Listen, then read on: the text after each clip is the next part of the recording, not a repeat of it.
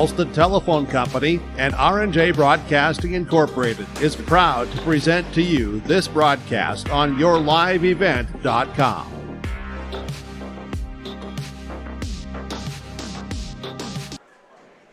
Good morning. Welcome to the Hillsboro Event Center for the 2022 Hillsboro-Central Valley Dual Wrestling Tournament here on yourliveevent.com. Thanks for joining us here, right now and throughout the day as a long day of wrestling coming for you. Not long day, full day of wrestling coming your way with 8 rounds on the schedule here today. This is your Irie Insurance pre-match show. As we prepare to get ready, coaches finishing up their meeting right now. We'll have the first matches coming here shortly. We'll talk about that match schedule and more when we come back here with yourliveevent.com and the Hillsboro-Central Valley Dual Wrestling Tournament. Lee Brothers Sales Highway 9 in Ada invites you to order your new Buick and Chevrolet vehicles from the Silverado, Trailblazers, Traverse, and Enclave. Lee Brothers is your authorized Chevrolet and Buick dealer providing sales and a service to the area since 1975. For ordering your vehicles, talk with Mitch, Smurf, or Jay. Trust the experts who know your vehicles best and take advantage of great Chevy certified service offers today. Lee Brothers Sales Highway 9, Ada, 218-784-2000. Bank with the area's lending leader, Community Development Bank in Ogama. Open at 8:30 a.m. Monday through Friday. They offer more to serve you, their valued customers. See Robin for all of your financial needs. Boat loans, car loans, four-wheelers, business, home improvement, and vacation home loans. They do it all. Call 218-983-3241 or log on to comdevbank.com. Community Development Bank in Ogama. Member FDIC. Olson Hardware in Hillsboro welcomes you to stop in. You can find all of your hardware needs for all seasons. They do have everything you need to get your home and yard ready for the winter ahead. If you're preparing for your remodeling or other do-it-yourself indoor projects this winter, stop by Olson Hardware, pick up your paint, stains, and all of the other accessories too. If you're in need of a mattress upgrade, stop in and check out the amazing Rest Mattress at Olson Hardware. Olson Hardware can repair your major appliances, refrigerators, freezers, stoves, ovens, washers, dryers, and more. Your full-service hardware store, Olson Hardware, Hillsboro. Do you need new furniture? You know, real furniture that's comfortable and built to last. Something stylish that you can enjoy watching the games on, entertain friends on, or just relax with the family? Then there's only one place and one person you need to visit. Lee Olfson Furniture Mart in West Fargo. From beds to couches and everything in between, they have the best selection at the best prices and always no interest financing available. Visit with Lee Olfson, Platinum Sales Specialist at Furniture Mart, and don't forget to ask for Lee and get the special Your Live Event pricing. Call or text 200-8019 or stop in. Make sure you ask for Lee. Thanks once again for joining us here today on yourliveevent.com for the 2022 Hillsboro-Central Valley Dual Wrestling Tournament. Here, your Irie Insurance pregame show. Irie Insurance for all your insurance needs. Go online, irieins.com. Let's look at our mat schedule here today. As you see mat number 1 right in front of you, 3 mats will be run for majority of the day. A couple rounds of just 2 mats coming here, but actually they're going to go to the national anthem real quick, so we'll come back after that and bring you your mat schedule coming up next on yourliveevent.com. Glasses say so much about your personality and personal style. At Valley Vision Clinic, they are happy to work with you in selecting frames that complement your features and vision needs as well as fit your budget. If you're not sure that glasses are for you, ask the Valley Vision Clinic in Ada about contact lenses. There are many advantages to consider when determining if contact lenses are right for you, and the knowledgeable staff at Valley Vision can answer any questions you may have. For all your eye care needs, call Dr. Dave Solseng and staff at Valley Vision Clinic in Ada, 784-4091. In Hope, North Dakota, we aren't just a town, we're a community, one that you can be proud of, where you and your family can grow. With available jobs, affordable housing, a local golf course and pool, the Sportsman Club, and great educational opportunities, there hasn't been a better time to join the Hope community, ideally located between Fargo, Grand Forks, and Jamestown. For more information, go to www.hopend.com. Live, work, and play in Hope, North Dakota.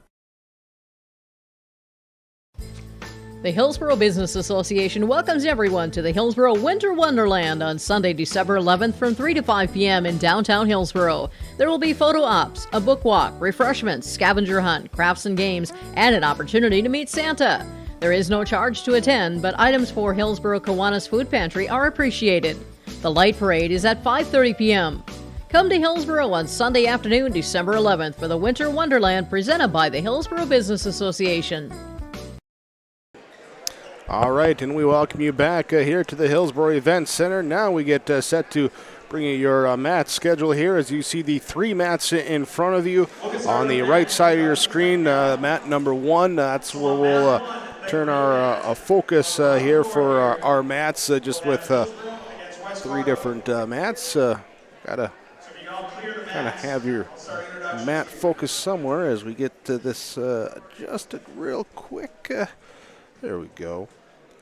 That's how we want it right there. As will be, as you see on the screen, Hillsboro-Central Valley, West Fargo will be on mat number 1 to begin us off.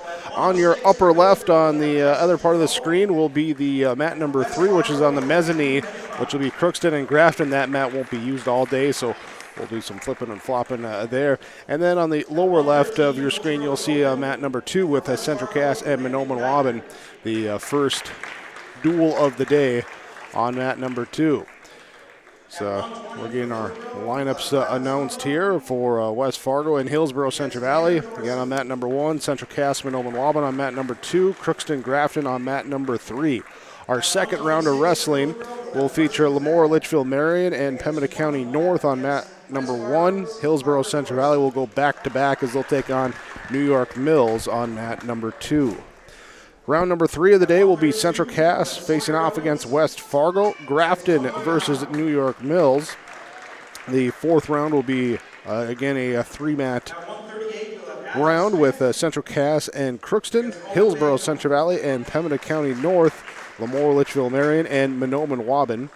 Round number 5 will be Crookston and Lemoore, Litchfield, Marion, Grafton and Mahnomen-Waubun, and West Fargo and New York Mills facing off. Then they'll have a 15, 30-minute break intermission there in between rounds 5 and 6 when they'll bring in Central Cass, New York Mills, Lemoore, Grafton, and Hillsboro-Central Valley, Mahnomen-Waubun. Round number 7 will be Crookston and West Fargo, Mahnomen-Waubun, Pembina County North. And then round number 8 to finish off the day will be Hillsboro-Central Valley and Lemoore, Litchfield, Marion, West Fargo, Pembina County North, and Crookston, New York Mills.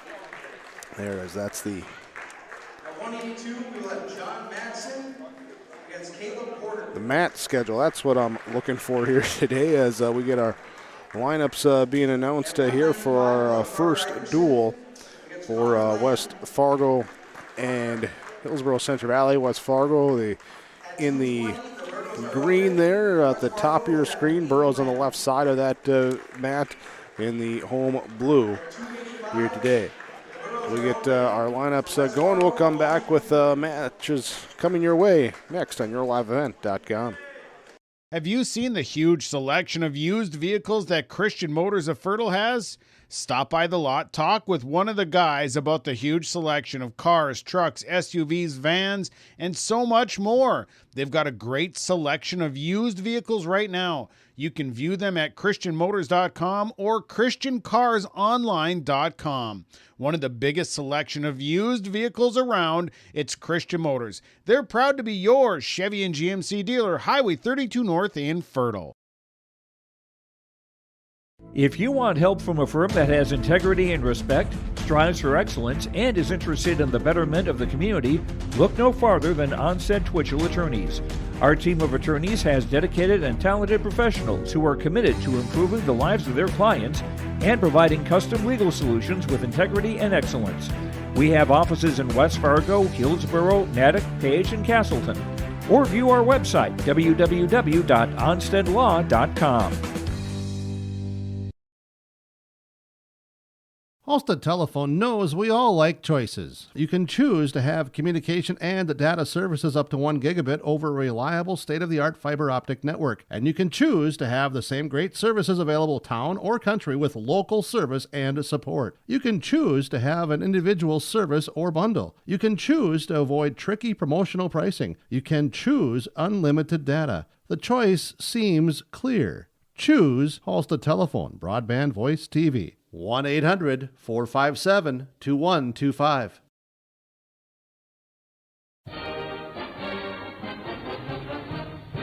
Everyone here at the Hillsboro and Central Valley School Districts would like to take this time to remind parents to teach their children how to be responsible and stay drug-free. By late elementary, many children know of a classmate who smokes, drinks, or uses drugs. It is never too early to talk to your child about substance abuse. Schools teach kids to say no to drugs, but it's what the parents do that counts the most. This has been Easton Baszler with a message from the Hillsboro and Central Valley School Districts.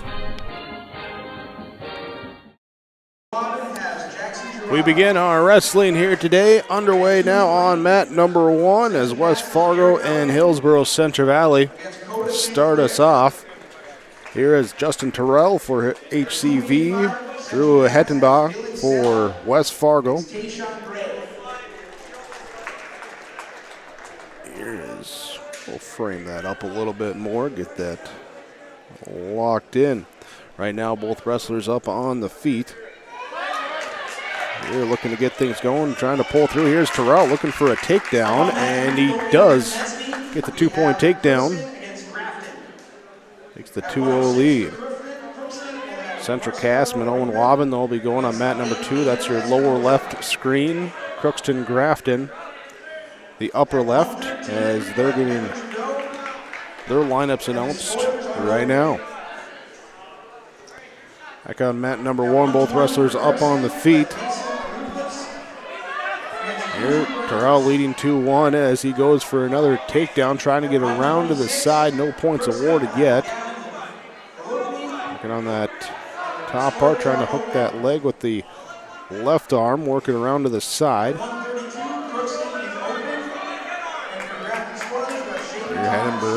Hettenbach, trying to get up, sit out. Terrell sticking with him. Talking with Coach Owens during the week. Terrell had to wrestle at 113 just because of the descent plan on that duel at Carrington on Tuesday.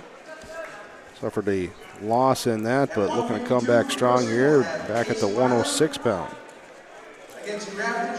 Another 2-point takedown, leading 4-1. And some wrestlers that had been making weight or close to weight had to wait to wrestle their preferred weight just because of the descent plan and the rules around that. As we hit the end of the first period, Terrell leading 4-1, and he will be in the down position to start our second round.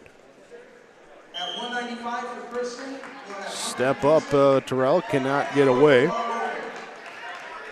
Hettenbach holds on to him, then gets up high. Terrell trying to come from underneath. Nope, now here's switching around. Hettenbach riding a sit-out attempt by Terrell, and we'll go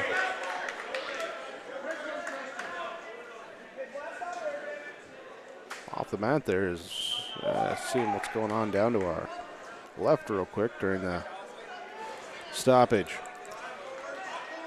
Terrell again, trying to get up to his feet.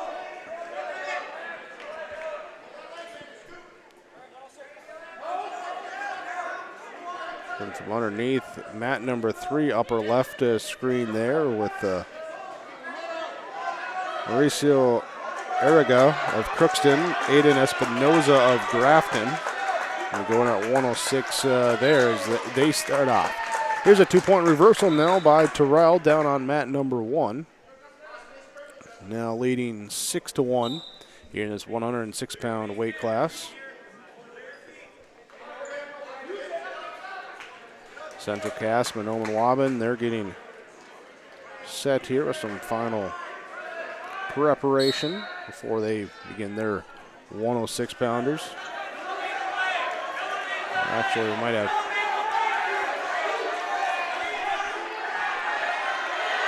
a couple exhibition matches or something there too. Here now, Terrell trying to fight off a pin back on mat number 1. Hettenbach has him half turn now. hooking that leg. Terrell trying to keep those shoulders off. Near fall points should be coming here. Right now, Terrell leading 6-3, 8 seconds left in that second period.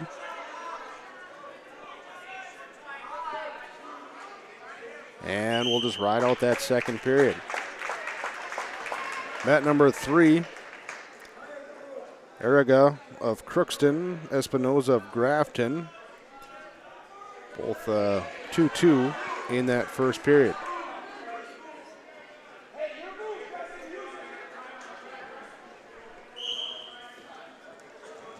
Mat number 2, Minoan Robbins, Trevor Neeson, and Central Cass, John Kale are on the mat at 106. Third period, Terrell working on top now for Hillsboro-Central Valley against Hedenbaugh of West Fargo. Turning him back into the mat, trying to hook. No, he'll give that up. Maybe a half, but he'll give that up. That was Hedenbaugh trying to get to his feet. Terrell breaking him back down.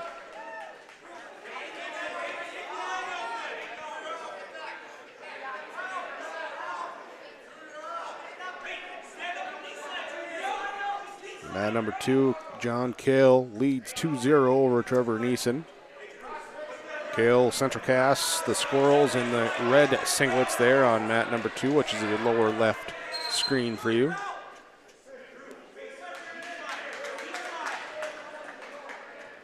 Pin on mat number 3 there as Arriga of Crookston, Mauricio Arriga, wins by pin in 1:45.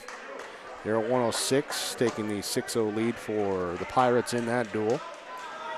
We'll come back to restart on mat number 1 here. 6-3, our score, 46 seconds left. There's a sit-out by Hettenbaugh. He trying to get around the reversal. He does, and that brings him within 1.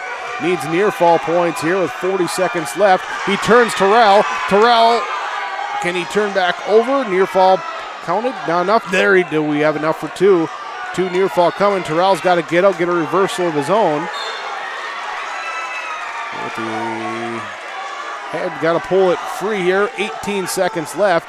Trying to get up, get away. And after all that, we're going to give him the 1-point escape. They say he did get away. So we're tied up 7-7, neutral position, 17 seconds left here. And here's a quick shoot. How about Terrell trying to get around? He's got 10 seconds left to do it. If he can get to that side. Hettenbaugh trying to keep him in front of him. 2-1. That will be the end of the third period.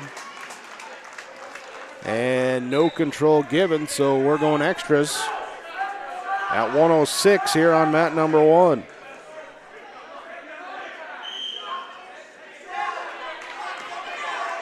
Here on the start, here's a attack and just gonna run off the mat there. Mat number 2, Central Cass's John Kale gets a pin in 1:34 over Trevor Neeson. Squirrels lead there 2-0. Now here's a takedown by Hedenbaugh as he gets the extra period victory, 9-7. With the sudden victory with the 2-point takedown in that fourth period. Lead there for West Fargo now. Moving up to 113 here, and we'll see who's coming out for the teams here. I think Joe said they might be open at 113, and there we do take a open forfeit there on mat number 1. Looking over at mat number 2 here, Jacob Erbach of Central Cass here, and Minoan Robin. Double checking the roster here with pinning position.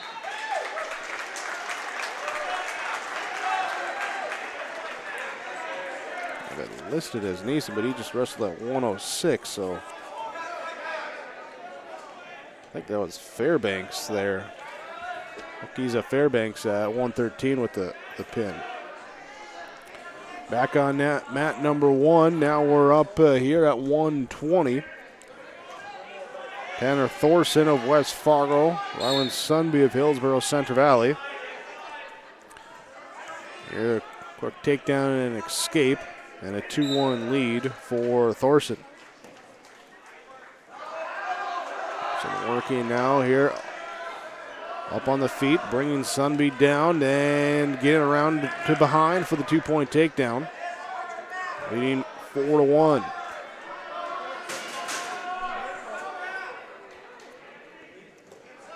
Sunby trying to roll through. Thorson rolls with him.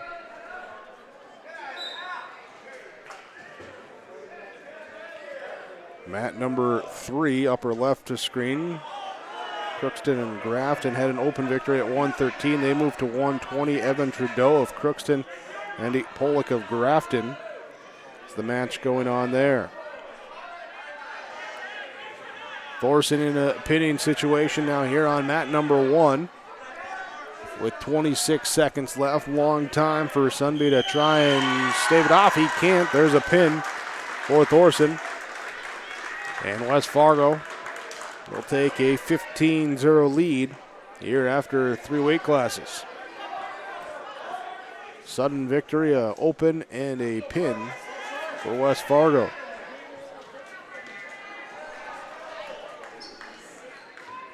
Here at 120 pounds on mat number 2, this is Fairbanks and Josiah Crandall for Norman Waban and Central Cass respectively. They're Crandall up there on top position. Mat number 1, we have Carson Kazette of Hillsboro-Central Valley and Parker Thorson here of West Fargo.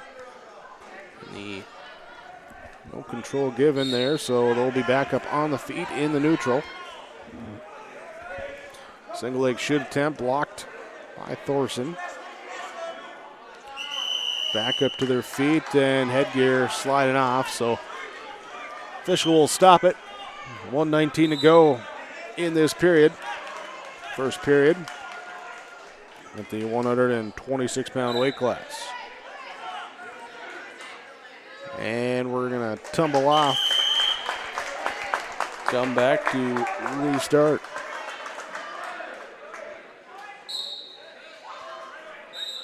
Andy Pollock of Grafton leading on mat number 3 over Evan Trudeau, 3-1. They restart there after going off. Mat number 2, we have Josiah Crandall, Central Cass, trying to get a pin here with 1:40 to go in that period. They're leading 7-0 in his duel, match tied at 6-6 at 120 pounds. Crandall looking for the pin. Meanwhile, we got Carson Kazette in the top control. There is 2-point takedown, 30 seconds left in this first period. Here leading over Parker Thorson. Kazette trying to work here, and Thorson rolls free. 2-1. 12 seconds left of that first period. Again, we're watching mat number 1, right half of your screen here on YourLiveEvent.com.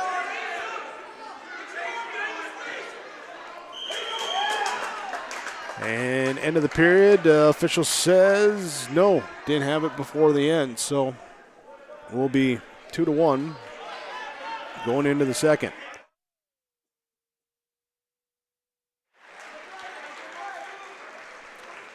Thorson will be in top control.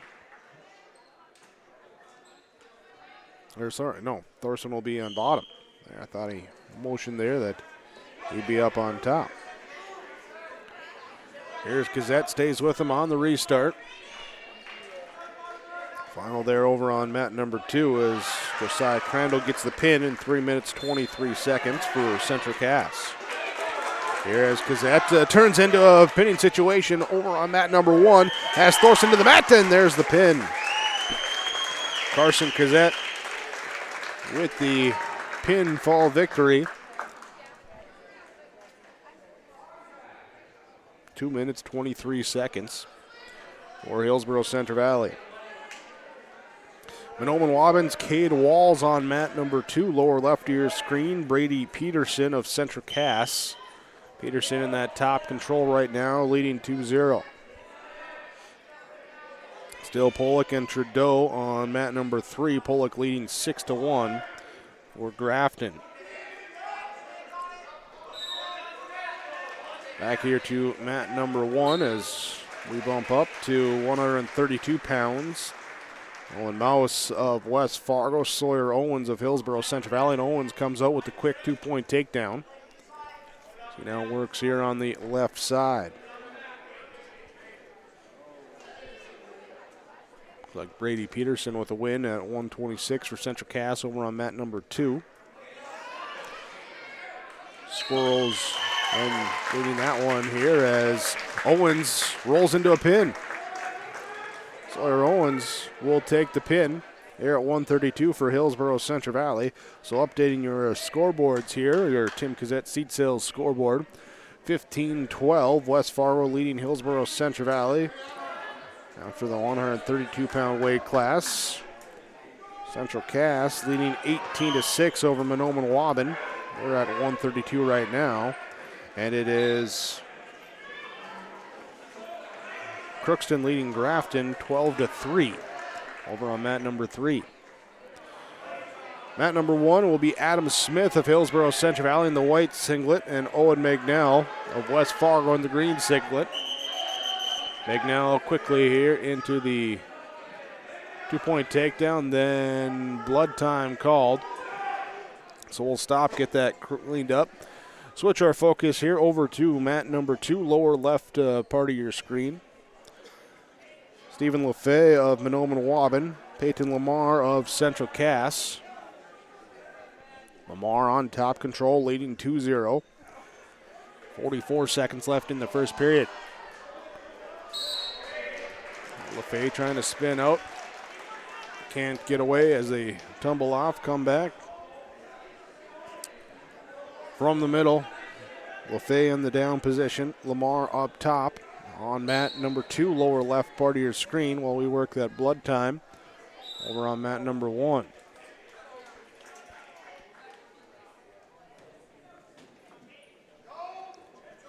Crookston Grafton. They're wrapping up 126. Here in that duel. Final 10 seconds of the period, and Lamar will ride out here. Takes a takedown, a couple of near fall points, and a 4-0 lead. There's the whistle for end of period. Choice here for Lamar, and we're going to be up in the neutral position. LaFay approaches here. He bluffs in a shoot. There in the black and teal singlet. As you see the red and black of Lamar. Or Central Cass, Monoman-Waubon, Squirrels, Thunderbirds. Single leg shoot attempt by Lamar. Sprawling now here. LaFay will defend. Trying to get inside, around to the side. LaFay does up to the feet, though. Got to bring him down. As they do, they swing around, and Lamar will fall on top of LaFay. Holding the leg, LaFay can't get away. Lamar rolls over on top for the takedown. Still working blood time on mat number 1. They're getting that all cleaned up.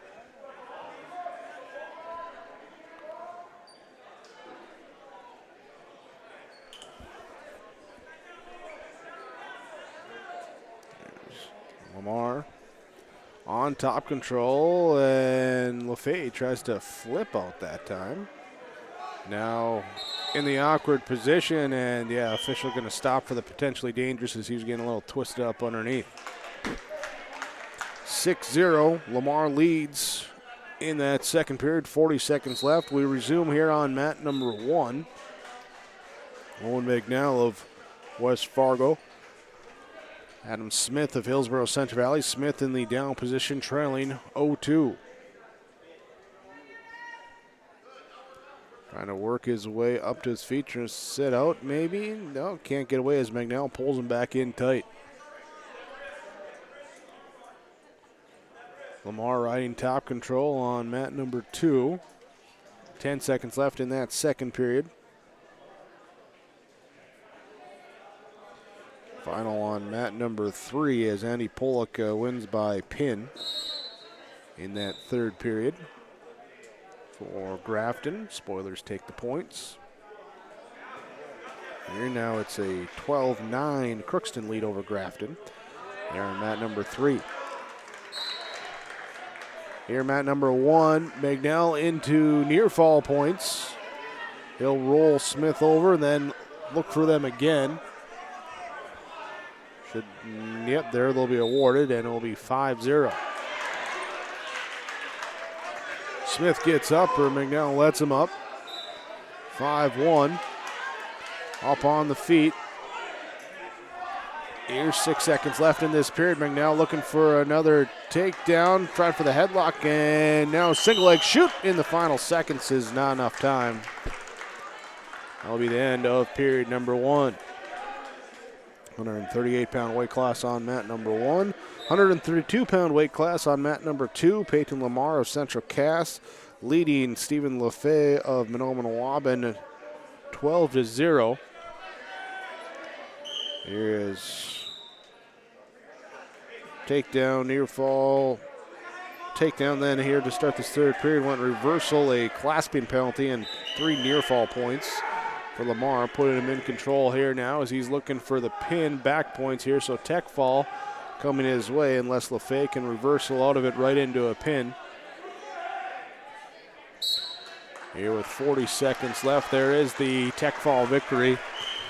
15-0 for Peyton Lamar over Stephen LaFay. And Squirrels lead 23-6 in that duel. Here in mat number 1, Owen McNell in top control. Smith trying to claw his way free. West Fargo leading the duel 15-12.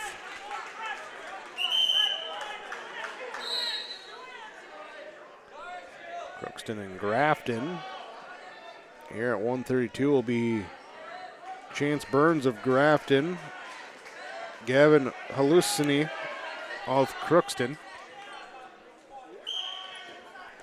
They're on mat number 3, upper left part of your screen there at 132. Back on mat number 1, here as McNall rides. Smith trying to find his way free underneath. There's a roll through into the pinning situation for McNell. Smith trying to keep those shoulders off. Do we have near fall being awarded? There is 3 near fall. Mat number 2, Clayton Hoban of Menominee-Waban. Grady Link of Central Cass. Link with a 2-0 lead after the takedown in that first period. Smith on his back here on mat number 1. McNell looking for a pin. 29 seconds left in this second period.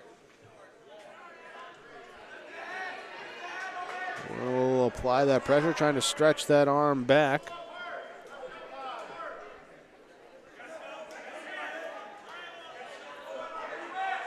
And trying to get free. 10-1. 5 seconds left. McNell looking for that pin. Can he get it in time? No. Smith fights it off, takes it to the third round now. Trailing though, 13-1. We'll be up in the neutral. Nope. It'll be McNell taking the down position for West Fargo.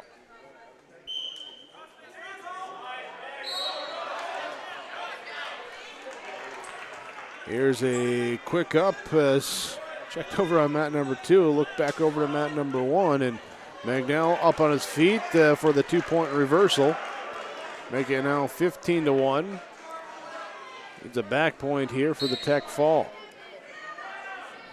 Mat number 2, Clayton Hoban, Grady Link. Link leading 2-0 as they start the second period. McNow will let Smith up. Now here at 15-2. You're looking for that takedown. There's the single leg. Bring him up, bring him down. And the 2-point takedown for the Tech Fall victory for Owen McNow of West Fargo. We'll get the hand raised. Moving up to 145 here for Hillsboro-Central Valley and West Fargo. At 138 pounds on mat number 2, Grady Link and Clayton Hoban, and right there's a pin for Link. Grady Link with the pin in that second period. So 145 here on at number 1. Looks like we're going to have an open victory here for West Fargo. And possibly bumping Henry Nelson up to 152 for Hillsboro-Central Valley. Looks like we also got an open here at 145 for Central Cass. Jaden Johnson takes the forfeit victory for the Squirrels. Sean Christofferson of West Fargo takes the open at 145 for West Fargo. Now West Fargo trots out Tyler Porter, and Henry Nelson comes out for Hillsboro-Central Valley. That's the match now here at 152 on mat number 1. As Nelson might have taken one to the eye. Give him a moment to collect himself. Mat number 3, 132 pounds, Chance Burns of Grafton, Evan Alusny of Crookston. Here 2-2 in that third period.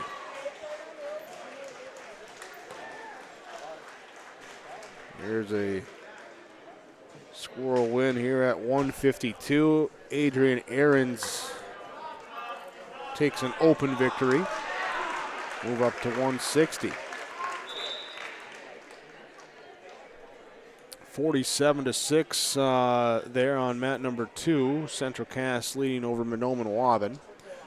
West Fargo leading Hillsboro-Central Valley 26-12. And Crookston leading Grafton 12-9. The scores on your Tim Cassette Seat Sales scoreboards here for our first round of duels as we get blood time on mat number 1. Switch the focus here back over to mat number 2. Blake McMullen for Monoman-Waban. Jalen Baumgartner for Central Cass. Shoot-in attempt here from McMullen. Baumgartner stays on top and they tumble off here. No points awarded. Minute 30 left in that first period. Resuming here, minute 20 left in period number 1. On mat number 1. For Tyler Porter got the takedown, now lets him up. Nelson will get the escape point. Be 2-1. Working in the neutral. Here's a single leg shoot. And Porter looking for the takedown. He does. A couple of seniors here. Match here between Porter and Nelson. Our mat number 1 right side for Hillsboro-Central Valley and West Fargo.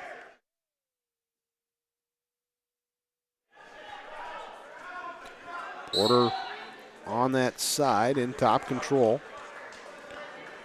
Rides from the left.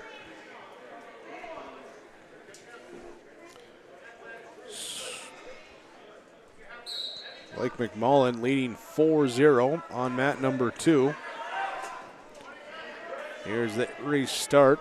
Jalen Baumgartner of Central Cass on bottom, trying to get up, get away. McMullen sticking with him now, just letting him up for the 1-point escape. Porter also leading 4-1 back on mat number 1. And Tyler Porter turns. Nelson out. We'll have to come back, restart. We'll reset over on mat number 2 as well. Looks like McMullen got that takedown there before going off, so he'll get 2 more. He'll lead 6-1. Start the second period on mat number 1. Henry Nelson will be in top control. Tyler Porter stands up for West Fargo, trying to get away. Nelson trying to throw him back down to the mat. Working on him here, and officials stop there with the headgear slipping away. Nelson will again, here come from top control. Sit-out attempt by Porter. Nelson holds on to him, sticks with him, and is attempting to break him back down. Porter trying to get Nelson high. Nelson will hook the legs. And now Porter got to pull that head free. He'll get the reversal. He does.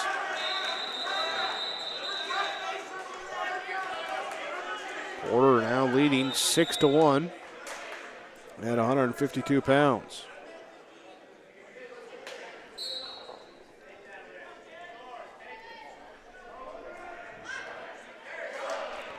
Baumgarten with an escape point over on mat number 2. He'll trail 6-2 to Blake McMullen.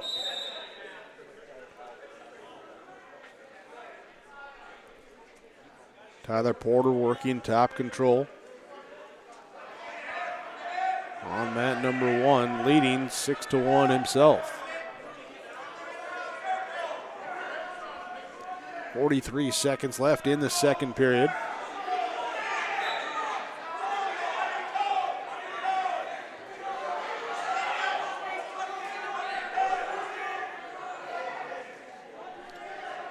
Crookston, Grafton, it's Shaden Thomas of Grafton, Lucas Perala of Crookston at 138. Grafton leading 15-12 in that team duel, team score. We're at all different weight classes here. 138 on mat number 3, 152 on mat number 1, 170 on mat number 2. Of course, teams have some opens coming up here, so we'll see how that gets accelerated. Going forward, let's see. End of the period, and Nelson will be up in the neutral position, or elect the neutral position to start the third period. Going too early, there's a caution. And now they, in here, a little scrum, break apart, come right back together on mat number 1. Here's Tyler Porter.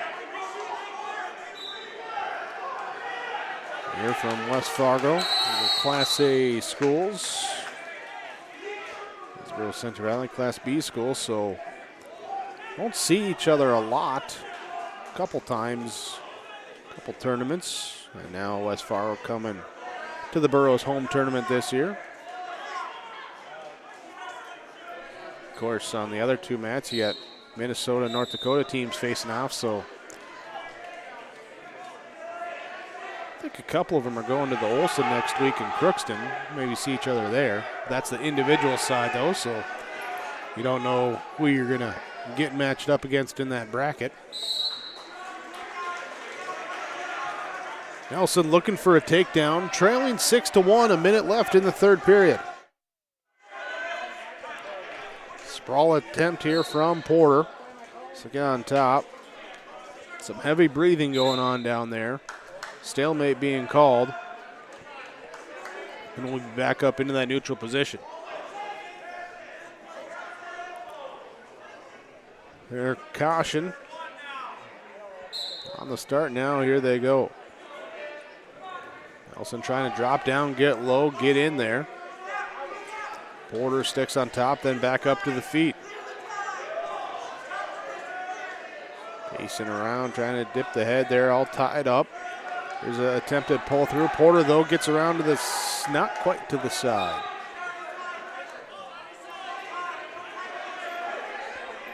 .20 seconds left.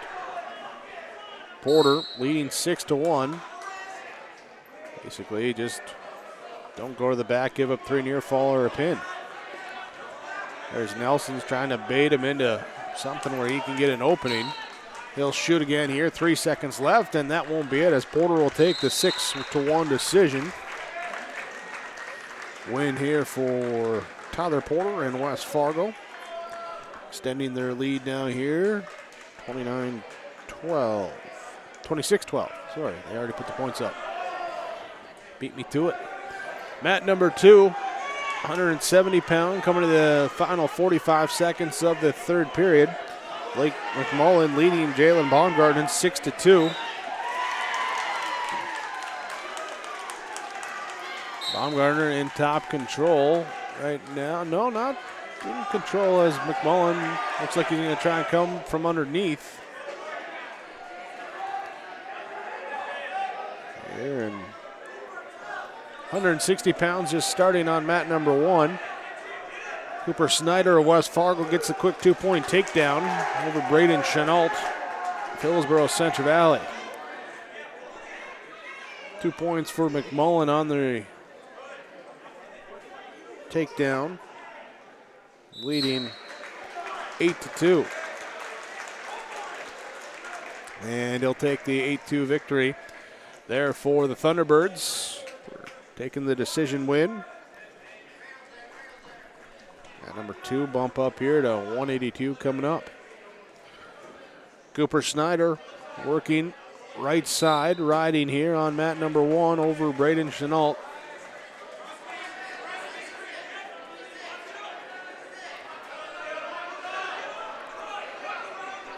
Snyder working across the body, looking for a far side.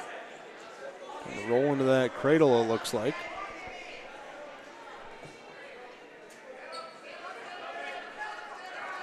Back up to the feet, they break apart, and Chenault will come back into the circle.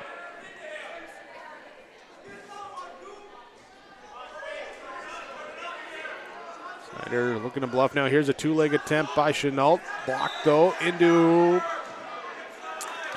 Oh, looks like Chenault might have been trying a possible fireman. As he rolls through. Good reversal there for Chenault to get the points. Tatum Bement of Mahnomen-Waubun on mat number 2, taking on Stone Thornton of Central Cass at 182 pounds.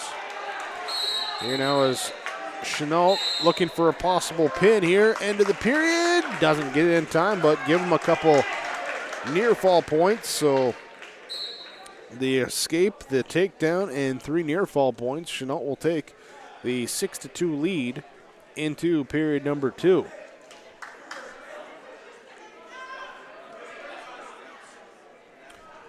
And after this round, we'll switch here to just a 2-mat round. Here with Lemoore, Litchfield, Marion, Pembina County North, Hillsboro-Central Valley will take on New York Mills. Isn't it? Yeah, I agree. Dave Nelson comes over, joins us. Athletic all director. 3 mats going.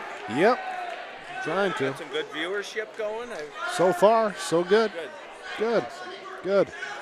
Chenault in the down position here on mat number 1 as was deferred here to taking the top, so the reversal points make it 8-4. Chenault leading over Snyder. Snyder, though, in top control. That's on mat number 1. Stoppage here on mat number 3 is we get a final over there. Open win for Jose Arriga of Crookston. Mat number 2, Stone Thornton leading 2-0 over Tatum Bement here at 182 as they go to the second period.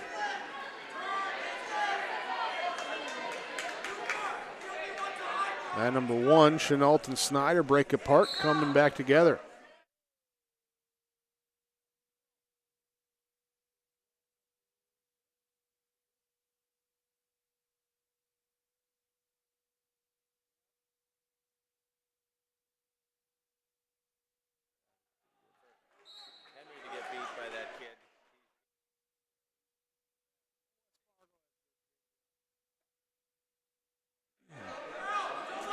Braden Chenault to top control on mat number 1. Here is rides on that left side, leading 11-4.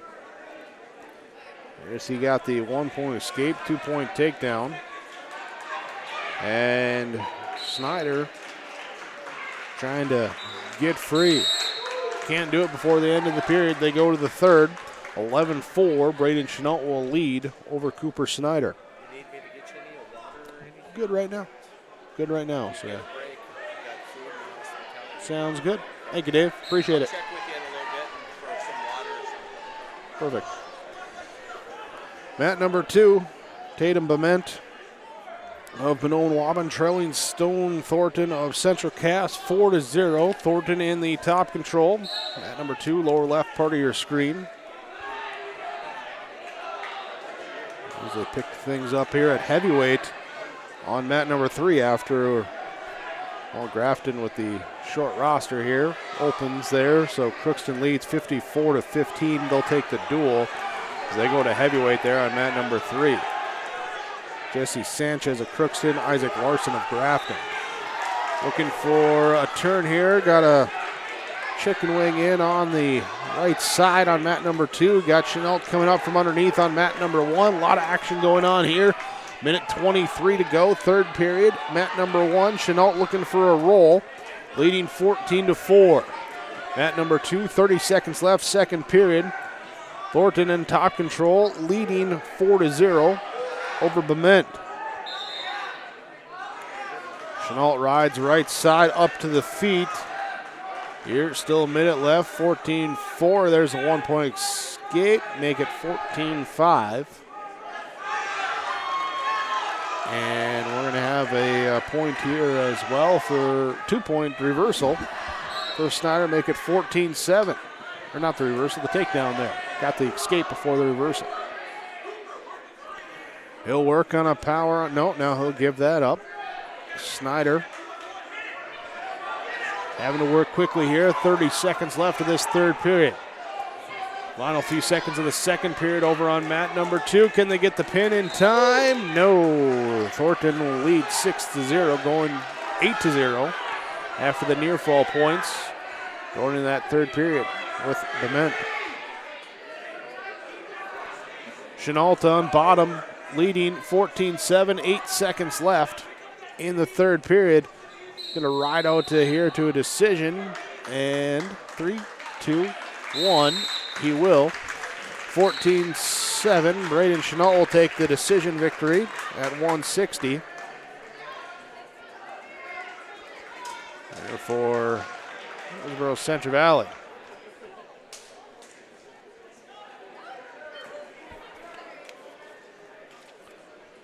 So mat number 3 wrapping up there.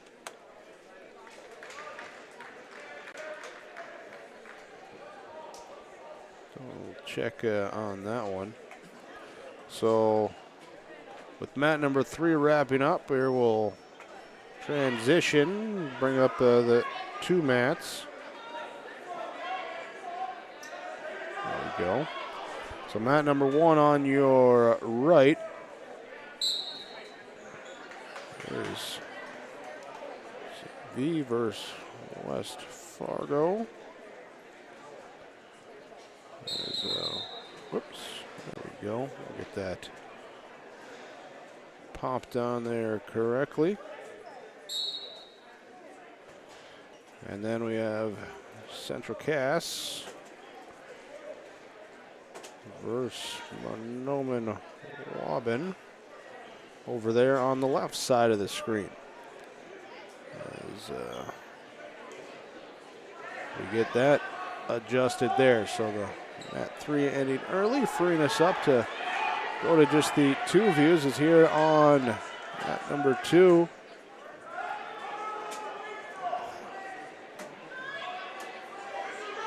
There we go. Central Cass, Benone-Waban. There they have Thornton looking for the pin, leading 11-0, 26 seconds left. They stop it for an injury time.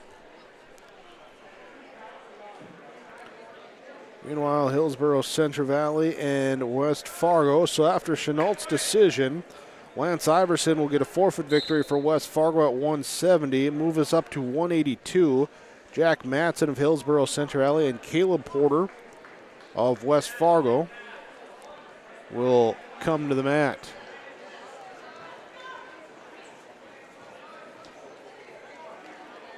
Here in the 2-point takedown. Right away here for Porter. Both wrestlers kind of wearing a white singlet there. You can kind of see there on the lower right side there, Matson with the HCV on the singlet. Might be able to help you pick it out there. Or he's got the dark headgear on. Matson does. Porter on top control in the white headgear. Here we'll get Matson up to the feet. Already 9-3 here as takedown, escape, takedown, near fall. Then takedown and let him free here. So here's another takedown for Caleb Porter. West Fargo here on Matson. Senior versus freshman here at 182. And the pin. Caleb Porter will take the pin in 1:19. And moves us up ahead. So Thornton with the pin, got it right at the buzzer. A 6-minute fall for Thornton over Bement. And moves to 195. Looks like it'll be an open victory for the Thunderbirds at 195 for Jackson Jareva. And that will move them to 120. At 195 on mat number 1, Hillsboro-Central Valley has Carter Iverson. West Fargo has Jacob Bild. Or Bild. There will be on the feet here to restart here. Coming in, shooting in. Iverson looking to get around to the side. Loses the footing, comes down, and Wild able to get the 2-point takedown.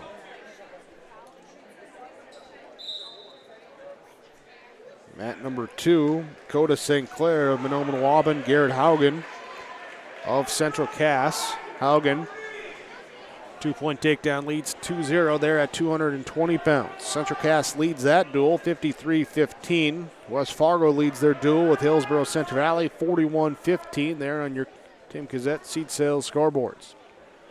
Blood time here on mat number 1 as Wild leading 4-1, minute 32 to go in the first period. Clean up the mat. There's Haugen looking for a pin. We're on mat number 2. St. Clair able to roll back over to his base. Near fall points. Here 5-0. Haugen, Garrett Haugen, the Squirrel Senior leading. Sito attempt by Coda St. Clair. And Haugen then pulls him back down to the mat and right into the pin. Haugen will take the pin. Minute 16. They're at 220. So that will move Central Cass and Menominee-Waban up to the 285-pound weight class. Heavyweights coming out, and I believe it will be an open here for the Squirrels. Resume here on mat number 1. Carter Iverson of Hillsboro-Central Valley, Jacob Bottled. And yes, it will be an open victory for Dylan Sell at 285. Central Cass will take their duel over Menominee-Waban 65-15. So the only duel going on right now is on mat number 1. Here with Jacob Bild leading 4-1, 50 seconds left in the first period over Carter Iverson. Bild, they got to turn those shoulders in a little bit. Iverson trying to get outside the circle. Trying to twist, trying to turn. Bild applying that pressure here. Still 28 seconds left. And there's the pin. pin at 195. Here for Jacob Mild. West Fargo will now lead here 41-15. 47-15. Here we'll go up to 220, and it'll be an open victory for Aiden Lamb of West Fargo. And coming up here at 285, Burrow is open as well. We'll see who's going to come out to get their hand raised for West Fargo. It will be Amari Williams of West Fargo taking the victory there on the open forfeit. So 59-15, West Fargo defeats Hillsboro-Central Valley in that first duel. So our first round of duels is in the books. We'll get set for our second round coming up. We'll summarize this first round coming your way too here when we return on yourliveevent.com. The White Earth Tribal and Community College is open and can help you take the next step with your education.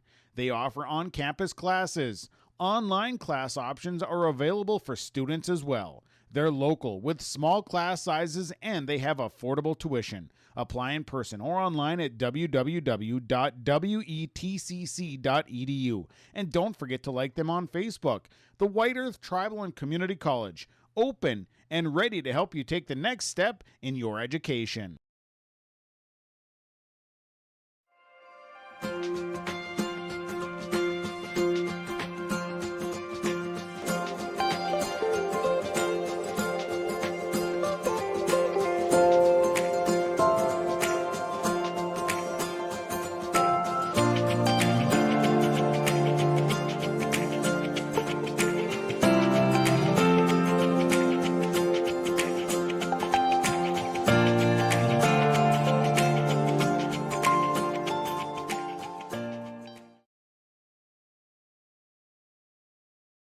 As an American family agent, I look out for what matters to you, even when nothing's wrong.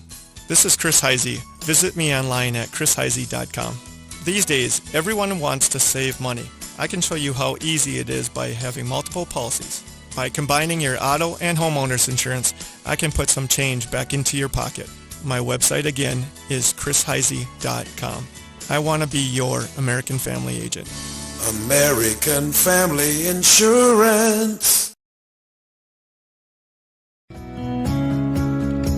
Whether it's dropping temps, freezing rain, or blowing snow, the city of Hillsboro is prepared, and they ask you to do your part too. Keep a flashlight and fresh batteries on hand, non-perishable food, and plenty of water. Plus, have your neighbors' phone numbers handy to check in on them when weather takes a turn. And when it does, the city of Hillsboro is a neighbor you can count on too. Together, we power on.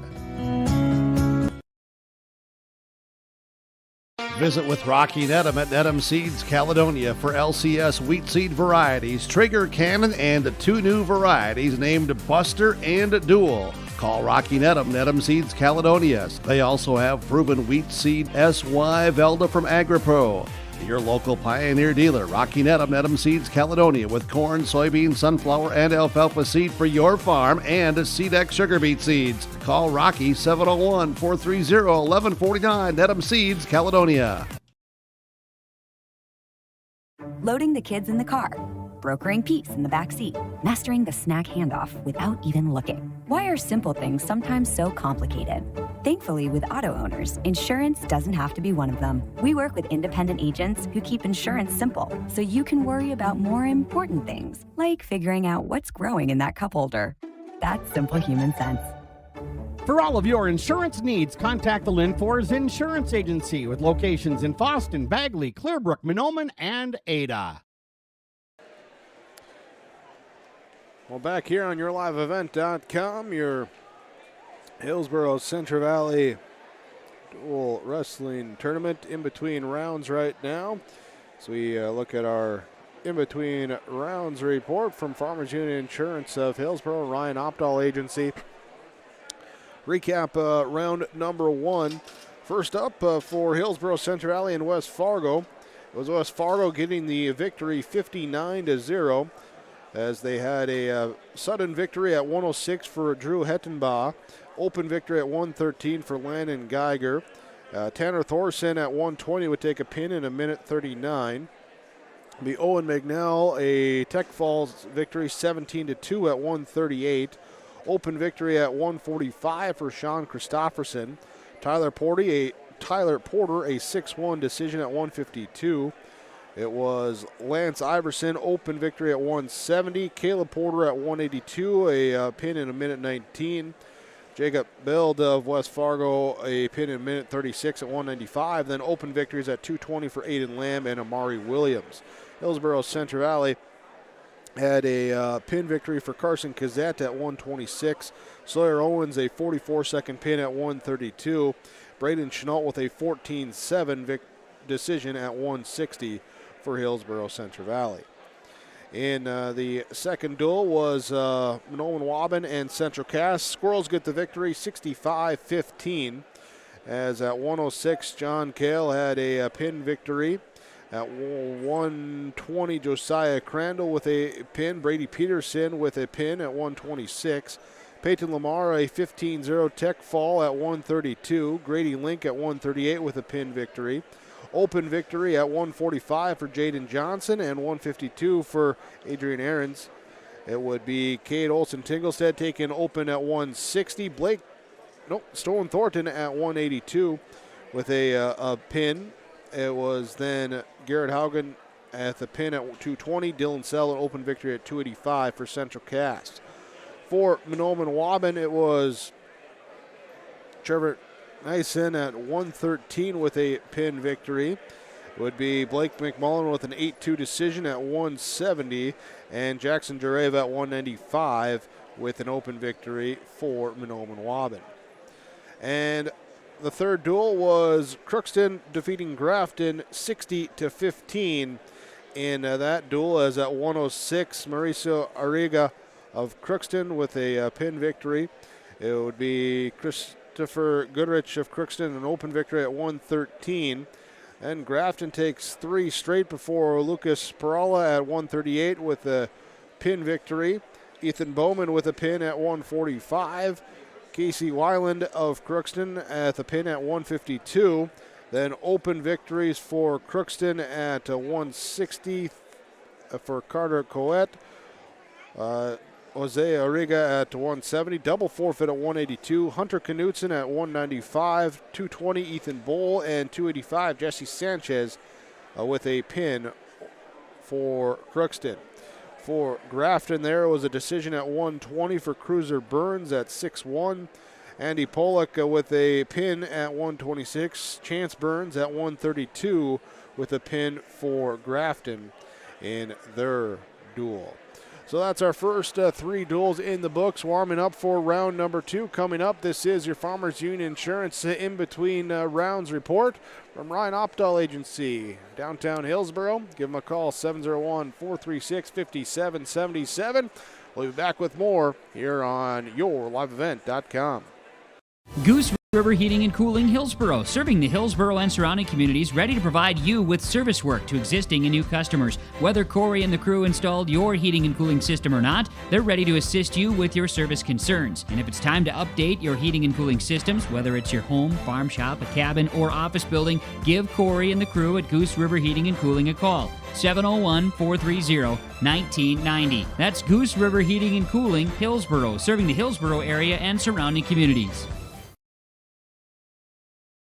Team at Maple River Grain and Agronomy wishes the best of luck to the players in today's game. Maple River Grain and Agronomy is proudly serving producers, accessing markets, and building relationships in eastern North Dakota and western Minnesota. They offer a variety of grain marketing and agronomy solutions. See the latest updates by following MRGA on social media. They're active on Facebook, Twitter, Instagram, LinkedIn, and YouTube. Check out the website at mrga.com to learn more about Maple River Grain and Agronomy and how they can serve you and your operation.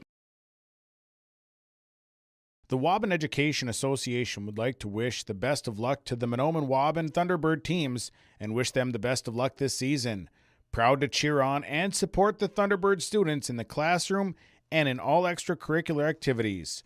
Your hard work and dedication make them proud to work with you every day as part of the Waban-Ogama-White Earth School District. Good luck and go Thunderbirds from all the members of the Waban Education Association. If you're searching for experienced technicians that are specialized in most makes and models of cars, light-duty trucks, and SUVs, you better call 218-983-3330 for Baker's Truck Repair in Ogama. Baker's quickly provides customized repair and maintenance solutions for your heavy-duty truck while using the industry's latest diagnostic and repair resources along with local parts suppliers. Call them today at 218-983-3330. That's 218-983-3330 for Baker's Truck Repair on Highway 59 in Ogama.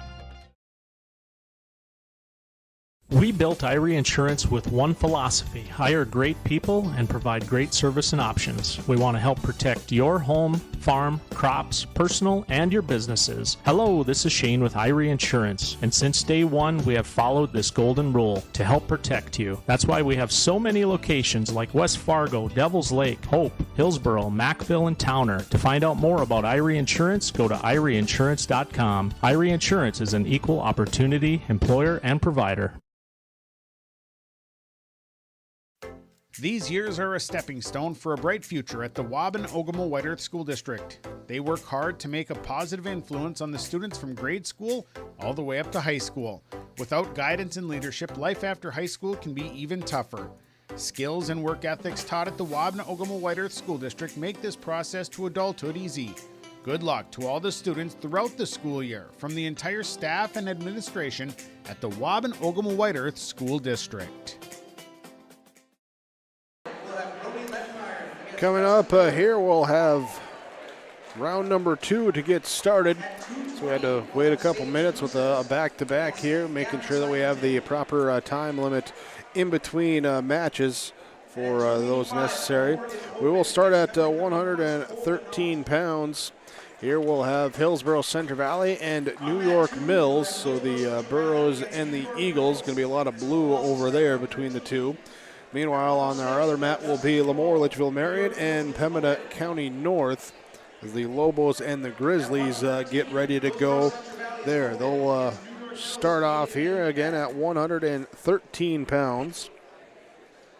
As we get this one set. No use of mat number 3 right now. Rounds 2 and 3, there will just be the 2 mats here, so that's what we'll have for you on the screen. Next round will be Central Cass, West Fargo, Grafton, and New York Mills. So the Eagles will have a back-to-back as well. Round 2 begins next. We come back here on YourLiveEvent.com. The Seed and Crop Protection Specialist. It's Mitch at Select Ag on Highway 59 in Mahnomen. Contact Mitch today, 218-936-4026. Select Ag is a Pioneer Seed and Agassiz seed dealer. They carry corn, sunflower, alfalfa. They have Extend and E3 brand soybeans, and they deliver. And Select Ag offers crop protection as well. Contact Mitch at Select Ag, 218-936-4026. He is your seed and crop protection specialist at Select Ag on Highway 59 in Mahnomen. Growers, here at Chad's Excavating out of Mayville, we are your water management contractors. We can help you with tile drainage plans, surface drainage plans, or both. Remember, water management is a lifetime investment. Call Chad at 701-430-0182 to get your water problems solved. That's Chad's Excavating out of Mayville. 701-430-0182, helping farmers grow. All right, we begin here on mat number 1, which is on the left part of your screen here today. In our 2-mat setup, Logan Potts of Lemoore, Litchfield, Marion, Keith Moore of Pembina County North. And Potts jumps out to the quick 4-0 lead with the takedown into the near fall. Here at 113 pounds. Here, Potts. Actually, now here Moore with the reversal. It's both kind of the dark singlets, a little bit of that tan you see there at the top of the Grizzlies there for Pembina County North on that singlet. Over on the other mat, to the right side of your screen, we see Hillsboro-Central Valley and New York Mills getting going. 113, Justin Terrell will wrestle Aiden Meach. Here's a tumble off. They'll come back to restart. Now we have Logan Potts on mat number 1 with a reversal of his own. The lead now 6-2 into a pinning situation. Right to the pin as Logan Potts picks up the pin at 113. Therefore, Lemoore, the Lobos on the board first for them. Their first duel of the day. Same for Pembina County North and New York Mills. Burrows, they got warmed up. We'll see how they do as Justin Terrell leading 2-1. For Aiden Meach with the takedown and the escape to put him up in the neutral position. Here with 1:03 to go in this first period. The patriotic-looking singlets of the New York Mills Eagles at the red, white, blue, the stars down the side.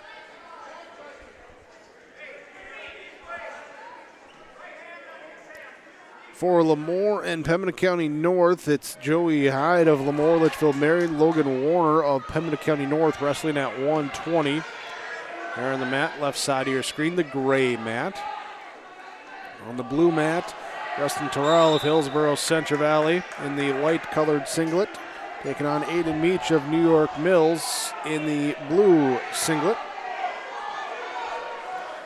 Meach trying to get around to the side for the takedown. If he can get control, does not have it given up yet. 9 seconds left in the period, and he does with 4 seconds left. Meach will take the 2-point takedown and the 3-2 lead into period number 2 at 113 pounds. Here on our gray mat, Joey Hyde and Logan Warner. Logan Warner of Pembina County North working into a half there. He turns, nice turn. Near fall being counted. As he got that arm behind the back. Picked him up and brought him in now. Here's a 2-point takedown here for Meach on the side. Then a reversal by Terrell. So a 5-4 lead as we get the pin over on mat number 1. There's so the victory by pin.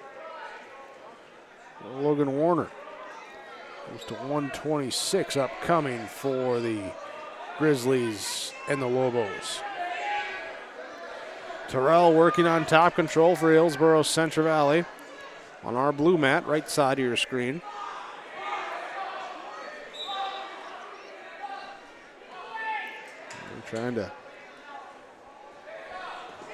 Trying to get up to the feet.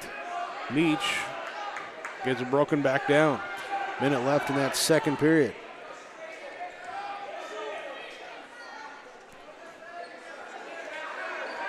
Terrell forcing that head down in, trying to get Meach.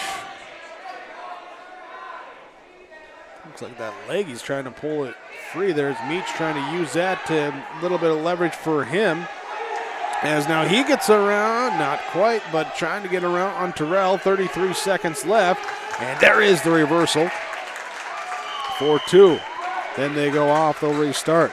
Meanwhile, Zeke Symington of Pembina County North and Jace Duffy of Lemoore do battle here on the gray mat. 2-0 lead for Symington. Pembina County North here, Duffy actually had the lead. Duffy with the lead, and then Duffy rolls into near fall points. 3 there, plus 1 point escape for Symington. Makes it 5-1. Here, Duffy with the advantage. Blue mat, we have a stoppage for potentially dangerous. There, so 7-4. Aiden Meach of New York Mills leading over Justin Terrell. Hillsboro-Central Valley. 31 seconds left in period 1 on the gray mat. Duffy will lead. It's 5-1. So he's looking for another takedown, makes it 7-1 now. That's at that 126. We're still at 113 where we started the duel at. Here on our blue mat.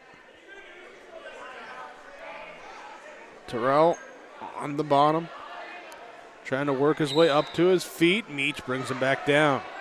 Has that right arm. And Olin Terrell face first into the mat.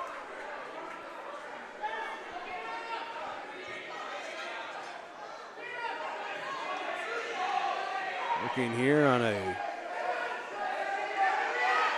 looks like a chicken wing there on that right side, trying to bring back. Terrell trying to fight it off.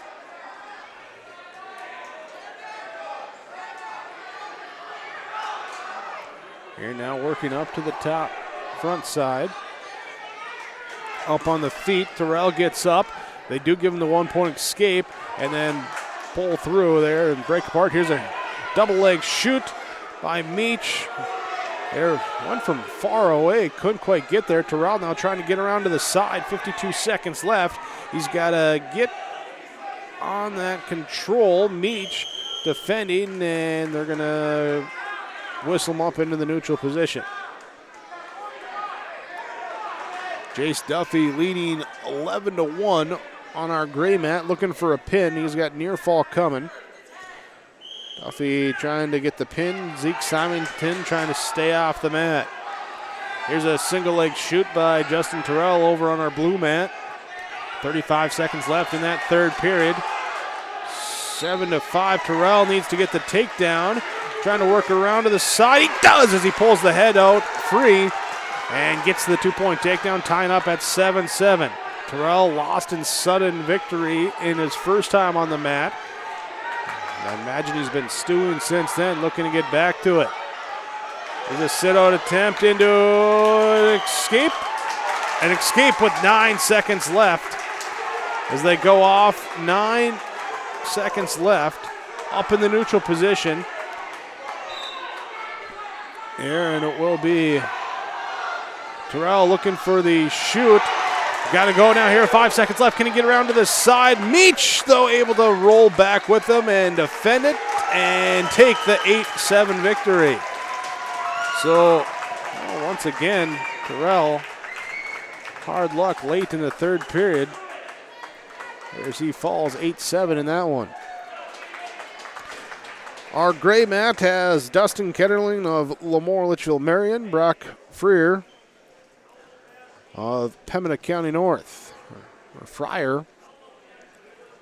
Here, both wrestlers on their feet. Break apart. Gonna come back together. 120 pounds. New York Mills on our blue mat. Creed Maruso and Ryland Sunday of Hillsboro-Central Valley come out. Mersu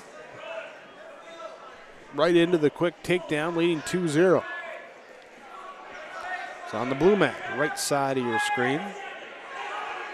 As we have our attention there. Merso looking for a pin, and he does. A 39-second pin for Creed Mersu, and that will move us up to 126. Now we got a pin over on the gray mat as well. Here as Brock Fryer will take the pin, get the hand raised, and Pembina County North will take those points. 12-12. As it's been 4 pins rotating on who's getting them there between Lemoore, Litchfield Marion, and Pembina County North. New York Mills leads 9-6 here as Carson Kazette will take an open victory at 126. We'll move to 132 where Sawyer Owens for Hillsboro comes out, and he gets the quick pin here over Elijah Geyser. And that one will go back-to-back, make it 12-9 for Hillsboro-Central Valley. Now as we go to 138, a 7-second pin. So there's your current runner for fastest pin of the day. Adam Smith of Hillsboro-Central Valley, Slade Dahl of New York Mills on our blue mat here at 145 or at 138. At 145 on our gray mat, it's Maddox Schockman of Lemoore Litchfield Marion and Levi Hinkle of Pembina County North. Slade Dahl of New York Mills with the takedown, then lets Smith up for the escape, so 2-1.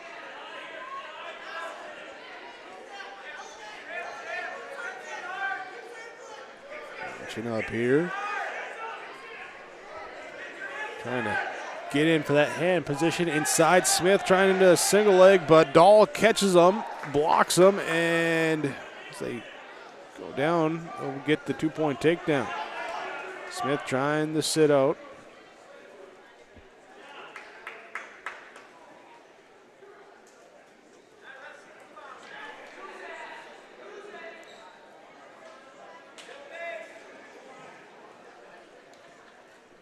Here just trying to get up to his base on the knees there on our blue mat. Dahl leading 4-1. Smith will attempt to sit out now up to his feet. Trying to get away. He does for the 1-point escape. Makes it 4-2. And Schockman Hinkle into a cradle. Has Schockman cradled up, but Schockman able to get free. Near fall points, and then should have the escape point coming. No, what we're going to have here as we hit the end of the period, we're going to get all sorted out. And it's going to be Hinkle leading 5-0. So just the takedown in the near fall. Say that Schockman didn't get away.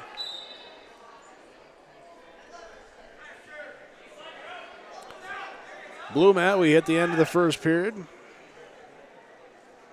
Slade Dahl leading 6-4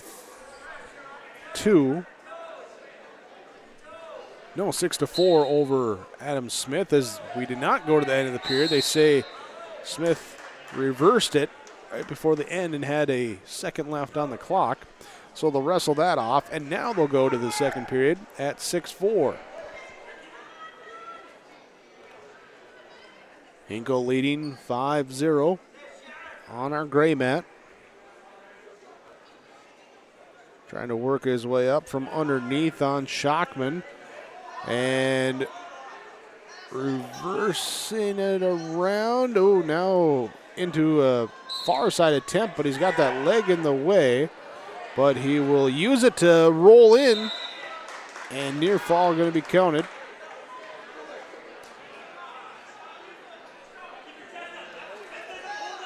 And then they'll belly out, base out.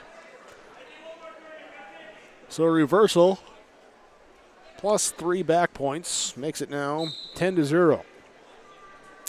Blue mat, it's 6-5 after a 1-point penalty. On Dahl gave Smith the point. Now Smith here with a reversal into a chance to pull it in near. Got the near fall coming there. Being counted. Now Smith looking for the pin. And Smith, we got a pin situation over on mat number 1 as well. Both, who's going to get it first? We got 8 seconds left here on the gray mat to get that pin. As Hinkle looking for it. And did they get it to him? What came first? They say the pin right before the end of the period. So 3:59 for that pin. We got a pin over on the blue mat as well too, as Adam Smith will get the pin. So pin here, pin there.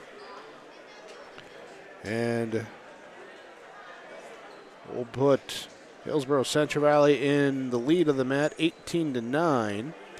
Meanwhile, on the other side, it will be 18-12, Pembina County North leading after the Hinkle pin. Braden Steffes of Lemoore Litchfield Marion will take on Carson Brown of Pembina County North now on our green mat, or our gray mat. And here will be Henry Nelson coming out, and it will be Jay Minderman of New York Mills on our blue mat. Nelson working quickly here after dropping his first match of the day. Will take the quick 2-point takedown. And works here for the near fall, rolls him back over.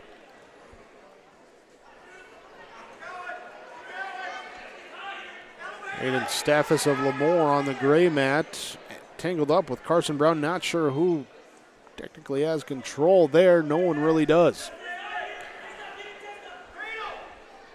Back to the blue mat, Nelson. Working to break down Minderman.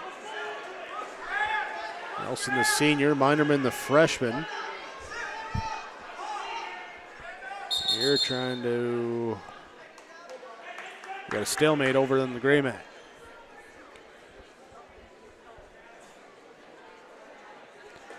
Nelson working on a cross into a near side. Trying to lock it in, hook the leg. Near fall being counted, 37 seconds left. And there's the pin with 34 seconds left. So a minute 26 pin for Henry Nelson for Hillsboro-Central Valley. Gray mat were 0-0, 38 seconds left in the first period. At 152 pounds, Braden Steffes of Lemoore Litchfield Marion, Carson Brown of Pembina County North.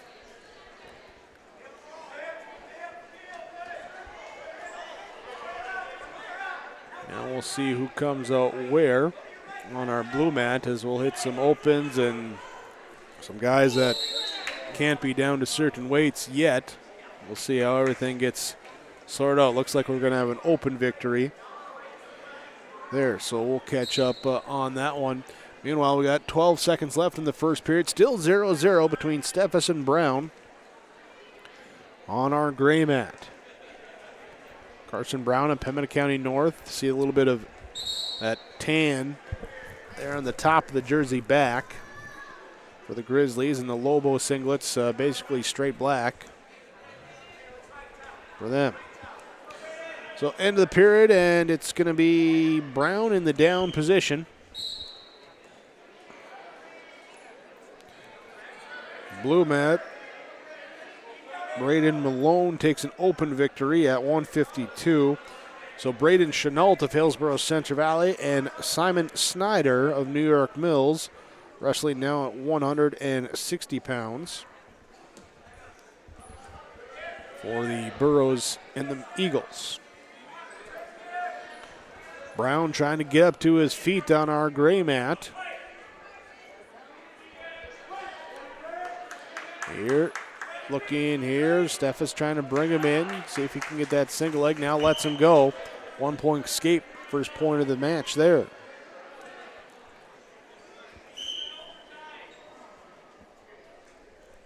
Neutral position on our blue mat as Chenault and Snyder. Here's a single leg shoot by Chenault. And then Snyder rolls into, looked like an ankle pick. And gets on here on the left side. Now over to the right side. Looking into, nope, gives up the near side. Now works instead on that left arm behind the back. Wrap the head, and Snyder into a pin. Simon Snyder with the pin. There for New York Mills at 160 pounds.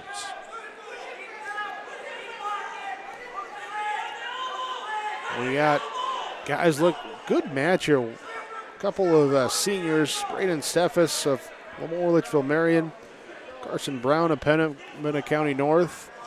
Not be the first time that these two will see each other throughout the year. A couple highly regarded, highly ranked guys. As Brown trying to get the advantage now. He'll take the reversal for the 3-0 lead. Now looking for the pin. And doesn't get it before the end of the period. But 3 near fall points make it 6-0. open victory here at 170 for Gavin Grabo of New York Mills.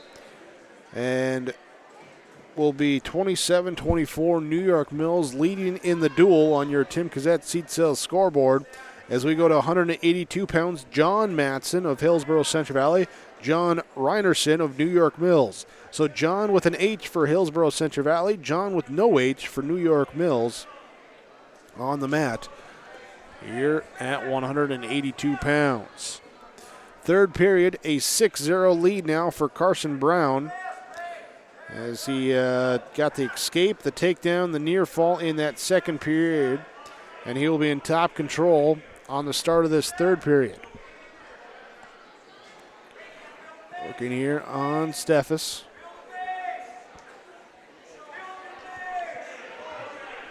Blue mat up in the neutral position here for John Matson and John Reinerson. Matson of Hillsboro-Central Valley as Reinerson goes for the takedown and gets it.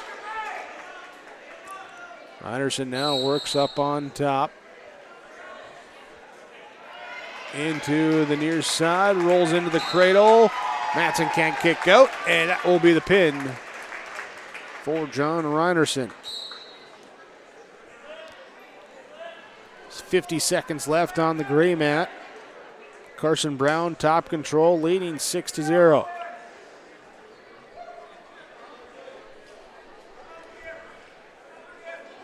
That duel, Brown and Pembina County North lead 18-12. This could be the first one that would break the trend of the pins. Also had a double forfeit at 138 there for Memorial Litchfield Marion and Pembina County North. 9 seconds left. Brown looks like he'll ride out for the decision victory.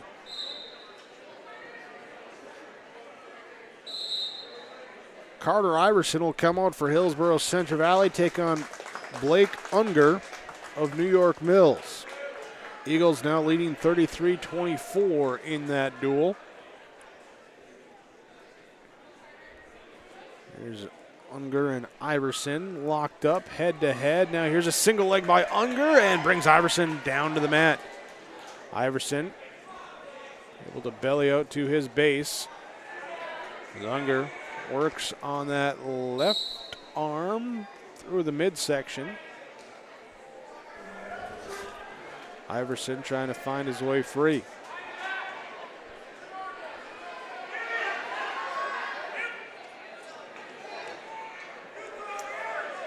Hebel's on the mat. Cale Hebel for Lemoore Litchfield Marion will take on Ethan Stegman of Pembina County North. Pinning situation over on the blue mat here as Unger has Iverson on the backside, trying to get those shoulders down. Looking for the pin here. There it is with 45 seconds left, so a minute 15-second pin for Blake Unger.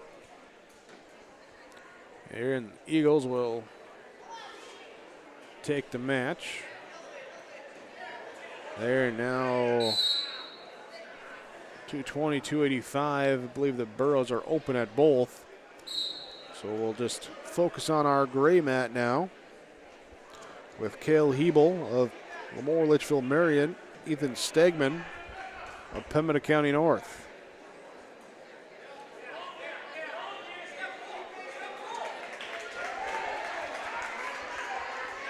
And trying to roll into the cradle. Now we get two near fall, then an escape. It's going to make it now 4-1. Here with wrestlers up on their feet. Okay, so on our blue mat, we have a open victory at 220 for Bodie Roberts. Grady Roberts at 285 with an open victory for New York Mills. Eagles take both, and we'll see here at 106, the final weight class for this. And No one there for HCV. We have someone coming out for New York Mills, so an open there. And it will be the Eagles taking it there. 57-24.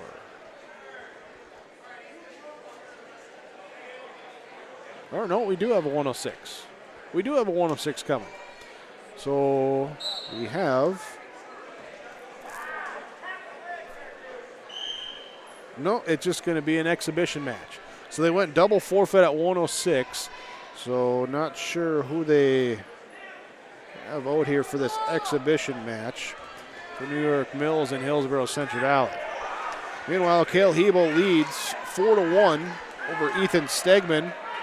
Here as bringing him down to the mat, Hebel. Working here, rides on that right side with the gray mat. And with the exhibition match there on the blue mat, not sure who's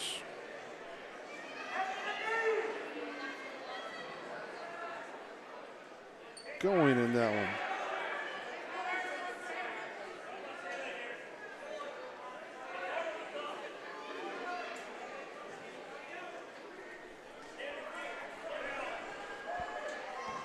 And a pin over in that exhibition one. Meanwhile, Hebel with 50 seconds left, leading 6-1. We got a stalling warning. Aaron Hebel as well. Cale Hebel. Should see Garrett Hebel up next.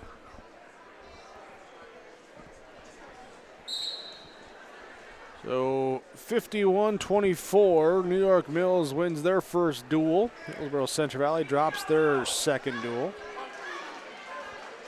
today. Third duel of the season. Had that season opener on Tuesday. Here's Hebel into a cradle attempt and trying to turn Stegman.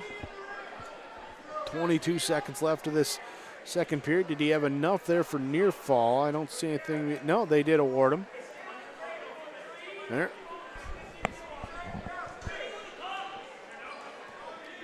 So now a 9-1 lead. Hebel approaching at Major. Now he's looking for more. Oh, end of the period. They give him 2 more back points. That's what he got in. Locked in, so now leading 11-1. 10-point advantage there for Cale Hebel. 160 pounds. Again, we start at 113 in this second round.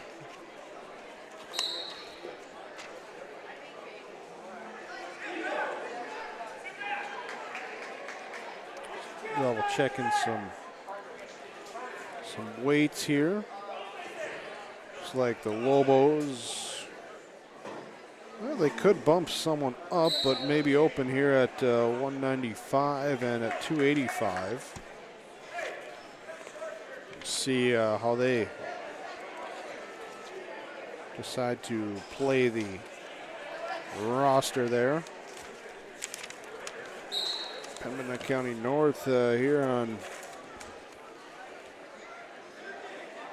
their weight sheet. Again, yeah, might have to bump someone up a few pounds, but it looks like they could take a couple of those opens.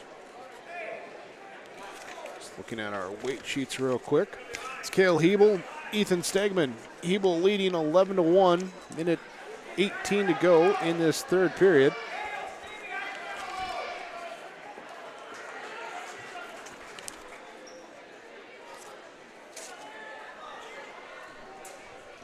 Again, our next round will also only be the 2 mats. So we'll have Central Cass and West Fargo, Grafton and New York Mills. Here, and we'll see what they got coming up.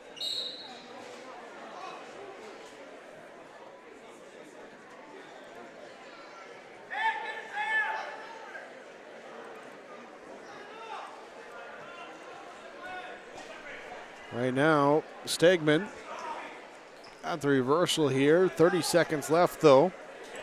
Trying to get his way free.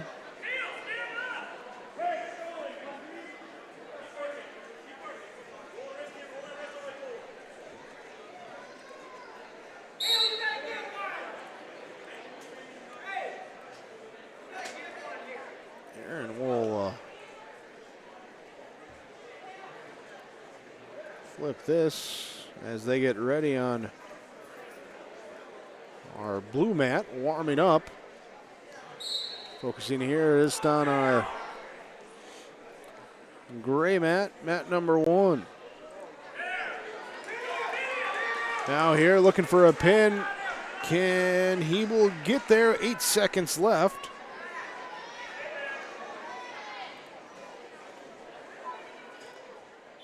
There we go.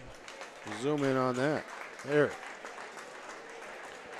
All sorts of views here today with the setup. Thanks to executive producer Mark Forseth for the, technical guidance and information. Brandon Mickelson, technical producer as well.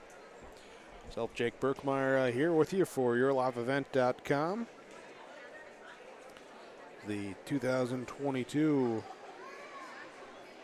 Hillsboro-Central Alley Dual Tournament. There, so in the books there, it was a 13-4 major for Cale Hebel over Ethan Stegman. Brings up Garrett Hebel now versus David O'Connor. And Garrett Hebel right into the cradle and looking for the pin.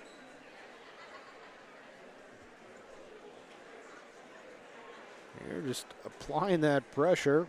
And O'Connor is pinned. 28-second pin for Garrett Hebel.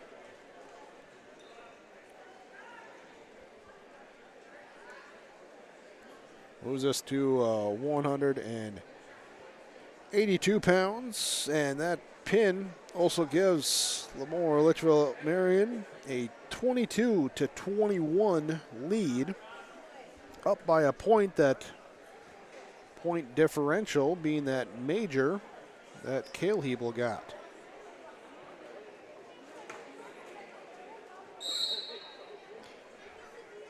So here now at 182, Brock Wendell of Lemoore Litchfield Marion, Denton Karcher of Pembina County North.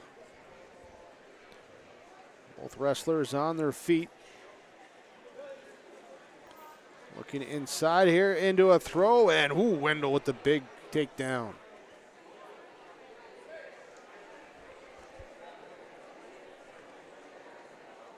Wendell, the senior at 182. Karcher, the sophomore.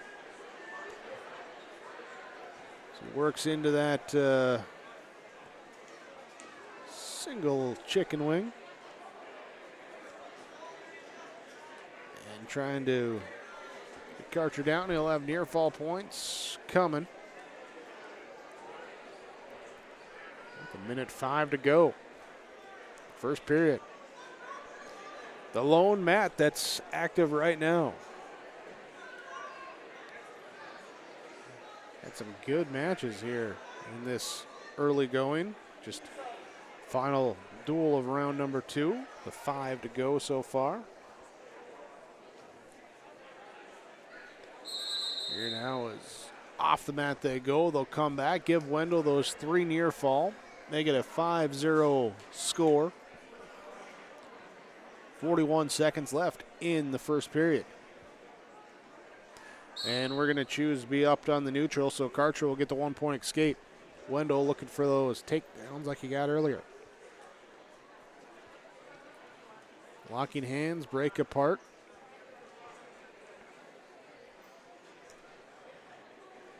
Wendell, the stockier 182-pounder. There's Karcher, a little bit longer, lankier.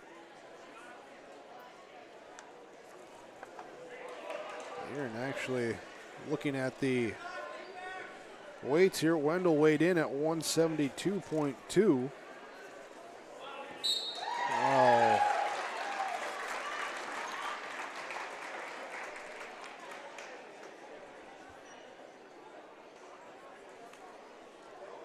Karcher weighed in at 166, so both were bumping up, and Karcher giving up about 6 pounds, and he'll get pinned.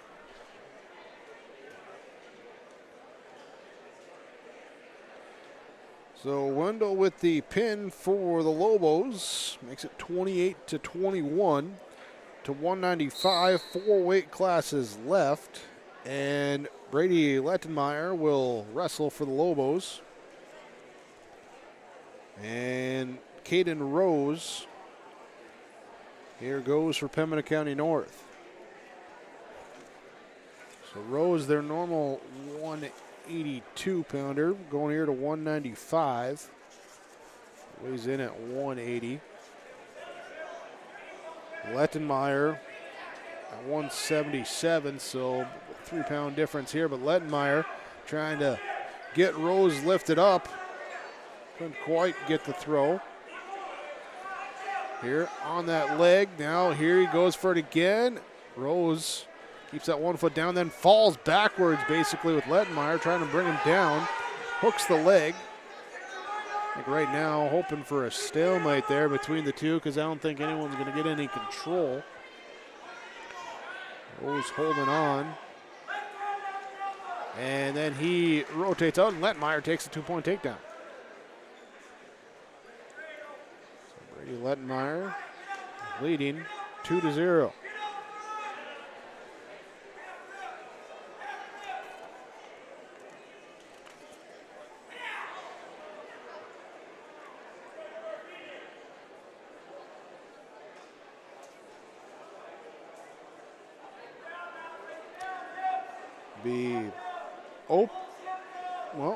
Sage Gusas at 220. Joseph Potts at 106, open at 285 according to the weight sheets. Here for Moore Litchfield Marion. Pembina County North. Looks like Oakley Brown would be the 106-pounder, and to bring out Gavin Symington at 220, Cole Denault at 285. So big match here for Moore Litchfield Marion, again with 4 left, and you figure they're going to give up that 285. So they're only leading by a point.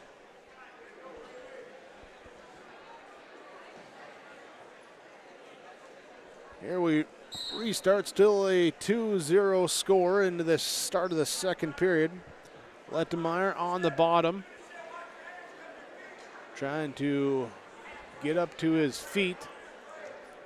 He's up, now needs to get away. Rose dips him back down. Here with that headlock. Trying to get him down, bring him into the mat. Lettenmeyer gets the arms around the leg of Rose, bringing him in a little closer.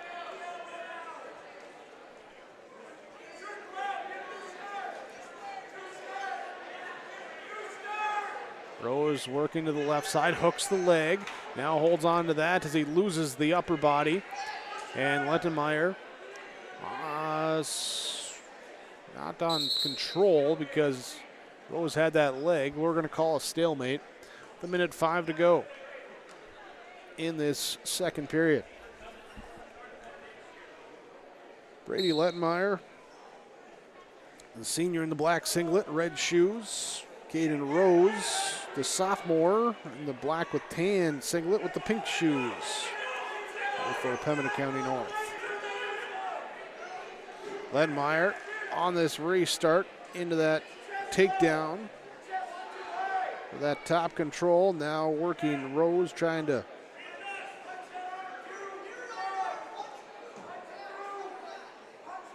see exactly there what he is looking for there, if it's that left arm or if he's pulling that right arm through, as it looks like he's just trying to straight up muscle shoulder to shoulder, trying to wear Rose out, get him down. Here they do award the near fall points, 3 of them for Lettenmeyer.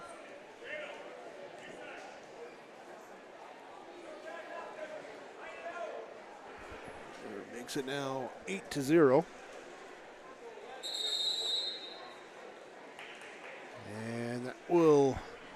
be the end of the second period. Third period we go. Lettenmeyer hoping to at least hold on to a major decision if he can.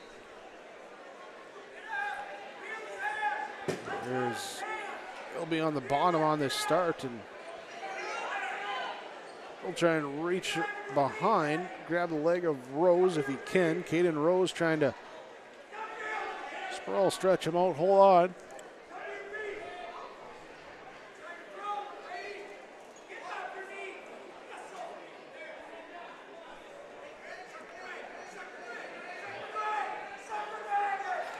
Lettenmeyer then able to pull himself free, gets around for the 2-point reversal, second reversal of the match. Minute 20 left in this third period.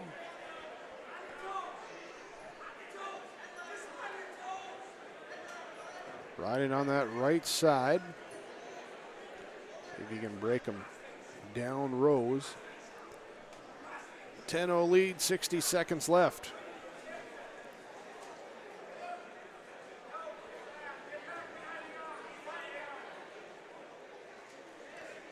Meyer just riding on that right side, hooked around the midsection, and we got a stoppage there for the potentially dangerous, and we do award a point here to Lettenmeyer.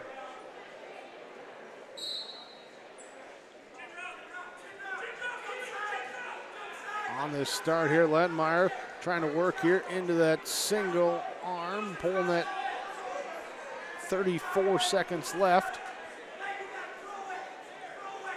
Trying to get the turn.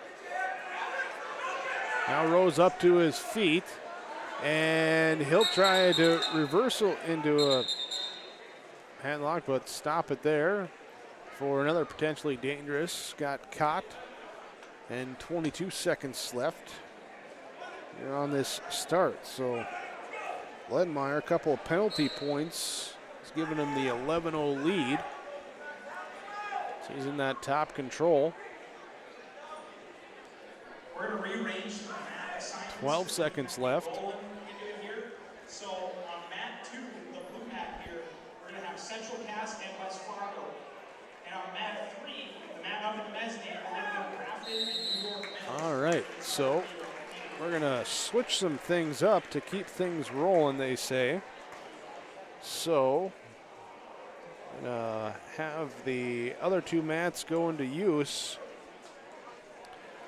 So let's get that going here as that mat ends, or Lettenmeyer picks up the victory there. So they are going to switch to the other one. So Central Cass will take on West Fargo over on mat number 2. And then up on the mezzanine, we're gonna go Grafton versus New York Mills. So they will roll into our next round, trying to keep things on pace. All right. Here's 220 Sage Gussis and Gavin Symington, and get Symington on top here.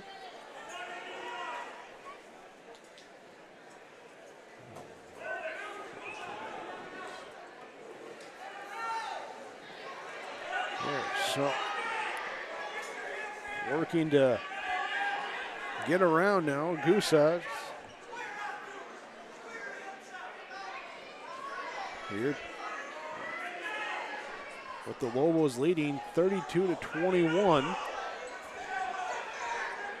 Looking for points here that can secure the match. Here is the 2-point reversal. We're tied up 2-2.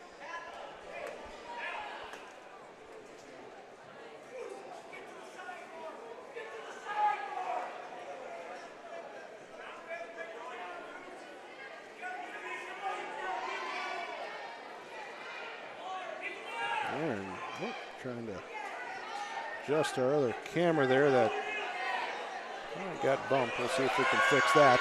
But here is now Goose is going for the pin, and he picks it up. Picking it up there for the big pin. And that will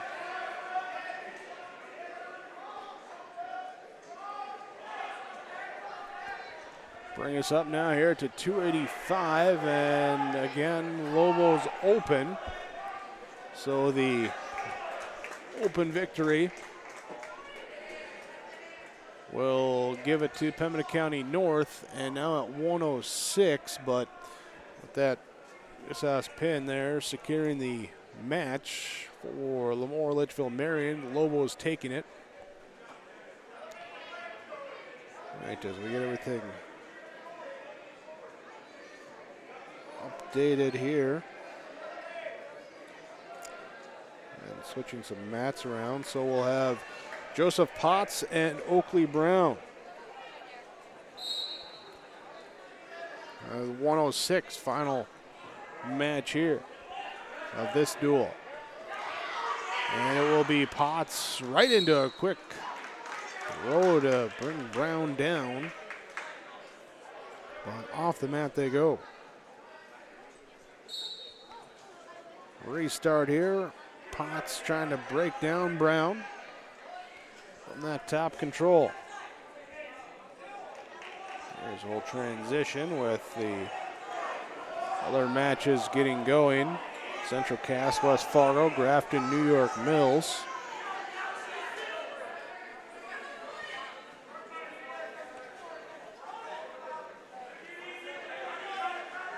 Potts rolling here into a pinning situation. Brown trying to fight it off, cannot. And Potts will take the win. Potts will take the win there. So, we got right now, Grafton New York Mills going to be starting shortly as our camera got bumped there, and we'll have to wait till after the duel to go check that. Otherwise, we'll be in the middle of the mat while they're trying to do their thing. Central Cass, West Fargo going right now, I believe here at 120 for Central Cass. Looks like Josiah Crandall out there. For West Fargo, Tanner Thorson. Here at 120 pounds. That's the lower left of your screen.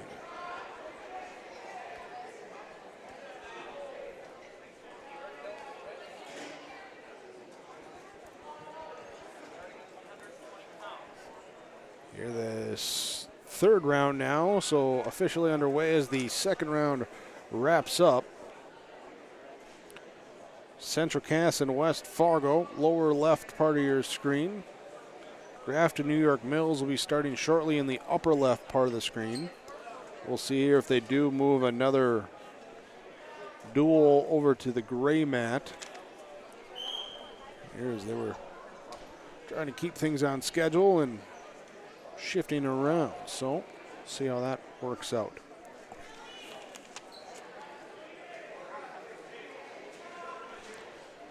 Crandall, and believe Crandall there on top control. Leading 5-0, second period, 37 seconds left as they will reset.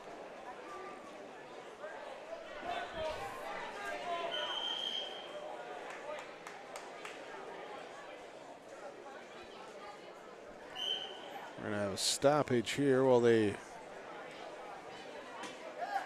check the score, and they say 7-0.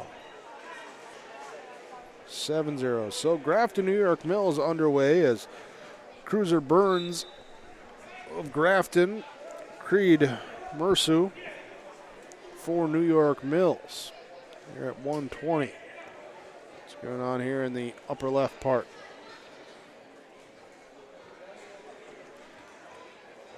Crandall Working top control for Central Cass.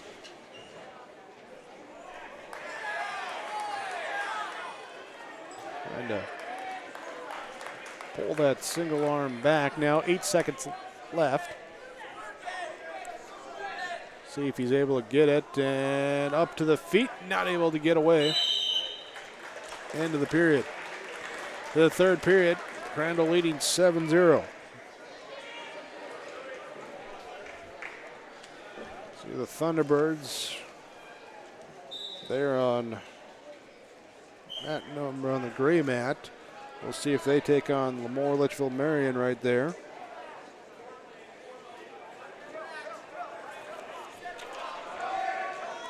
Here with the Lobos just finishing up their victory over Pembina County North.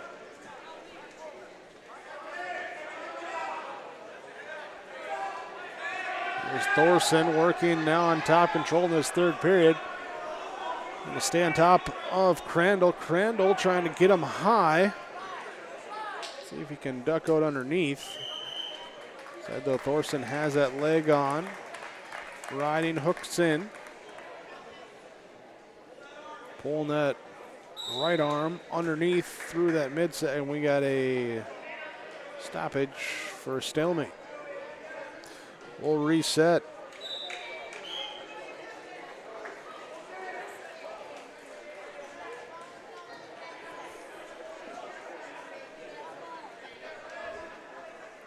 Thorson here works on that left shoulder for that single arm.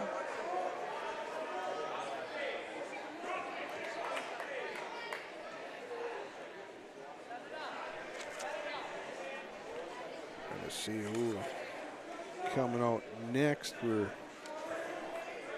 these teams.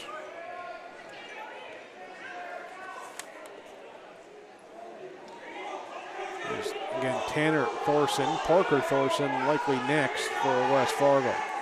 Crandall still leading 7-0. And trying to avert more here as he's looking for a late turn. After the reversal, we got 10 seconds left. And can he get it here? A 5-4. Here's a reversal around with 2 seconds left, but not enough and too late. There for Thorson, so Crandall will take a 9-2 win there.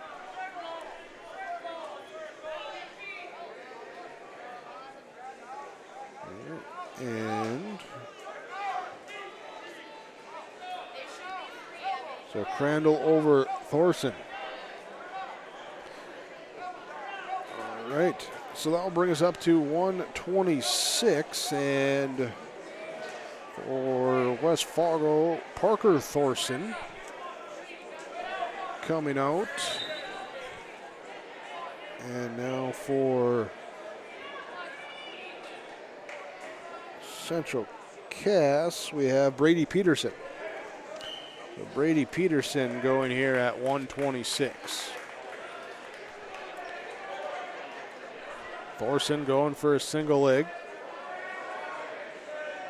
And trying to get in for that takedown. They'll scramble about, and off the mat they go.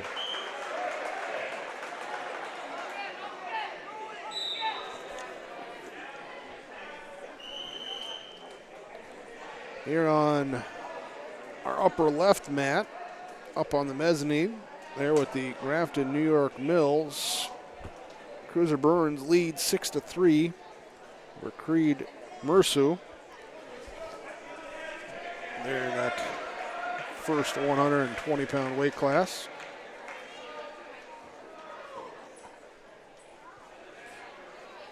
Peterson in top control after a 2-point takedown. Breaking back down Parker Thorson. Here's Peterson. Lets him up.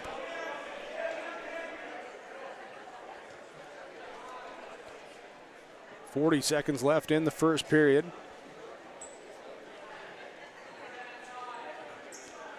tied up. Can't find that inside control.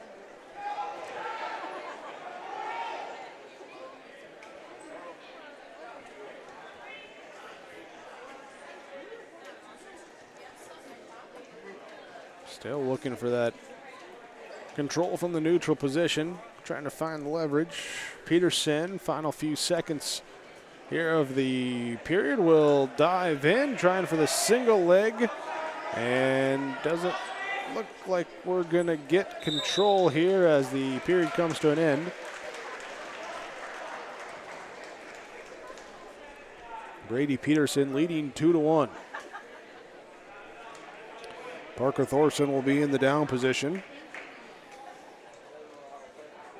on this restart, or start of the second period, I should say. Not a restart, just a straight start. Peterson breaking him down.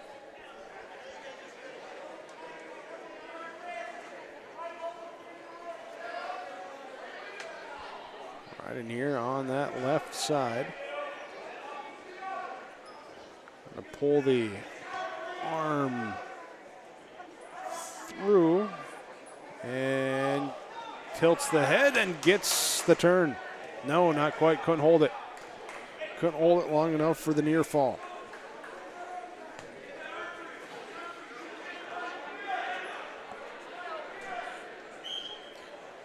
And Burns and Mersu resuming for the blood time on your upper left mat.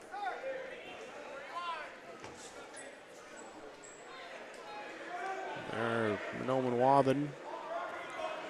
The Thunderbirds just waiting until they can get going with Orlishville Mary in their next duel.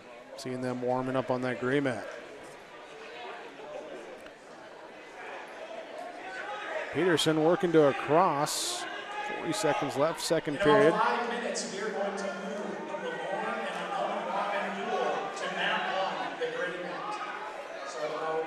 Well, there they just said that they'll move the Lamore and Monoman Waubun match. They'll start in 5 minutes. So moving that up here as Peterson gets the pin. Here for the Squirrels. Gives them a 9-0 lead on your Tim Cassette seat sales scoreboard.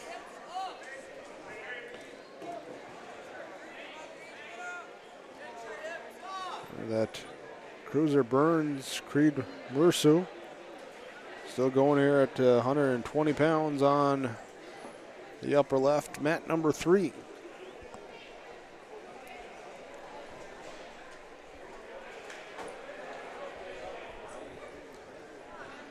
Up next here for Central Cass in West Fargo.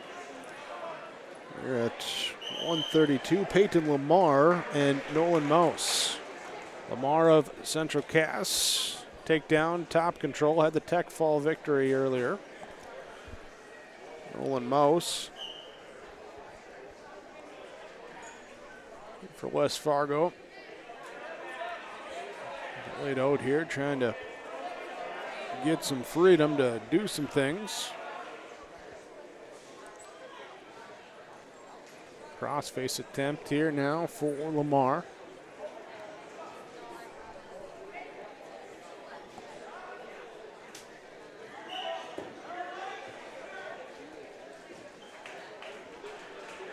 And there with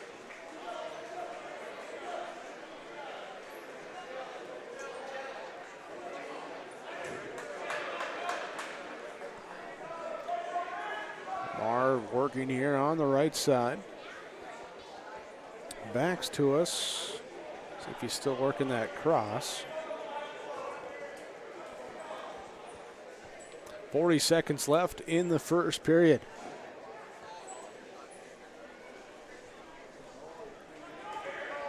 Lamar looking for the turn here. She's got the arm hook there. He grabs the legs into tilt the head.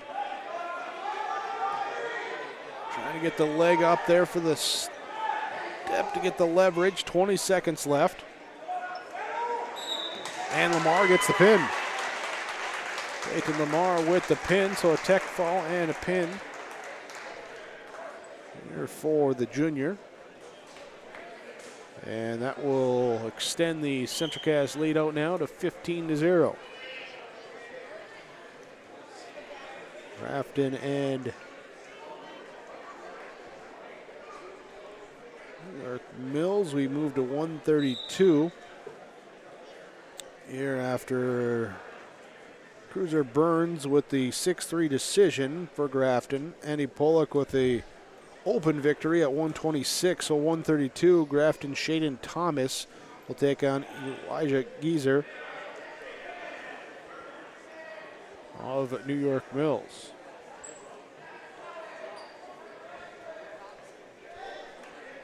Grady Link of Central Cass will face off against Owen Magno of West Fargo.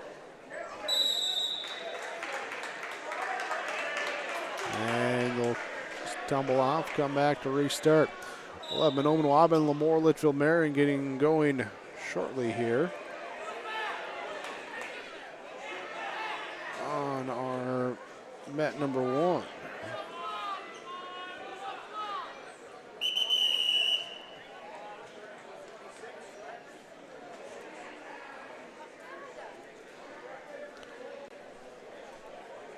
There we go.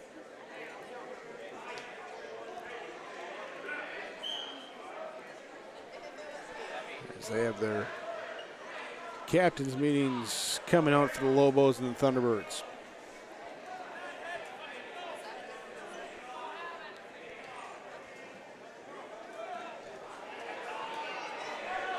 Here, Link and Magnell still scoreless.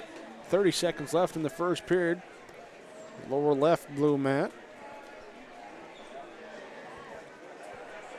In here, trying to get inside. Control, hand fighting. Break apart, 15 seconds left.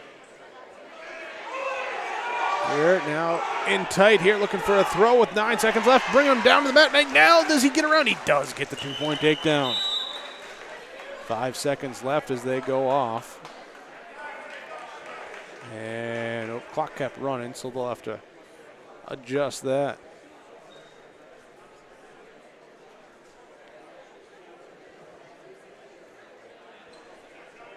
We're going to put 5 there on the clock.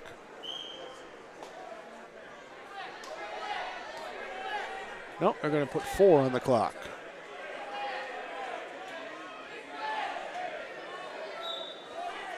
Here, so they'll play out the last few seconds. Nothing can happen. No one gets away. And it will be McNeil taking a 2-0 lead into the second period.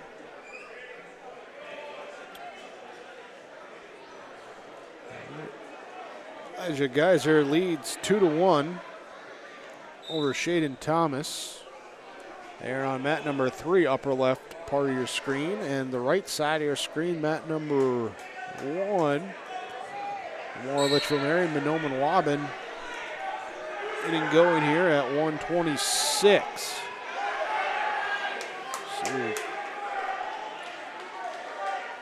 double check who we got. No, we got an exhibition match going first.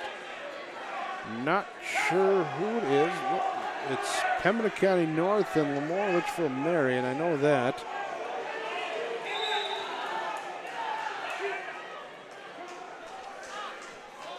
Here, just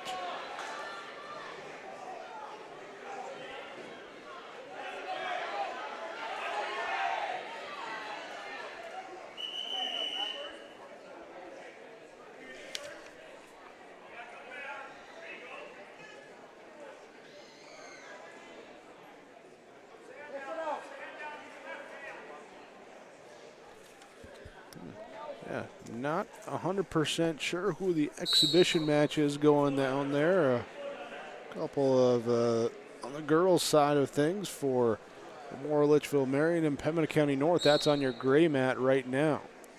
So getting in some matches there.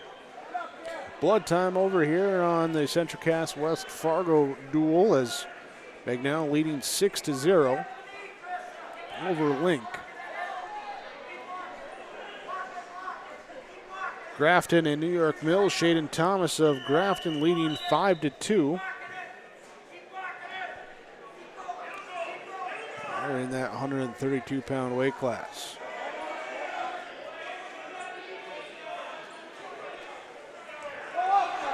Resuming here, Link trying to get the step up, get away. We're on our lower left blue mat.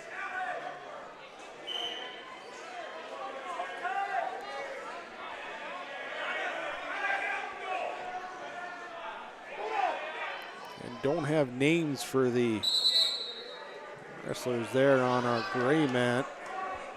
One of the exhibition matches that they fit in throughout the day.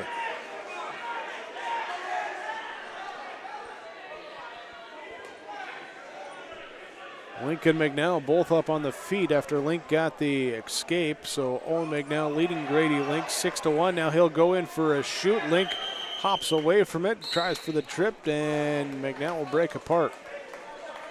17 seconds left in that second period.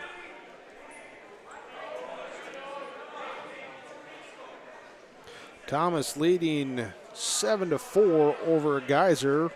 The Grafton New York Mills duel, upper left. As Thomas will be in top control on the start of this second period. End of the second period, going to the third period on your lower left blue mat.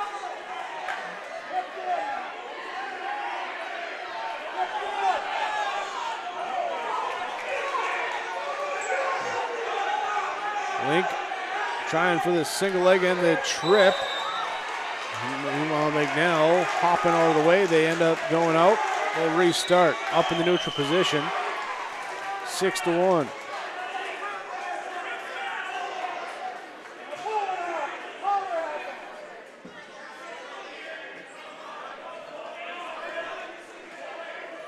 Good bout going here on that gray mat. Again, apologize, don't have all the names of the exhibition matches. They just get kind of thrown in there when there's time. So don't got the normal schedule there.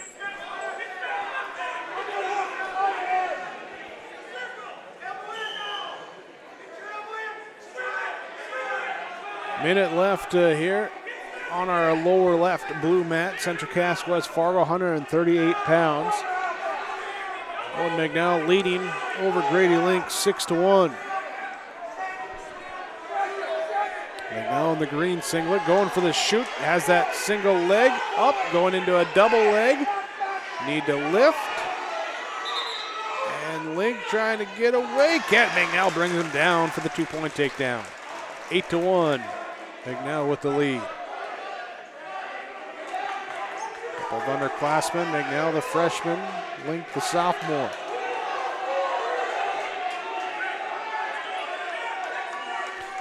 $138 on mat number 3, which is the upper left. There with Grafton and New York Mills. Chance Burns leading over Austin Geisler. They're 2-0.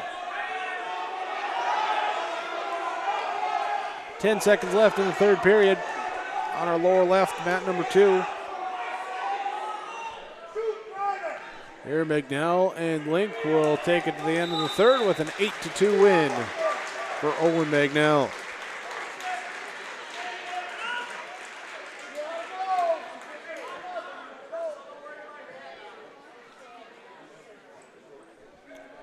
So the win for McNeil, first points on the board for West Fargo in that duel, make it 15-3.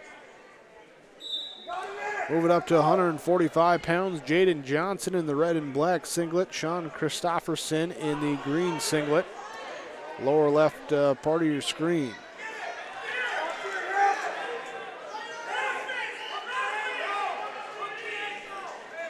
Both wrestlers on the feet.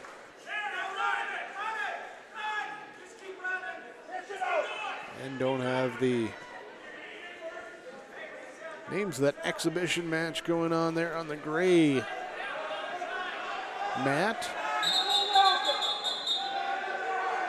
Not sure who they're doing. Not even sure what weight class it is to try and guess on that.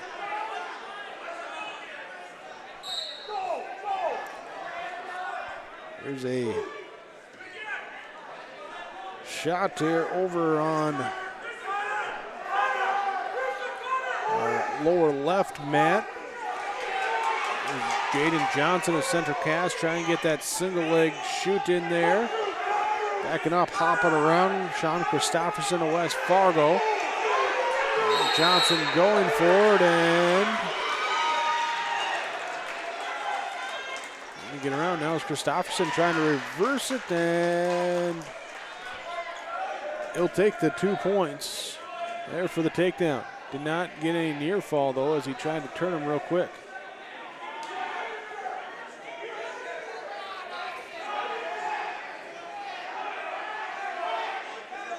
Christopherson working here into a near side, rolls up Johnson. Trying to kick out of it, and 2 near foul points being awarded. 10 seconds left, first period.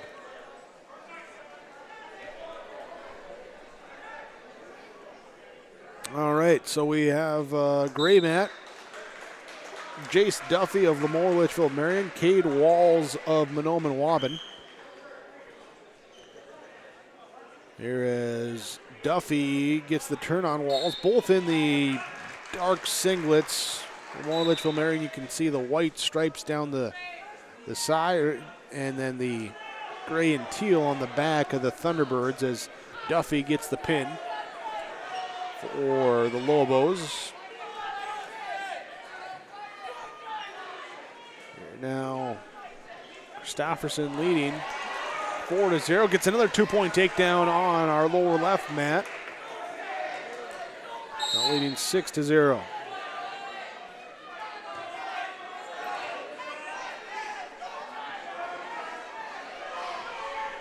Chance Burns leading 3-0 in the second period. Lee versus New York Mills, and we'll go to the end of the period there. Award them the 3 near fall points, make it 6-0 Burns. Christopherson still on that top control, rolls Johnson back over on our lower left mat, leading now 9-0 after near fall points. Dustin Ketterling of Lemoore Litchfield Marion, Stephen LaFay of Mahnomen Waban. LaFay on top control, leading 2-0. Trying to chop and break down that arm. There's he wrestles in from the left side.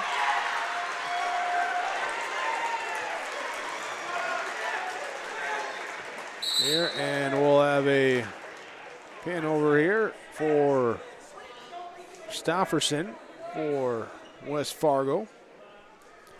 15-9, Squirrels lead in that duel, lower left part of your screen. Moving up to the next weight class.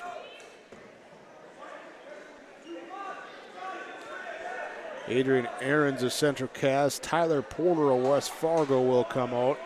Porter in the white singlet. Lower left. Here we got a pinning situation here on your gray mat, and we do get the pin. LaFay with the pin. And 132 pounds for Mahnomen Waban. Stephen LaFay. There.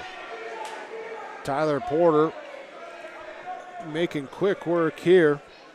Trying to get around into the near side, then lets Aarons come up, give him the escape, shoot right back in here to the double leg. 3-1, 5-1. Near fall points being counted. Let him up.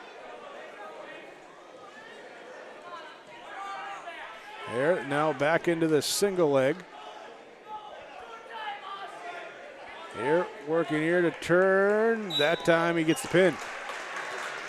Porter, aggressive there to get the victory for West Fargo. Open weight classes here on our gray mat. we'll see where that's going as we get third period on our upper left. Chance Burns leading Austin Geisler 8-0. Looks like Burns looking for the pin here at the end of the period. Some near fall points. I believe he'll take it 11-0 with the major that time.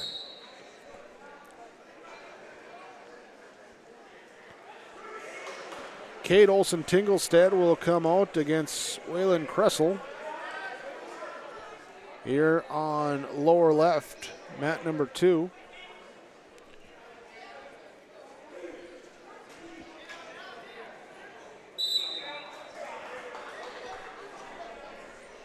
They go off and restart. So on that Lemoore, Litchfield Marion, Monoman Waubun, after Stephen LaFay's pin victory, open victory at 138 for Clayton Hoban and Monoman Waubun. Maddox Shockman of Lemoore, Litchfield Marion takes an open at 145. Braden Steffes takes an open at 152. And now at 160, Cale Hebel of Lemoore, Litchfield Marion, Blake McMullen of Monoman Waubun are wrestling there on your gray mat at 160 pounds.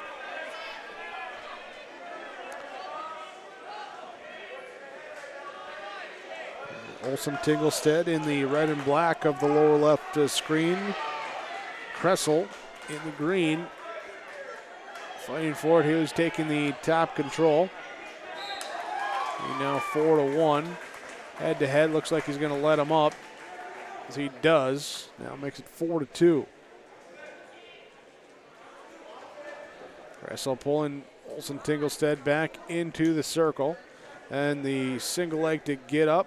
And nope, gonna let him go. They do give him the control and the escape though, so 6-3. It's been takedown, escape, takedown, escape, takedown, escape. Here going inside, and Tingelstead tried to pull him off to the side. Got a headlock, but Kressel stays with him. We'll go off the mat here with 2.3 left. They'll come back reset. Blake McMullen, the takedown of Cale Hebel. We'll have the 2-0 lead as they restart here. Get up, then dipping down and a roll through, and you stay where we were with McMullen in top control on that gray mat. He works on a right side power, but that'll be the end of period number 1, leading 2-0. Is Blake McMullen. And he'll choose the neutral position to start the next period. 10-3, Waylon Kressel leads over Cade Olsen-Tingelstead. On your lower left mat.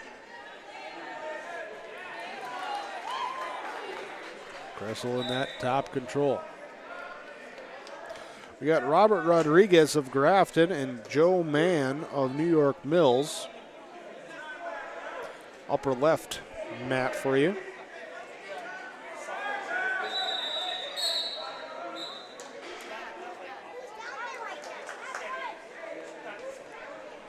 With a minute 19 left, Central Cass West Fargo, period number 2, lower left. Tingelstead in the down position, trying to fight out, belly out now. Kressel working on that arm, gets it behind the head and rotates over. Tingelstead trying to fight his way back to his base. Kressel keeps working on it.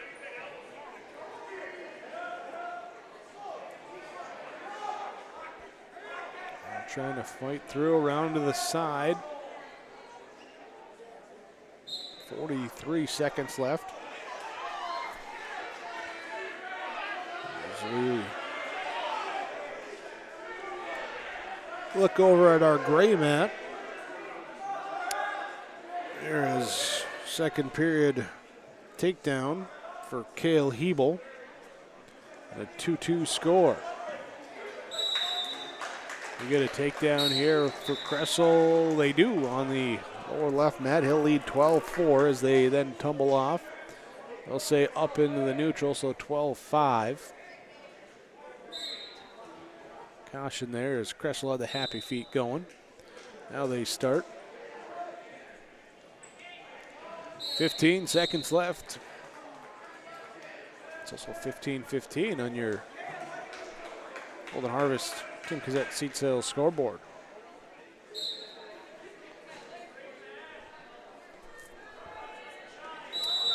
Third period they'll go. Wayland Kressel will lead 14-5.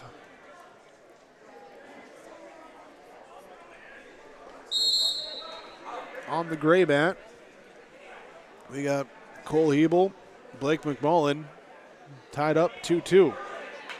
Our attention there to the Lobos and the Thunderbirds as we start the third period. McMullen will be in top control. Hebel will try and get up to his feet as McMullen rides in and basically double underhooks the arms from the backside to bring Hebel down. Chopping down the tree that time. Forearm into the back of the head, trying to force that body down, and they get a stoppage called there. McMullen will stay in top control. On the start, here you had Hebel, Cale Hebel, trying to roll away. McMullen, though, sticks with him.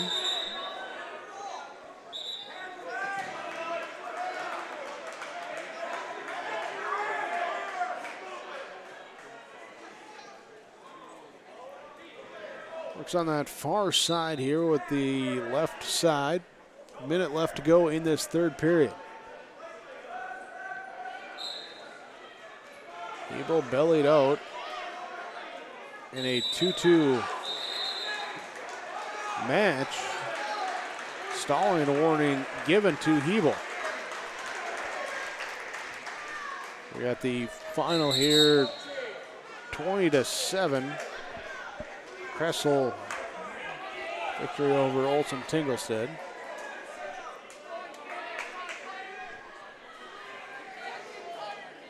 No, 22-7 there, Tech fall. Here, McMullen trying to chop down Hebel again. 26 seconds, still 2-2. An escape, a turn, reversal, something got to happen.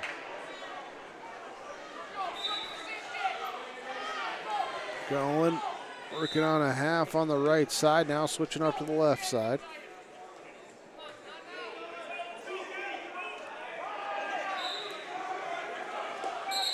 And that will be the end of the period. So we'll go sudden, well, potential for sudden victory here in the fourth period. Those guys look a little gassed as Hebel comes out looking for the takedown, gets in, and while Dylan Baumgartner and Lance Iverson got up and up quickly over there on our lower left mat. Hebel around the midsection, McMullen around the legs. Who can gain control first? 28 seconds left in this fourth period. McMullen trying to get the turn. He's got to free himself.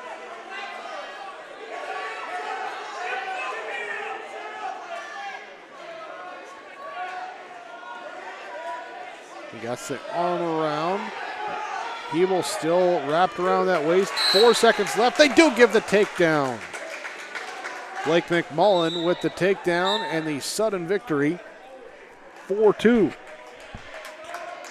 4-2 there. Let's recap what was going on in that lower left mat there after Wayland Kressel, 22-7 Tech fall. Lance Iverson of West Fargo, Jalen Baumgarten of Central Cass Iverson gets a 49-second pin.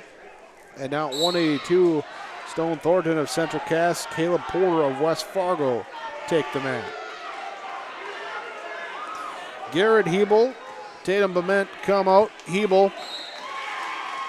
And Garrett Hebel, well, he's one of the top-ranked guys, comes out for that quick takedown into the 3 near fall.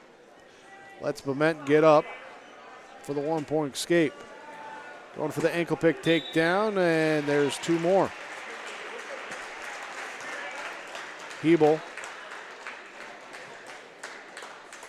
That's Garrett Hebel now. Sure, there's back-to-back Hebels there in those weight classes. Wrestling at 170 now.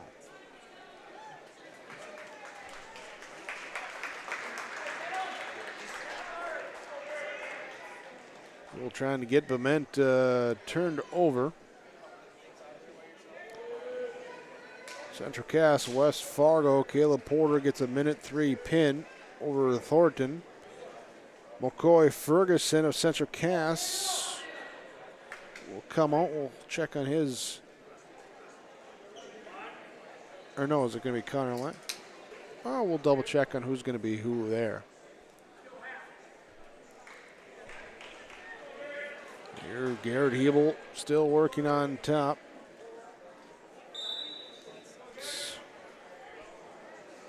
Look at the after New York Mills there as Garrett Hebel gets the pin for Lemoore Litchfield Marion.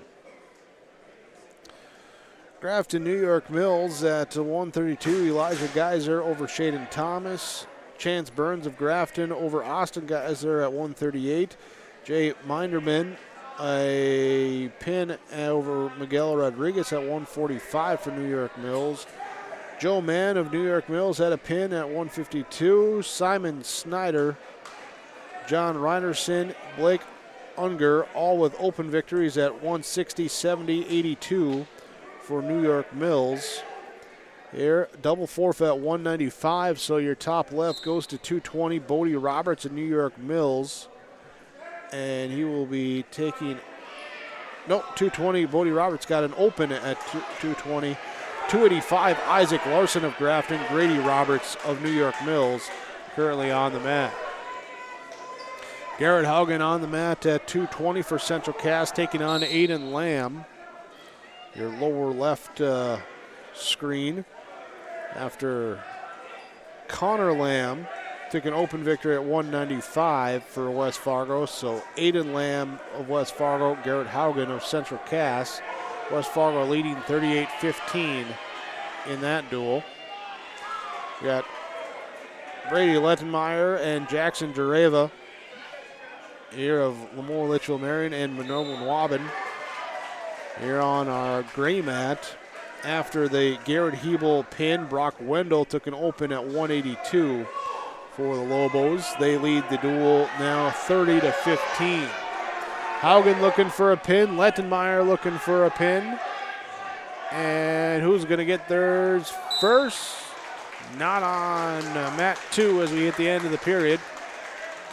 Haugen will get the near fall points. 1:03 left here for Lettenmeyer to try and get the pin. Here's Jareva trying to stave him off.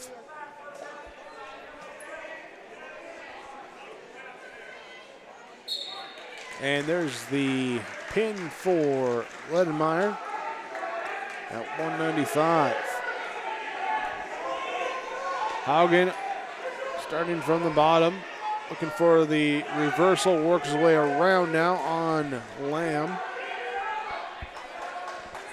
And Haugen, the 2-point reversal, now leads 7-0. It's your lower left screen. Looks like we're all finaled up there between Grafton and New York Mills. Final few weight classes there. At 285 was Grady Roberts over Isaac Larson by pin. Aiden Espinoza of Grafton, an open victory at 106. Aiden Meach of New York Mills, an open at 113. New York Mills wins the duel 54-19 in that one. Here now we're going to have some opens between More Litchfield Marion and Monoman Waubun. So Ledmeyer with the pin. Sage Goosis would take the open for the Lobos. Go to St. Clair for Monoman Waubun. Takes an open then at 285. Makes it 42-21. 3 weight classes left to go. So we have Joseph Potts and Trevor Nyson now here at 106. That's the gray mat there. So let's do this. May as well have to update that.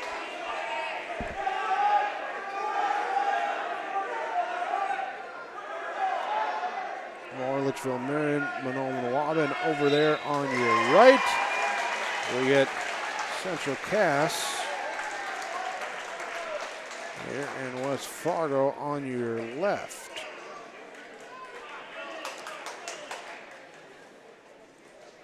There we go. So there for Central Cass, Haugen, it's the victory. There by fall now will be Dylan Sell of Central Cass and Amari Williams of West Fargo. Take the mat here. 106-113 left for them. Trevor Nyson leads over Joseph Potts 2-0. In the first period, 34 seconds left. On the gray mat to your right.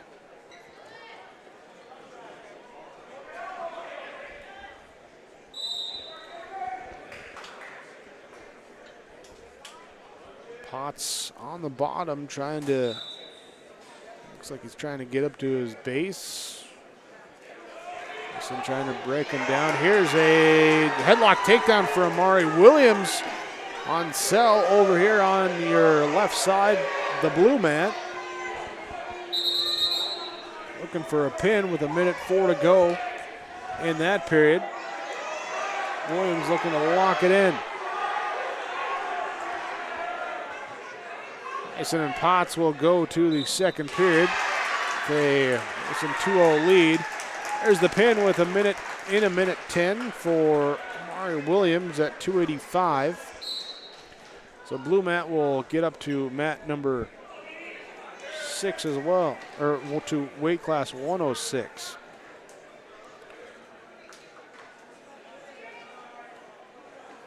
So our next matches should be Central Cass, Crookston, and Hillsboro-Central Valley and Pembina County North. Here for round number 4 coming up next. Technically, currently going on now because this Monoman Waubun Lemoore Litchfield Marion one was a round 4 mat, but they moved some mats around here because of other duels ending early. So they got started first. Derek Jorison of Central Cass, Drew Hettenbaugh of West Fargo on the mat, your blue mat, left side of the screen, 106 pounds. So we get 106 done here.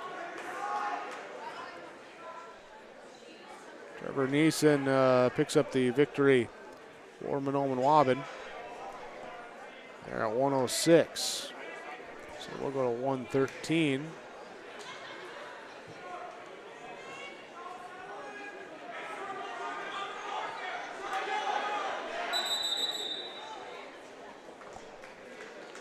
Hettenbaugh to a quick 7-0 lead.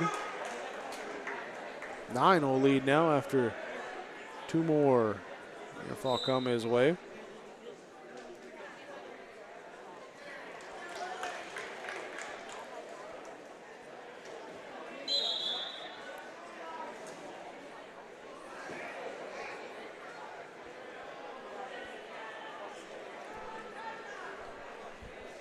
About working on that top side, works around across the body. 22 seconds left in the first period. He'll reposition himself around behind. Joey Hyde of Lemoore Litchfield Marion. Lakeisha Fairbanks of Mahnomen Waban at 120 pounds now, which means at 113, Logan Potts took an open victory for the Lobos. Lobos leading 48-27 in the final weight class of their duel on the gray mat. And on the blue mat, it is West Fargo leading Central Cass 44-21. Eckenbaugh leading 9-0 over Jorison.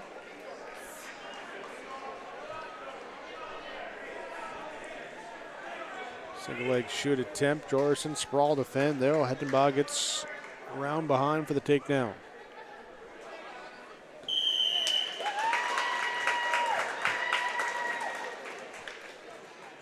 Working on a cross facer with our official right in front of me there. He moves in, then of course they turn their back to me. Just the way it always works. Here's one final there between Fairbanks and Hyde, and it was Fairbanks with a pin in 1:13 for Mahnomen Waban. So Lemoore Litchfield Marion will take it 48-33. Final in that. Our lone duel continuing here will be Central Cass here and West Fargo.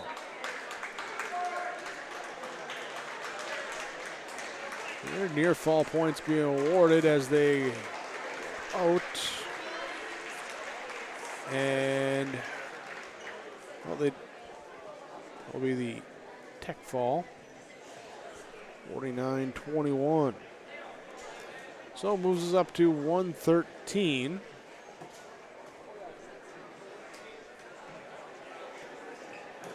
And looks like Central Cass will be open.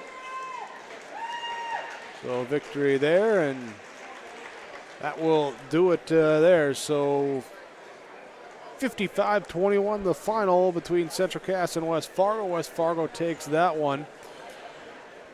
We'll take a quick break here. We're going to figure out exactly where we're at and recap what's been going on and what's coming up next when we return. The Hillsboro-Central Valley Dual Wrestling Tournament on YourLiveEvent.com. Take a good look at Hillsboro. You probably know that the people are friendly, and you know about the quality of healthcare available at Sanford Medical Center. Maybe you've been to the Hillsboro Sports Complex to cheer on the Burros. Look at the businesses on Hillsboro's Main Street. The Hillsboro Economic Development Corporation provides financial help to local child care providers, and they're interested in supporting local businesses. For more information, contact the Hillsboro Economic Development Corporation at growhillsboroND.com. Trail District Health Unit is here to provide you with health and wellness services, including health education, blood sugar and hemoglobin screenings, blood pressure checks, vaccinations, free COVID home tests, vision and hearing screenings, home care visits, limited-term medical equipment, and more. Contact Trail District Health for information about childhood or adult immunizations and where you can get them. Call Trail District Health Unit at 701-636-4434. Trail District Health is here to prevent, promote, and protect. Whether you're looking for holiday decorating ideas or holiday gifts, look to 3R Floral on Main Street in Hillsboro. 3R Floral can help you create the beauty for the holidays with Christmas centerpieces, porch pots filled with greenery, and much more. Check out the Hillsboro gifts featuring Burrow apparel for the fans on your list. You can see all of the designs in the store. Get your orders in early with 3R Floral on Main Street in Hillsboro. Call 3R Floral at 701-636-2000. They accept Hillsboro Christmas cash at 3R Floral on Main Street in Hillsboro.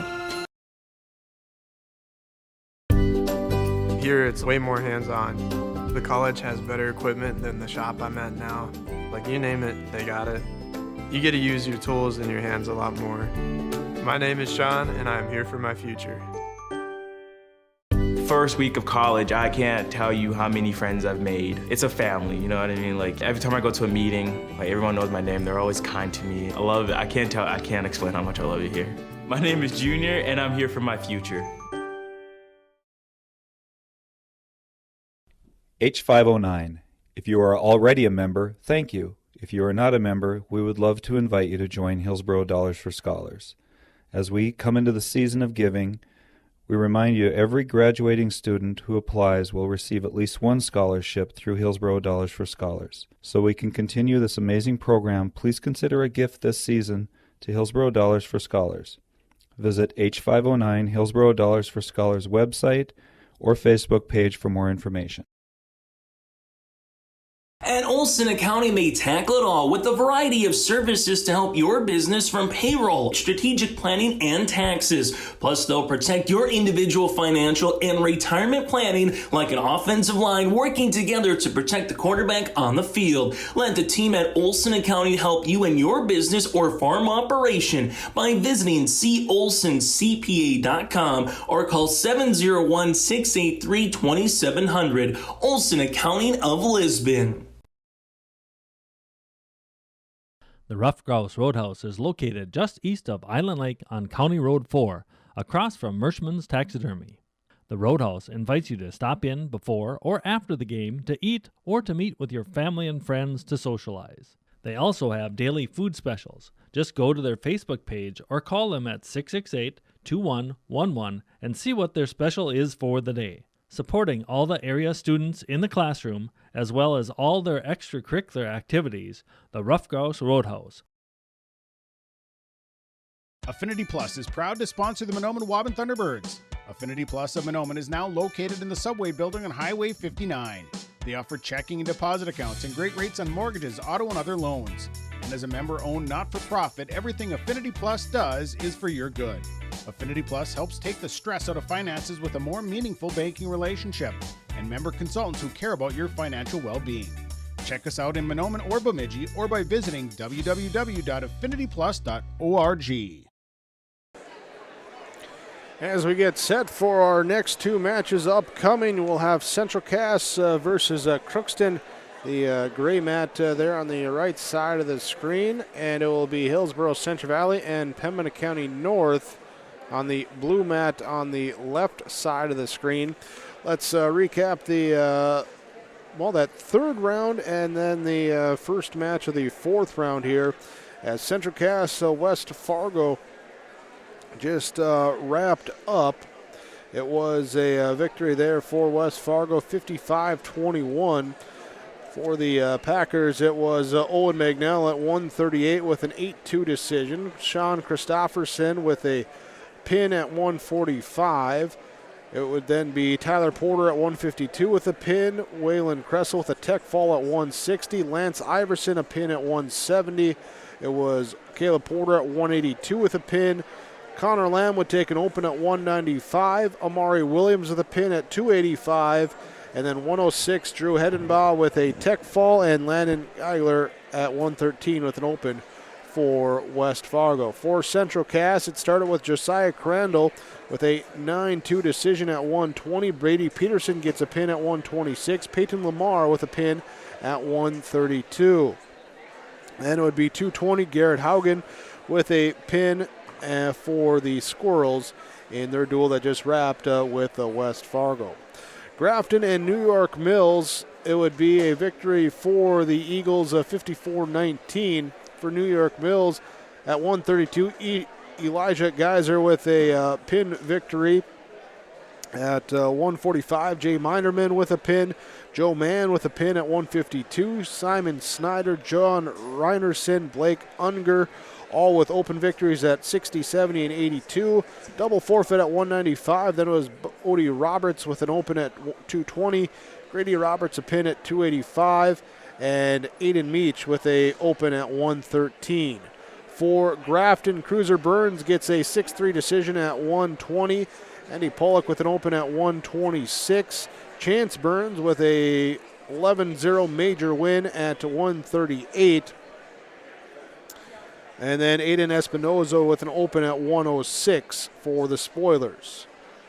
And then we just wrapped up with Lemoore Litchfield Marion and Mahnomen-Waban. Lobos winning 48-33. For them, it was Jace Duffy at 126 with a pin. It was then Maddox Shockman open at 145. Braden Steffes at 152 with an open. Garrett Hebel would get the pin at 170. Brock Wendell an open at 182. Brady Lettenmeyer with a pin at 195. Sage Gusis with an open at 220. 113, Logan Potts would get an open for Lemoore Litchfield Marion. For Monoman Waubun, Stephen LaFay at 132 with a pin. It was Clayton Hoban an open at 138. Blake McMullen with a sudden victory, 4-2 at 160. And Coda St. Clair an open at 285. Trevor Nyson with a pin at 106. And Wakiza Fairbanks with a pin at 120 pounds for Monoman Waubun. As that brings us to where we are at now with Central Cass Crookston about to start on your right. Hillsboro-Central Valley, Pembina County North coming up on your left when we return on yourliveevent.com. Central Cass School's mission is to foster student excellence in cooperation with family and community and to provide educational opportunities in a safe and caring environment. Thank you to everyone who has helped make this mission a reality. The new STEM Center, Theater, Music Wing, Early Childhood Center, Wellness Center, and Athletic Complex will help set students up for success in school and life after graduation. They wish everyone at Central Cass good luck this year with academics and activities as you grow in the new space and move forward with excellence.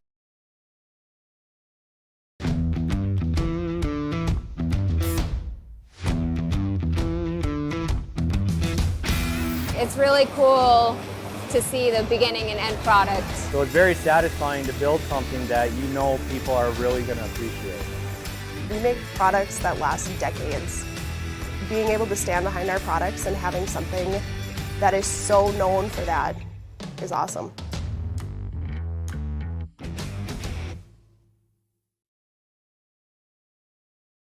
There's a new inventory of trailers at Bloomfield Enterprises of Hillsboro. You can see the latest inventory online at BloomfieldTrailers.com. Bloomfield Enterprises has a full line of Big Tex trailers.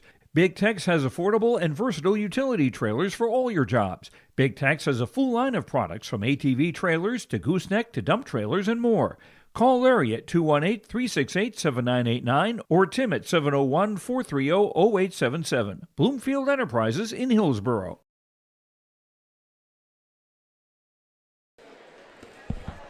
All right, we are beginning with Central Cass and Crookston. That duel to get started right now. That's your gray mat on the right.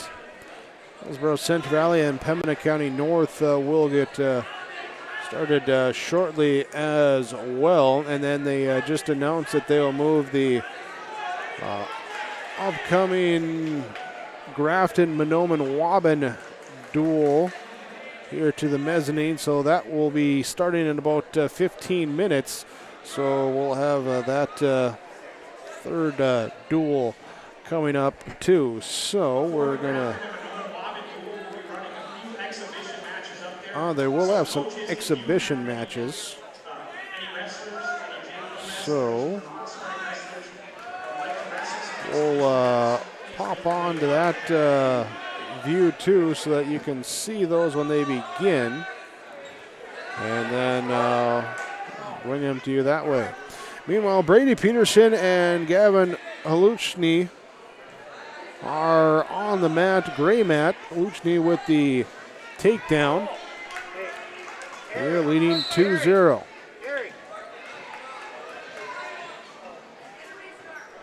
And now we're getting Hillsboro-Central Valley and Pembina County North started as well. There. That will be Carson Kazette and Brock Fryer. There. So Halusny and Peterson. Halusny leading 5-0 on the gray mat as they end the first period. Carson Kazette, Brock Fryer on the blue mat to your left. Well, they just said on the radio, on the speaker, that they were going to have exhibitions. Here, now Kazette looking in. There, we'll see Fryer a few times there. A couple of region foes going at it here today.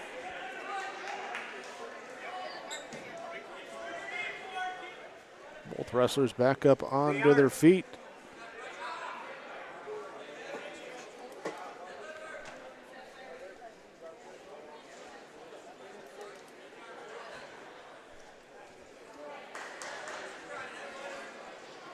Nope. Still 0-0. And while 10-0, Lushney leading over Peterson on the gray mat.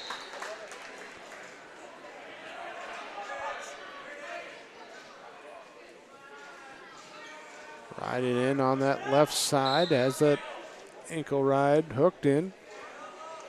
Now works into the far side. Rolls him up, and 59 seconds to get the pin. Lushney though, but Peterson bellies back out. Gazette over on the blue mat gets the takedown, takes the 2-0 lead for Fryer. Gazette in the white silverish singlet. End of the period, 2-0 lead for Carson Gazette.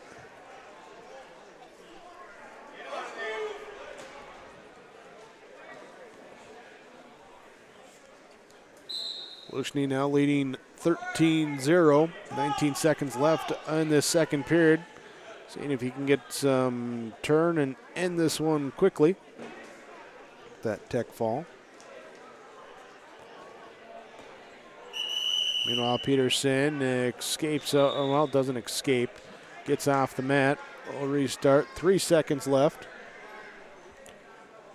Here to resume. Resuming on the blue mat.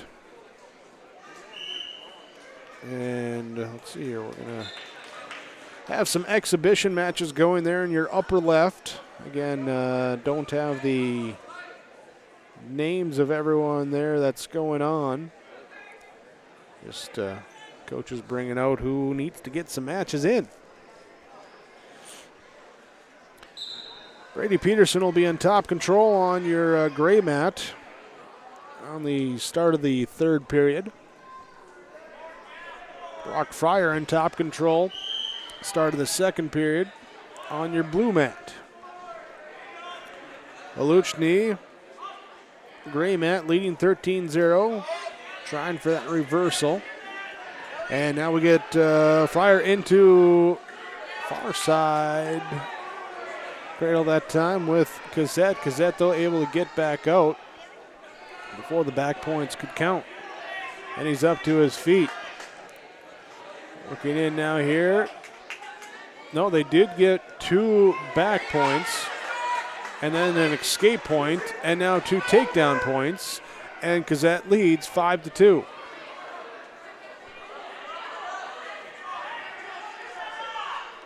Lushney still looking for that reversal, leading 13-0 over Brady Peterson on your gray mat.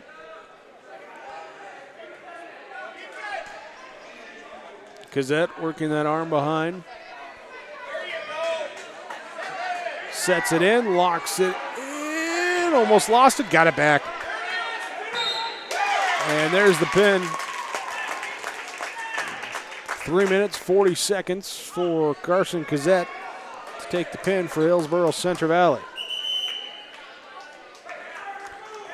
And we have 41 seconds left on our gray mat.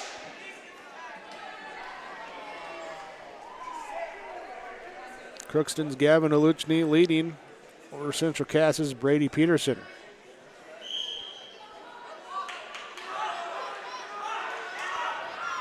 Here, stepping up, Peterson holding on to that leg, trying to keep him with them. Reach around now here for Lushney to grab the leg of Peterson, trying to roll him through. And 18 seconds left. Adam Smith of Hillsboro-Central Valley in the mostly white singlet on your left, bottom left. Levi Hinkle of Pembina County North in the white with the black bottom singlet. They're at 138 pounds.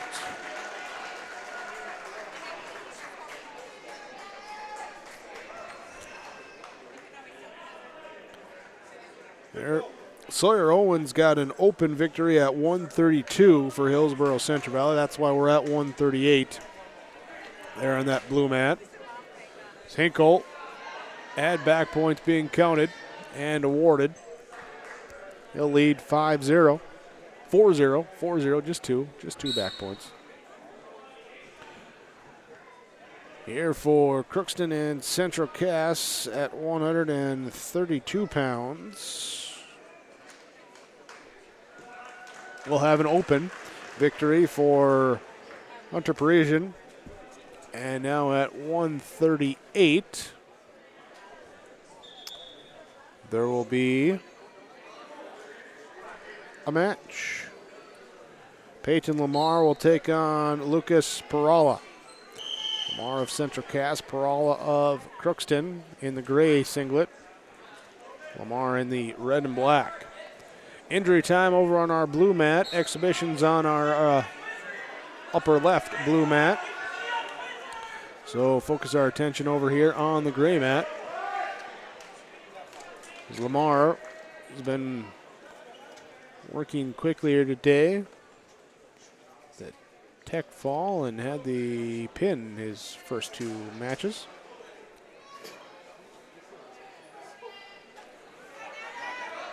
Up to the feet. Here's a throwback to return him. Lamar. Left arm, right arm. He's going to go work on that right side. Now back over to the left side. Now chops down the right side. Smith and Hinkle resume over on our blue mat, lower left blue mat.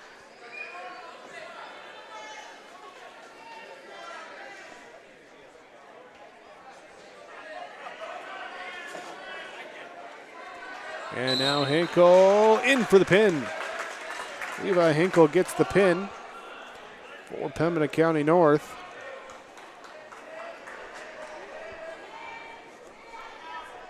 Bump up to 145 coming up next.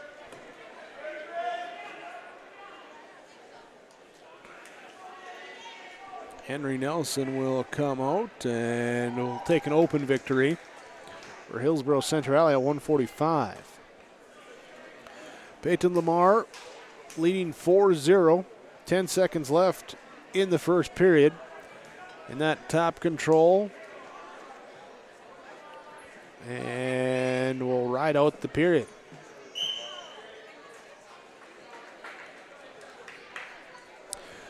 See, we got some open victories here. Hillsboro-Central Valley at 145 with Henry Nelson. 152, looks like Pembina County North. Carson Brown will take an open victory. 160, looks like Braden Chenault for Hillsboro-Central Valley. And Ethan Stegman for Pembina County North. So Chenault and Stegman come out. Some of your lower left. There as Peyton Lamar gets a pin on the gray mat. And that will put him up now here, 12-4.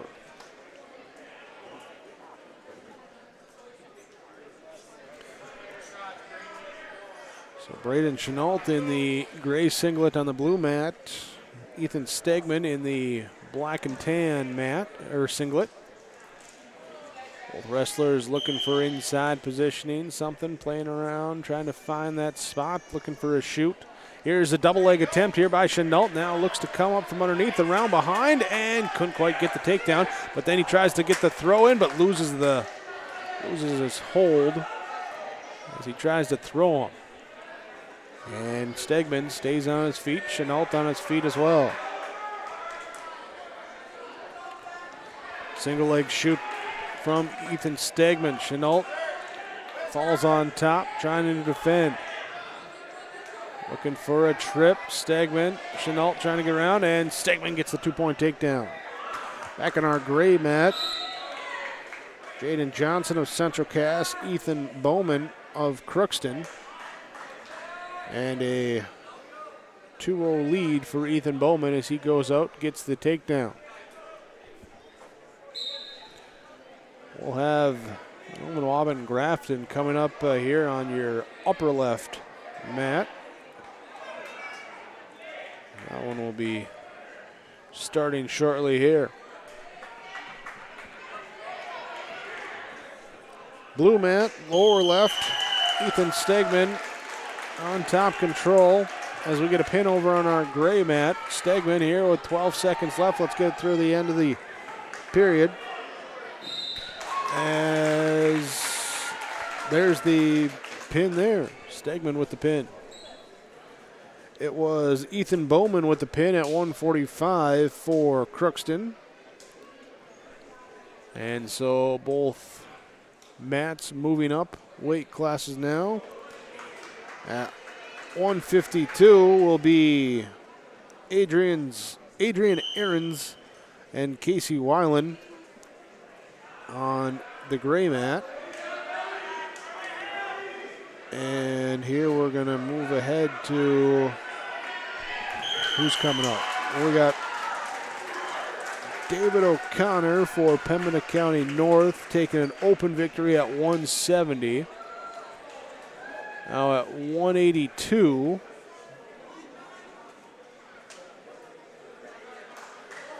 Whoop.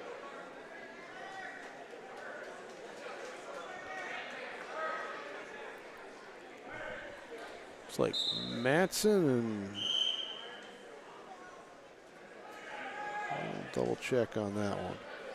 John Matson and Denton Karcher.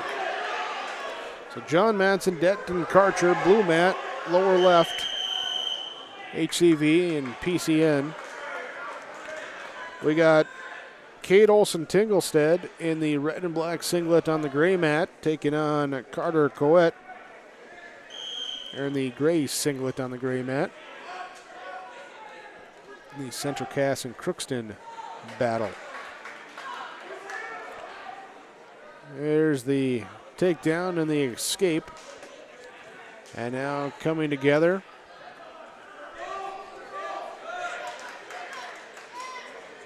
Two-point takedown for Coette there on the gray side. Gray mat. As they stop for a potentially dangerous, we look back here to John Matson of Hillsboro-Central Valley, Denton Karcher of Pembina County North.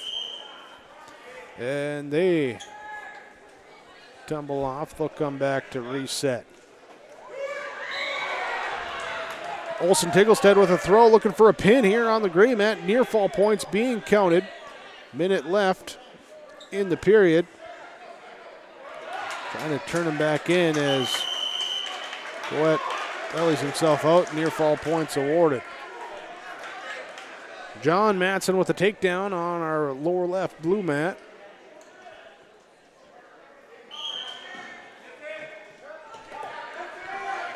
Well, he'll work on top. Some warm-ups there for Afton Minoman Waubin, upper left. I'll have that for you shortly. While they're done with those exhibition matches in the warm-up here, we'll switch views here, a little larger screen for you. So, Central Cass Crookston, right side, gray mat. Hillsboro-Central Valley, Pembina County North, left side, blue mat. We get a reversal here. Carter Coette reversing on Cade Olson-Tinglestead. 7-6. Olson-Tinglestead holds the advantage as they go to the second period. Takedown, escape, penalty, reversal, near fall, then an escape and a takedown. The eventful first period. Here in the second period with 90 seconds left in that second period on our blue mat. It is John Matson leading Denton Karcher 2-0. Karcher in top control, getting near fall points counted. So he gets the turn. Matson trying to roll out. He does get back to his stomach.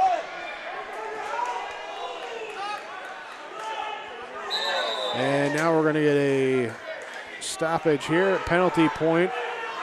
The full Nelson there. Hands touch, so that's the call. Penalty point there. makes it now 3-2. Matson leading over Karcher. That's on our blue mat.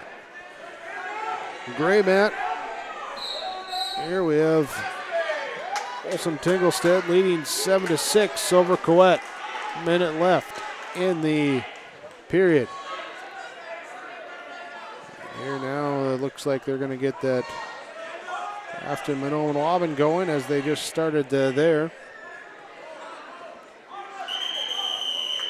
So we'll flip back views for you to bring you all the action here today on yourliveevent.com. Thanks for joining us here for the Hillsboro-Central Valley Dual Wrestling Tournament. Injury time here on our gray mat. Focus on the blues. Here 4-2. John Matson with an escape point makes it 4-2.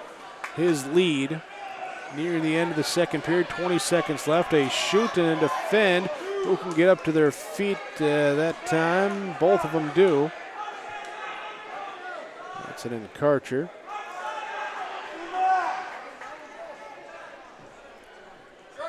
Five seconds left. And they'll just break apart, and that'll bring it to the end of the period. So to the third period. And it will be Karcher choosing the down position, trailing 2-4. Meanwhile, it will be Kate Olson-Tinglestead leading 7-6, taking the down position. Here with 50 seconds left in this second period after the injury time wraps. 1 point escape. 8-6 now. Olson-Tinglestead leading by 2. There's continuing with some exhibition matches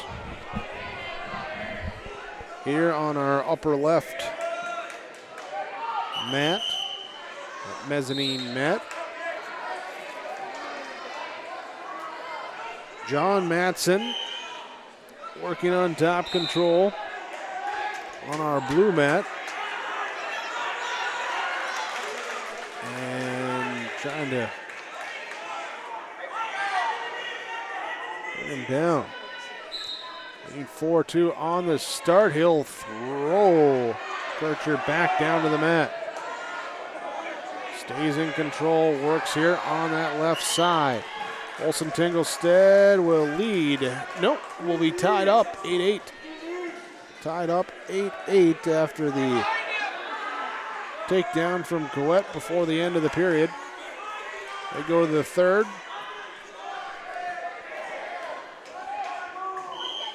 Minute left in the third on our blue mat as get a stoppage here, potentially, another full Nelson. So the point this time goes to Karcher. He'll take the penalty point.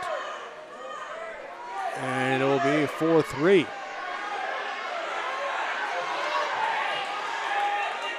Matson in top.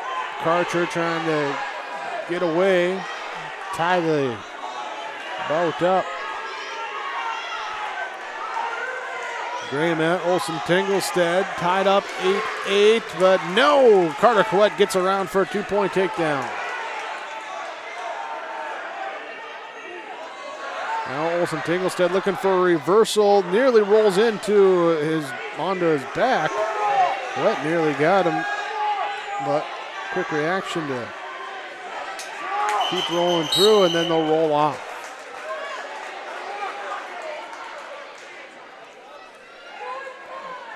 John Matson leading 4-3, 8 seconds left over on our lower left mat.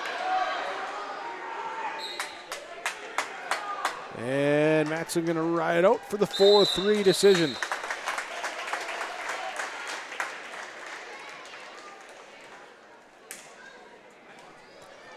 Well, there, John Matson picks up the 4-3 win. 195. We have Carter Iverson coming out for the Burros, and for Pembina County North, it will look like Caden Rose. They're at 195. Pembina County North leading the duel 24-21.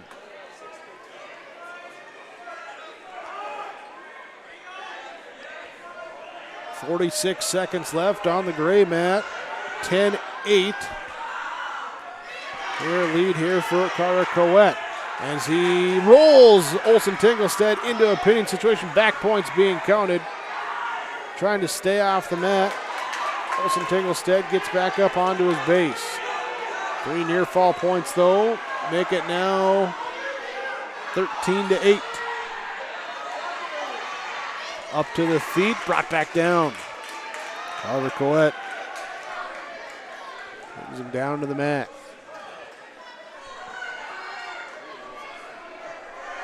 See Caden Rose with the takedown, 3 near fall points, leading 5-0. In your lower left blue mat, as Coet wins 160-pound weight class here on our gray mat.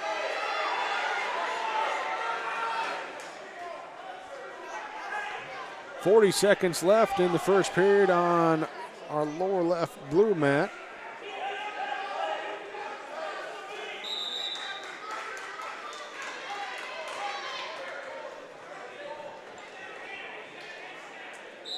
Checking here, looks like we still have some exhibition matches going here on our upper left mat.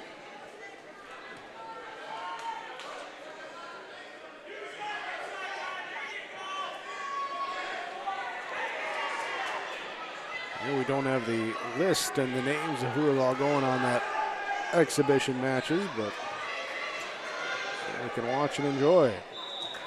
Here is the end of period number 1. Wraps up on our blue mat. Caden Rose leads Carter Iverson 10-1. With takedown, near fall. Takedown, near fall.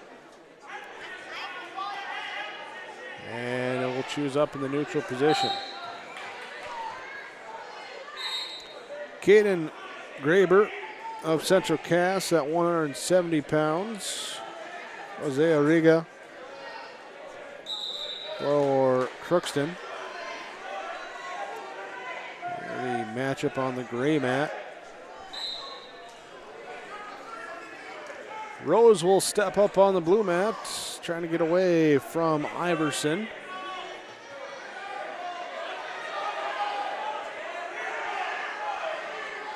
And looking into a near side. Rose trying to roll. Iverson trying to stay on that side, stay off that back. Minute 20 left, second period on the blue mat. 17 seconds left, first period on the gray mat.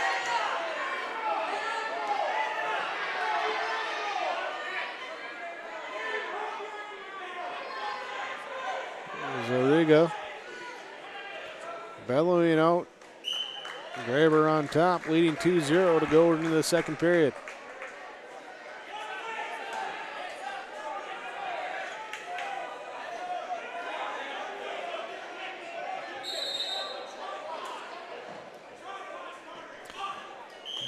Crookston will go up against Lemoore Litchfield Marion next. Pembina County North, Hillsboro-Central Valley will have a little bit of time off after Pembina County North will next go round 7. Hillsboro-Central Valley will go round 6 here, so a little break for the teams.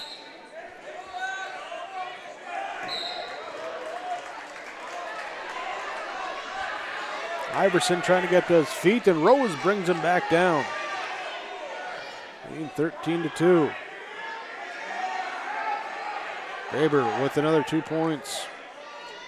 Here's he gets the takedown and leads 4-0. Minute 10 to go.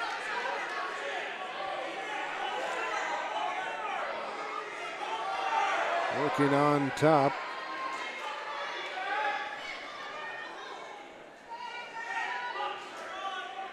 Got a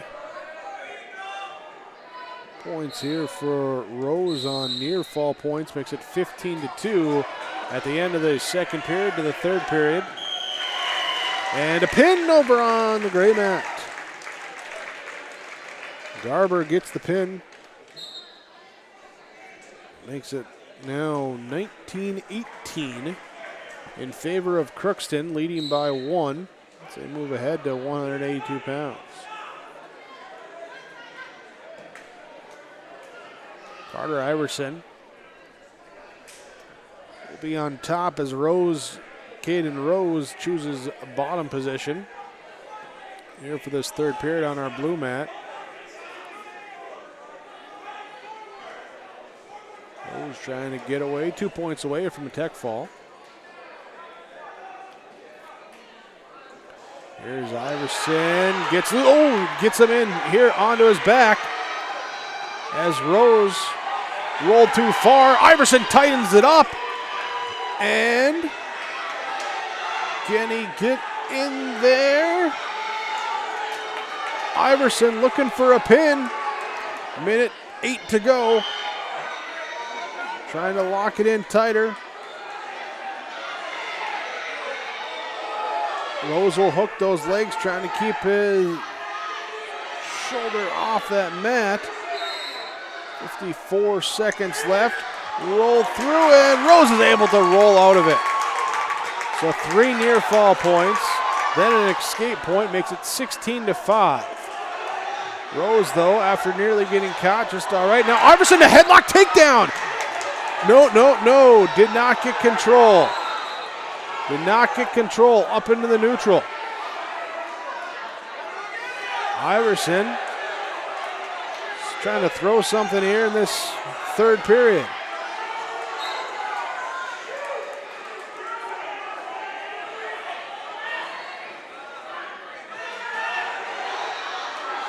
Here, 10 seconds left. Walk back to the middle, and stalling warning given, but final seconds will tick off.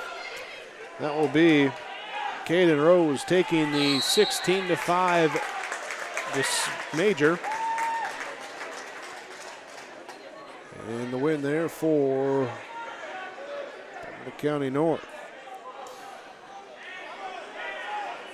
Jalen Baumgarten got an open victory at 182 for Central Cass. And now Stone Thornton of Central Cass, Hunter Knutson of Crookston are your wrestlers on the gray mat. For Hillsboro-Central Valley, Pembina County North, Gavin Symington will take an open victory at 220. At 285, Colden Nault will take the open victory for Pembina County North. Here now at 106. Let's see, we have Justin Terrell and Oakley Brown. Terrell for Hillsboro-Central Valley, Brown for Pembina County North. Stone Thornton, Hunter Knutson. Knutson leads 2-0 as they start the second period on the gray mat. Terrell with a quick throw takedown. Bringing Brown down to the mat on his back. Near fall being counted, and there's the pin in 15 seconds. Terrell, a couple hard breaks in his first 2 matches. This time, though, comes back. There's the 15-second pin.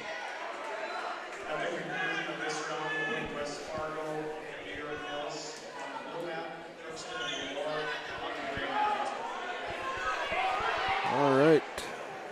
So, going to move that West Fargo New York Mills over to that blue mat. Okay.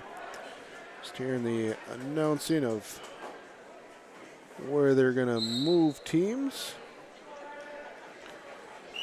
So Terrell with the pin victory. Keith Moore will get an open victory at 113.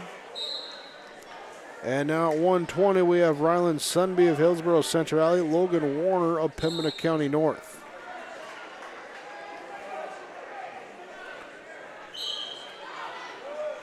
Knutson and Thornton still 2-0 in favor of Knutson on that gray mat.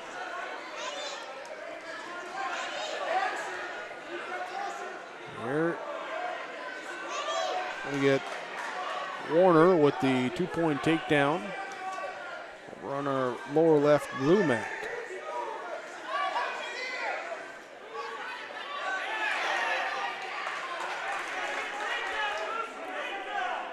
Warner rides here from the left side. On that single arm, grabbing the wrist, works around to the top side, hooks the head, tries to roll. Sunby rolls him too far, and able to get back here, belly out.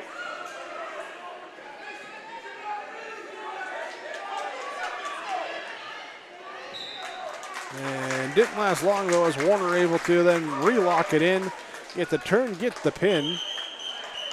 They're at 120 pounds. So Pembina County North will take that duel.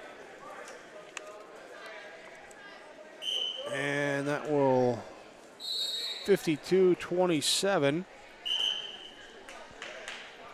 There, I think we go. Well, that will be it.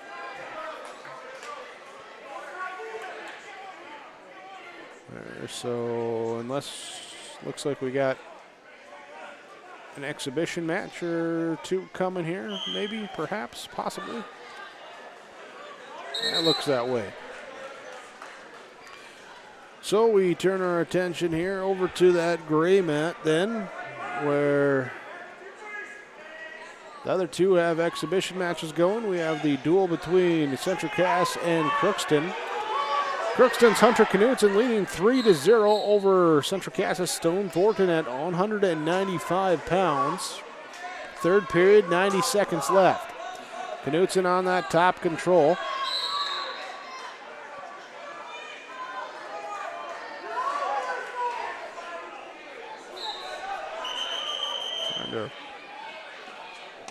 We have a stoppage here. We have injury time. Injury time there. So let's see. Next up, we'll have Grafton, Minoan Waubun on the upper left blue mat. West Fargo, New York Mills will be the lower left blue mat, and Crookston and Lemoore Litchfield Marion will be our gray mat. There's those coming up.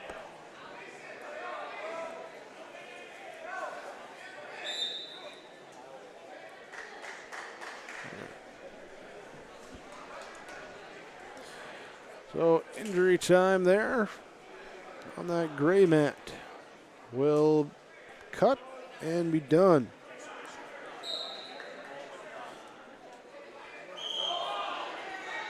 Knutson rides Thornton into the mat on the start.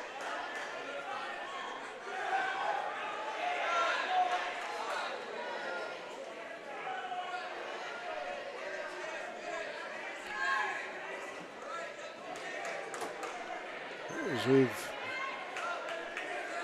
done a pretty good job of rolling forward here.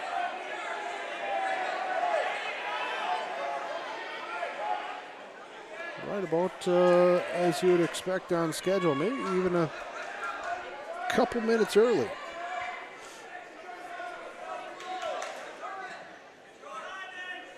Knutson still working here. 34 seconds left.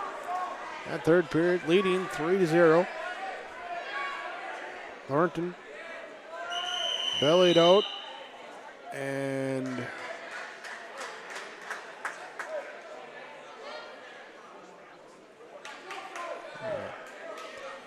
he started there with the stalling.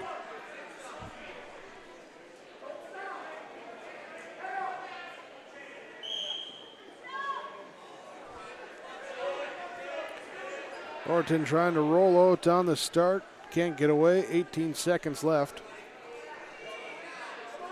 Third period. Hunter Knutson Gonna ride this one out, but he's not going quietly. He's looking for some turns, some late points. Nope. We'll belly it back out, take the 3-0 decision. 3-0 will give you 3, make it 24-22. Central Cass in the lead with the duel.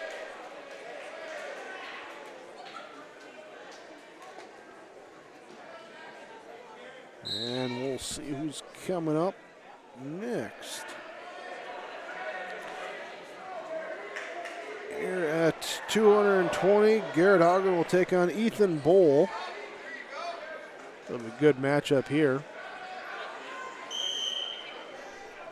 A couple of high-quality guys from Minnesota, North Dakota. Bowl with the quick takedown, lets him go for the escape. Takes him down, gives him the escape. Haugen now this time defends the shoot, able to block him. Right back with the single leg. Bull brings him back down. Ethan Bull with 3 takedowns. Now he's working on top, near side into that. Haugen gets turned. Bull will roll him across, hold him in, lock him in, and that will be that. Pin is there for Ethan Bull.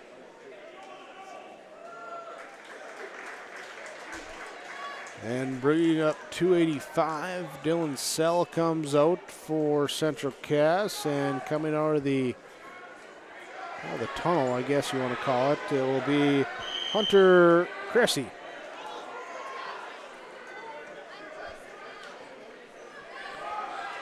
Sell, the senior, Cressy the senior as well too. So a little bit bigger, longer body, using that. Gets in close, headlock, takedown down to the mat, shoulders down. There's the pin. So Dylan Sell with the quick pin. 25-second pin. And that will bring us up to 106. Crookston Central Cass leading the match now, 30-28. At 106, Crookston announcing first. There is who will come out.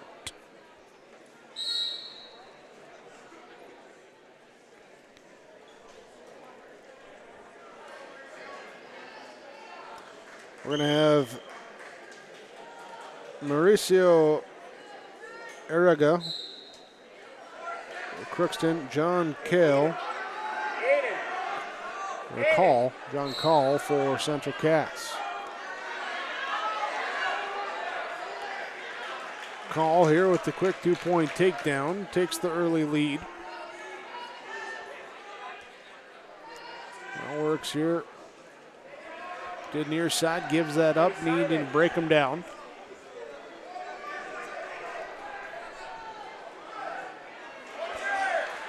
And just lets him go. Cuts him loose, gives him the escape. Looking for another takedown, he'll shoot in, single leg. As Ariga sprawling, defending, falling on top, grabbing the ankle.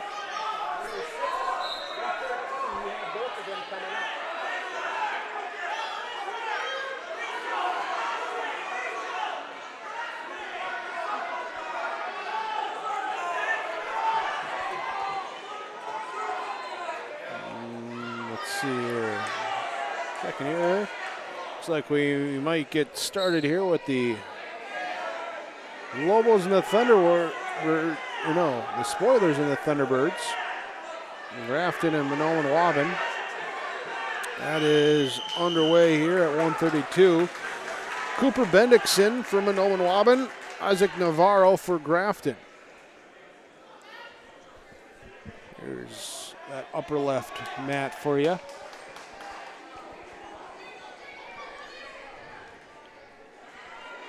On call, leading 4-1. 26 seconds left in the period.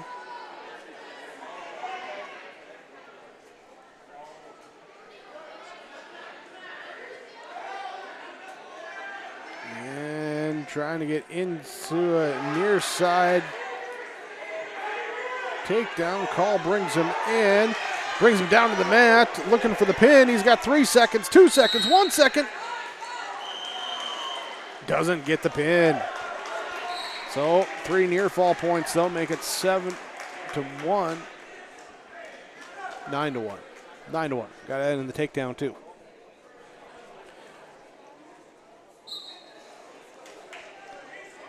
Here's, again, the exhibition matches here on your lower left.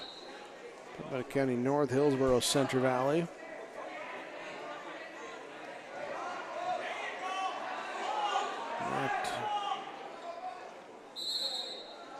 Not 100% which girls are out there. Yeah. Here, Cooper Bendix in and Isaac Navarro tied up at 2. Your upper left.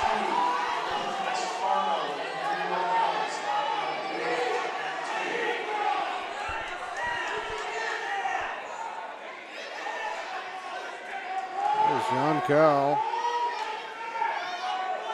leading 9-1 for Central Cass.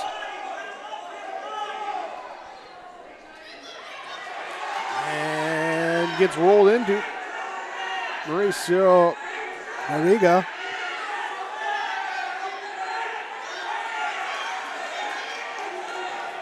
Holding tight there, looking for a pin. Official check-in, trying to get in there. Call trying to twist himself free. And he will roll through, get the reversal right into a near side, far side. Loses it, but stays on top control. So we have back points, reversal. It's going to be 11-6. Call with the advantage.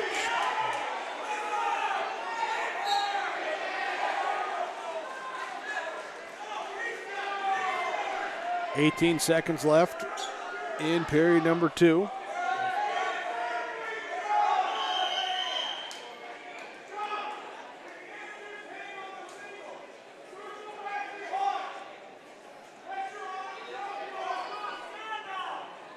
Here's some directions being, or some advice being hard out there to the wrestlers. Got to be coaching. 3 seconds left, 2 seconds left, 1 second left. They go to the end of the period.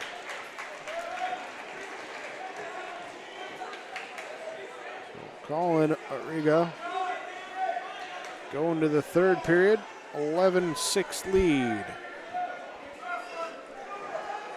And what do we got for Grafton, Monoman, Waban? Isaac Navarro defeats Cooper Bendixson by pin in 3 minutes 11 at 132. And so at 138, Chance Burns of Grafton, Stephen LaFay of Monoman Waban will match up. Here's a shoot attempt, caught that time by Riga, and call into the dirt, into the mat.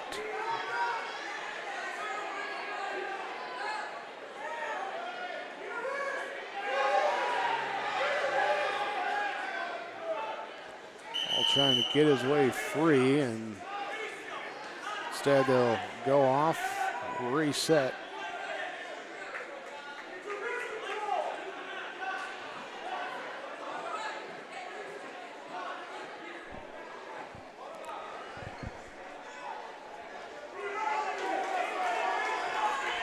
West Fargo, New York Mills will be coming up on your lower left, mat number 2.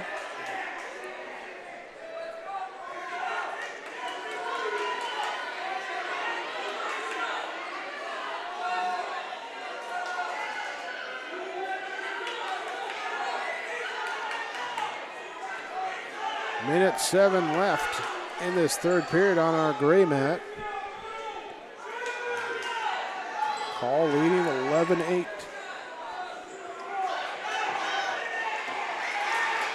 As Riga goes for the takedown in 2, trailing by 1. Is he going to cut him or is he going to turn him? Going for the turn right now. 40 seconds left. Paul again had the big early lead in this one. Now holding on by a point.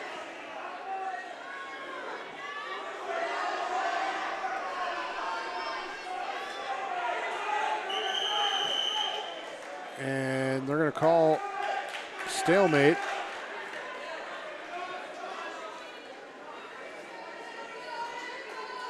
They will call stalemate, and it will still be called down in the... No, now they're going to let him up. Now they're going to let him up. So now you got to work quick here. 13-10. 13-10. Arriga needs a shoot, needs a turn. There's the shoot as he grabs a leg, but Call was waiting for it. He sticks away from it. Still going with it now. Arriga with the takedown, 2 seconds left, and it will be just not quite enough. 13-12 decision for John Kale.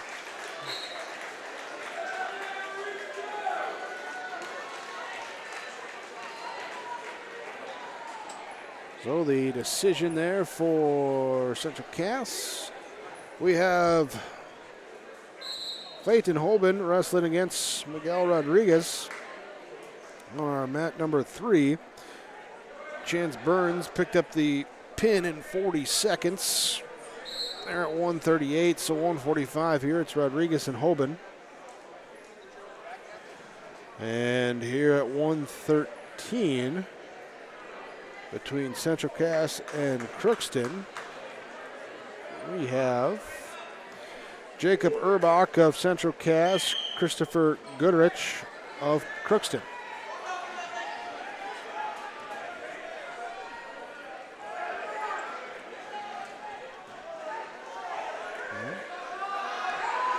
Urbach shoots in for a double leg takedown.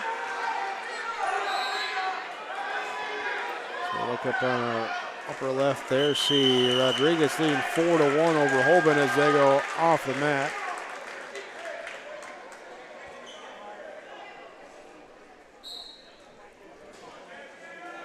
Back here to restart. Both of them are. Rodriguez leading 4-3 now after that reversal by Holben.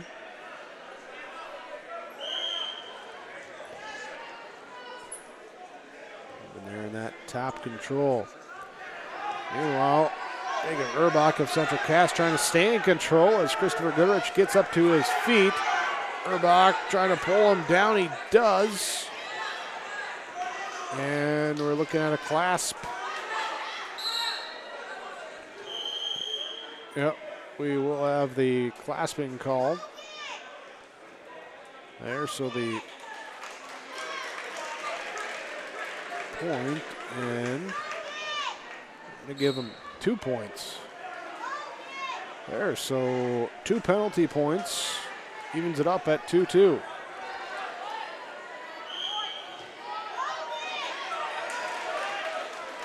One-point escape now here for Goodrich. He leads 3-2. Rodriguez retakes the lead against Holben, 5-3. They're off of a penalty point. Holben, though, in top control. That's on your upper left mat.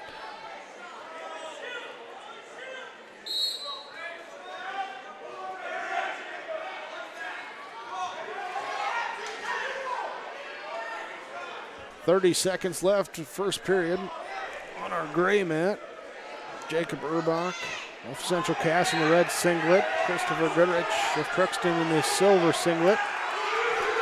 And who's going to get control? They're going to say Goodrich gets control.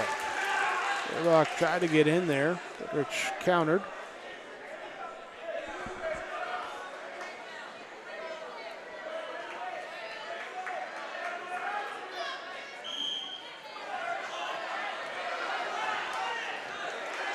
The breakdown by Goodrich on the restart, leading 5-2.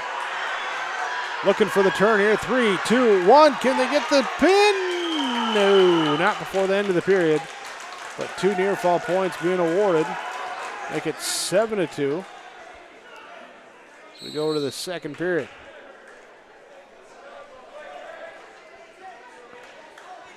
First, though, injury time. Injury time is called.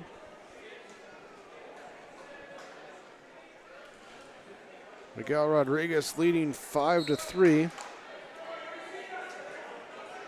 over Ethan Hoban. In your upper left, Matt. Rodriguez in top control. Up to the feet, Hoban trying to get away, spin away. They head off the mat.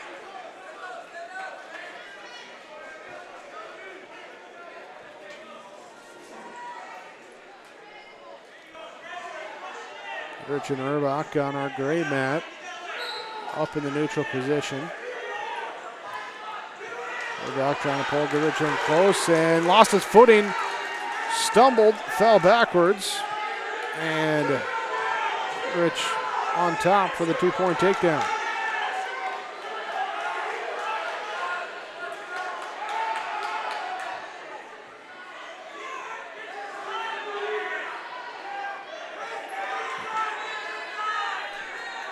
With a minute 15 to go. Trying to get the turn. Backs to us on that top side. Now Urbach trying to slip free. He does with the reversal. But Goodrich got a little too high, a little loose there, and Urbach found the opening. And now we'll stop time here for injury time.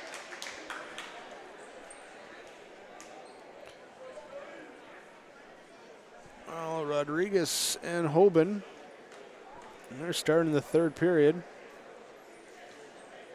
Up on mat number 3.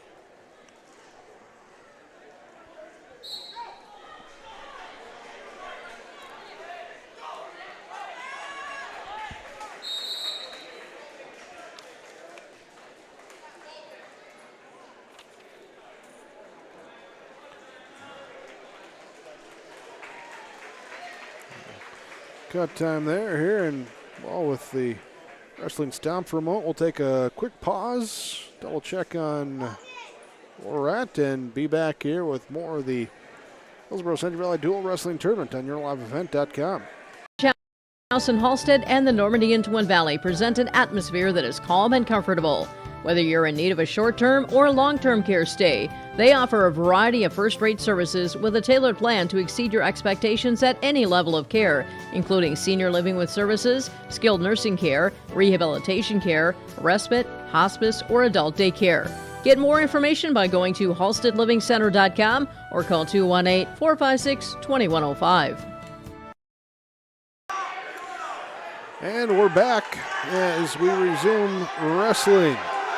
Here, Jacob Urbach of Central Cass, Christopher Goodrich of Crookston. On the gray mat, Urbach trying into a far side, trailing 11-4. Trying to come back in this one. He's gonna, blood time again. There is what will happen. What do we have here on Grafton and Monoman Waubun? So after Miguel Rodriguez got a 5-3 decision, Robert Rodriguez would take an open at 152 for Grafton. Blake McMullen would take an open at 160. November Nelson of Monoman Waubun would take an open at 170.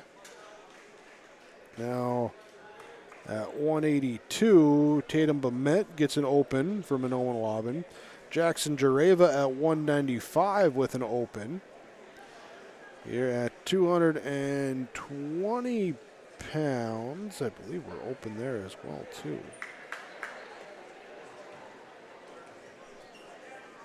We're waiting to see how teams are going to shuffle.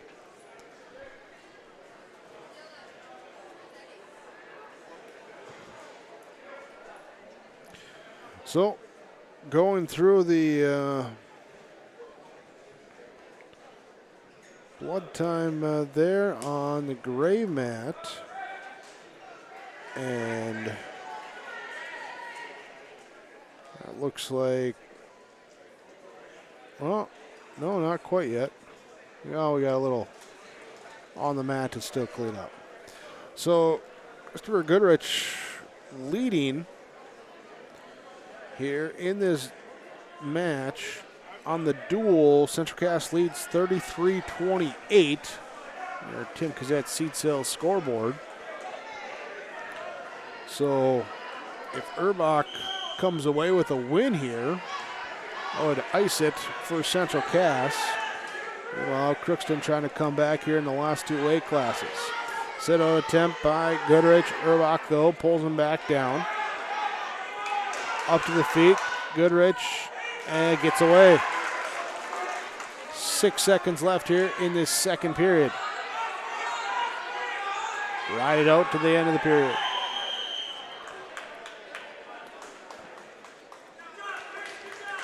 All right, and now we're going to have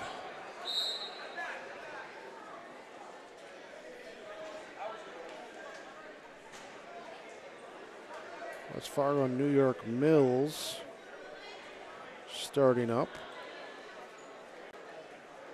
As you see them on our lower left mat.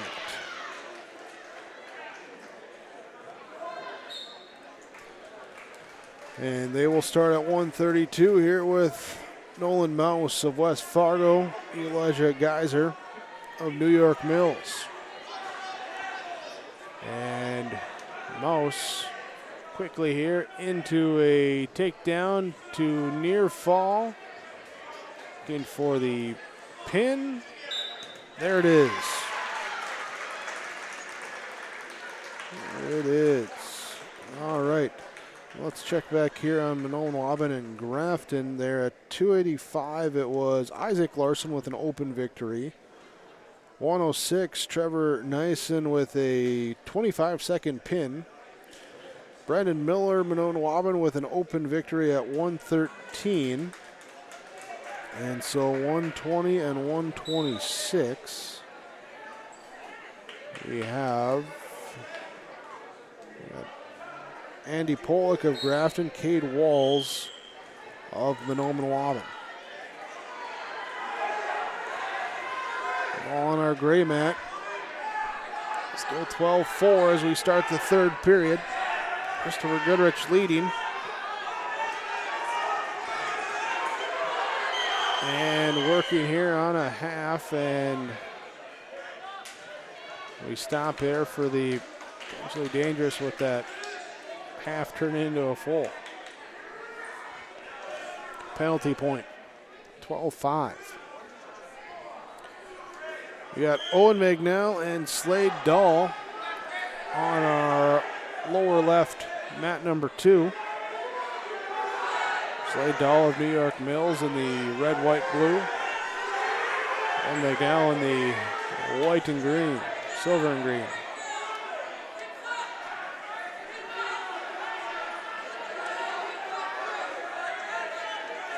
Goodrich, Christopher Goodrich of Crookston in that top control. Minute 10 left here in this third period. Felt like this one's lasted a long time, and it stopped a number of times because of the blood time. Here's we get a Erbach reversal into top control. Works on his half. Ooh, nearly loses it. Gets it back. The 2-point reversal. Now needs to get the pin. Here it's 12-7. Need the 5 points. So you either got to roll them twice or you got to pin them. Let them up, take the escape. Erbach comes back at him. Goodrich waits for him.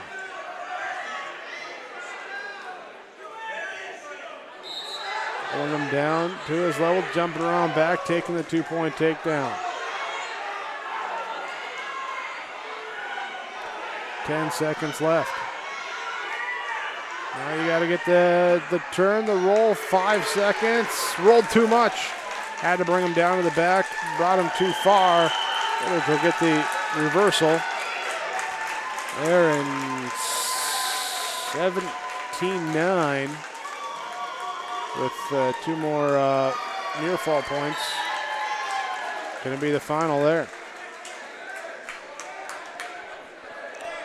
So, winner of this next weight class will win the duel for their team. Here at 33-32. And we will come on at 120 pounds. Josiah Crandall and Evan Trudeau. Crandall for Central Cass, Trudeau for Crookston. Owen McNeil, Slade Dahl is your lower left matchup. And your upper left is Andy Pollock and Cade Walls.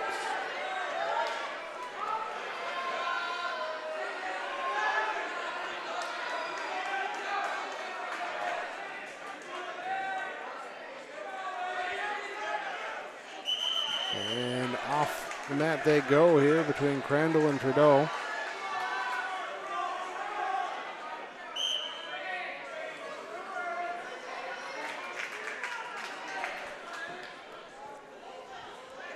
Working up on the feet on our lower left blue mat, Owen McNeil, Slade Dahl, McNeil of West Fargo, Dahl of New York Mills.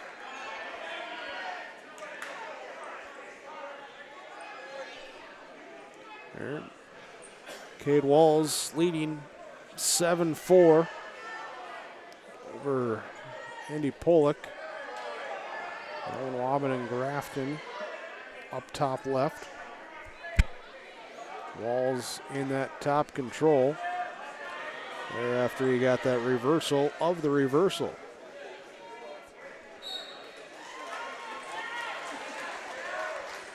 Looking to get the roll. And that will set up there with Walls getting the pin.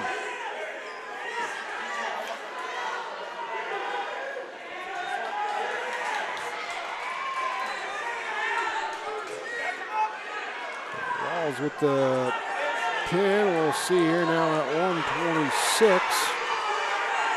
Meanwhile, we got Crandall getting turned here down on the gray mat. Trudeau able to get the reversal, tied up at 2, and then back points, going to give him 3 with a 5-2 lead.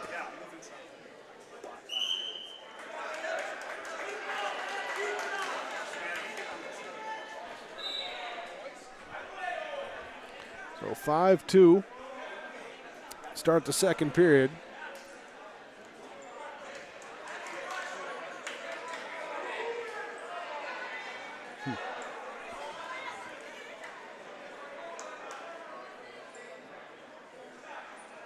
We're going to have a caution here on that start.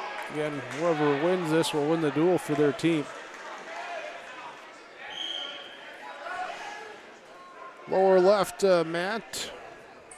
There is still Owen McNeil leading 7-1 over Slade Dahl. Minute 20 to go in that third period.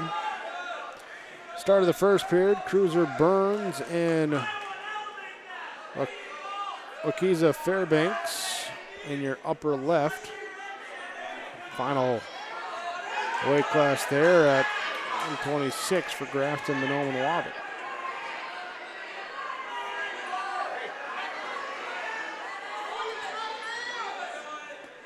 Trudeau working on top control.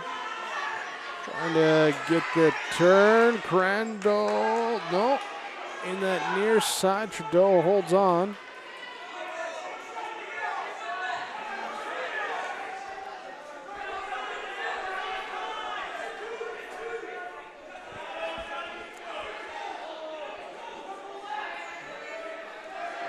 Crandall now working to the side, looking for that reversal. If he can, he rolls into Trudeau.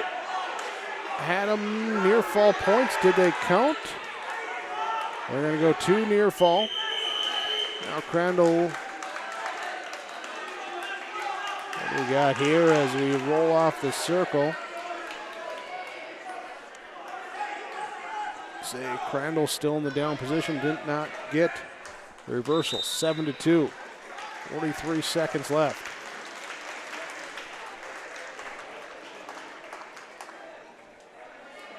McNeil gets the win for on your lower left mat. 7-1 decision for him.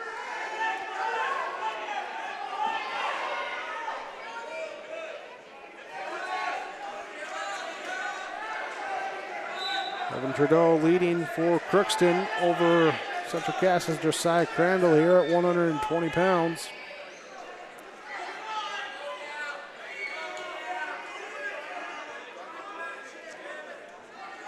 Crandall on the bottom, 10 seconds left of this second period. Trailing 7-2, and it will be to the third period. Same score. Sean Christofferson of West Fargo in the green singlet, and Jay Minderman, New York Mills in the red, white, and blue, your lower left. Cruiser Burns and Wakiza Fairbanks. There in your upper left. There Burns for Grafton, Fairbanks for Monona Robin. Gray mat. Trudeau going on to Crandall, trying to pull him backwards. Rolls him over to the base.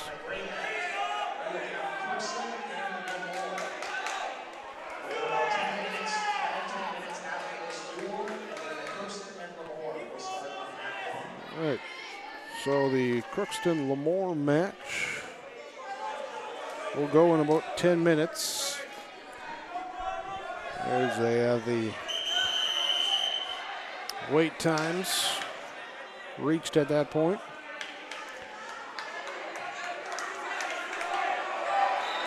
Here we got a stalling. And Trudeau here with 1:16 to go. This third period, just a warning. No points. Now we stop it here for the potentially dangerous.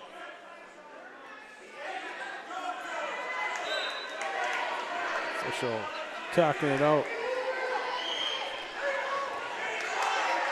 Here Crandall is wrestled back down into the mat. With 1 minute to go in this third period.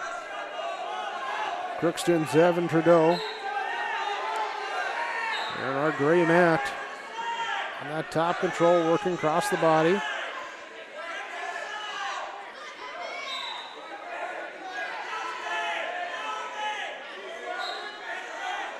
Crandall up, no, not quite up to his feet.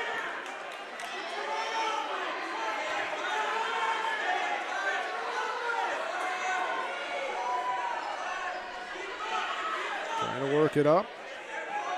Take that step up here with 22 seconds left.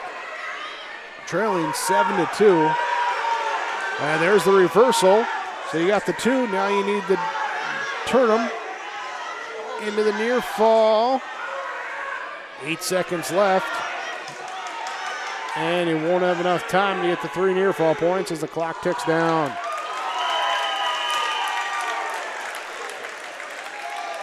So 7-4 the final, and will be the decision. Make it 35-33 the win for Crookston in the duel. So the Pirates take that one, come from behind to get that victory. Well, we got Grafton, Monoma, and Waubun. They're on a weight class as Cruiser Burns leads 4-0. Wakiza Fairbanks, Burns on top control.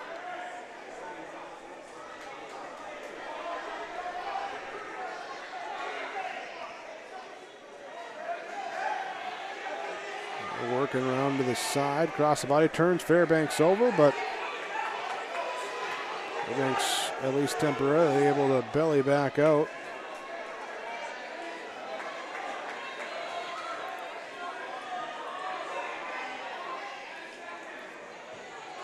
And up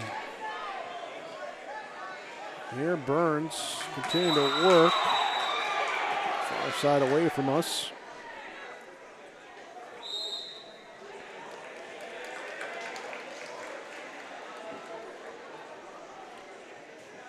And will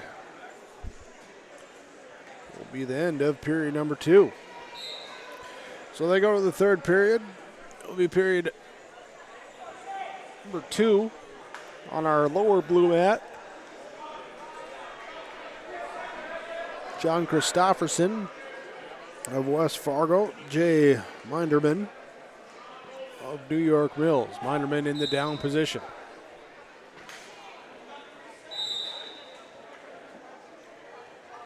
There, again, they had to wrestle off the 2 seconds, and now they go to the end of the second period, to the third period.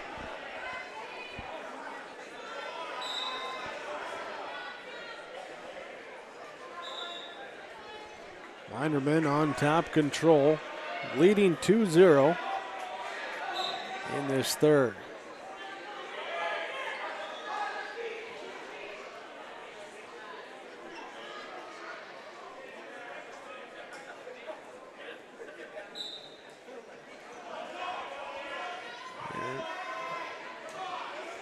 Ryan on the left side, Minderman.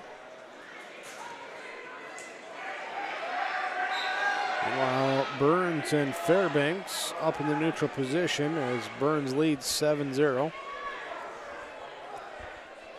In that third period, with the 126 between Grafton, Monome, and Waubun. Up in Mezzanine on mat 3, we will have Hillsboro-Central Valley and Waubun. That will be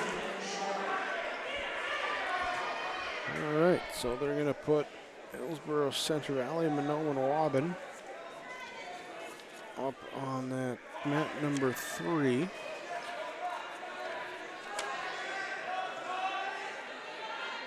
So we're getting that one there.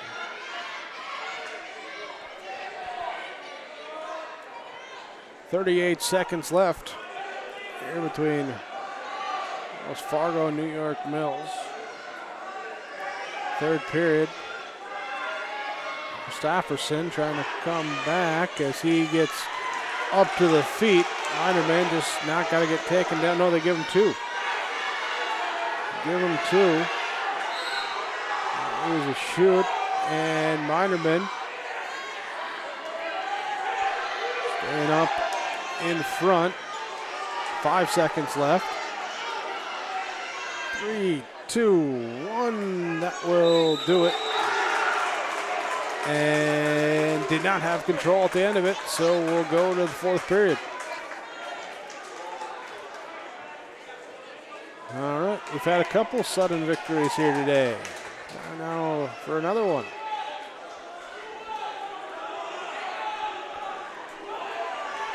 And Waubun Grafton wraps up. Burns with a 9-0 major decision for Cruiser Burns at 126. So that will pull that off.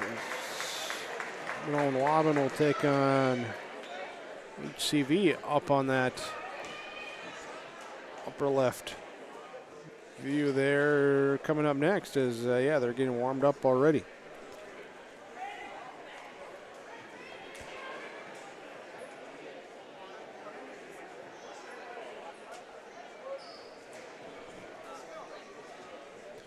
So the West Fargo, New York Mills duel right now. Tyler Porter of West Fargo, Braden Malone of New York Mills, and Porter comes out with a big throw right away. Malone right down to the mat. Porter looking for the turn, couldn't quite get him over. He'll take the near fall points, lead 5-0. Looking for another turn, this time locks it in. Brings him over, and Porter gets the pin. 27 seconds. Or Tyler Porter with the victory. Let's look up some fast pins here today. We're going to look that up. Be right back here with more of this duel coming up on yourliveevent.com. We're Jim and Bernie Berkemeyer, and we're inviting you on a holiday vacations tour.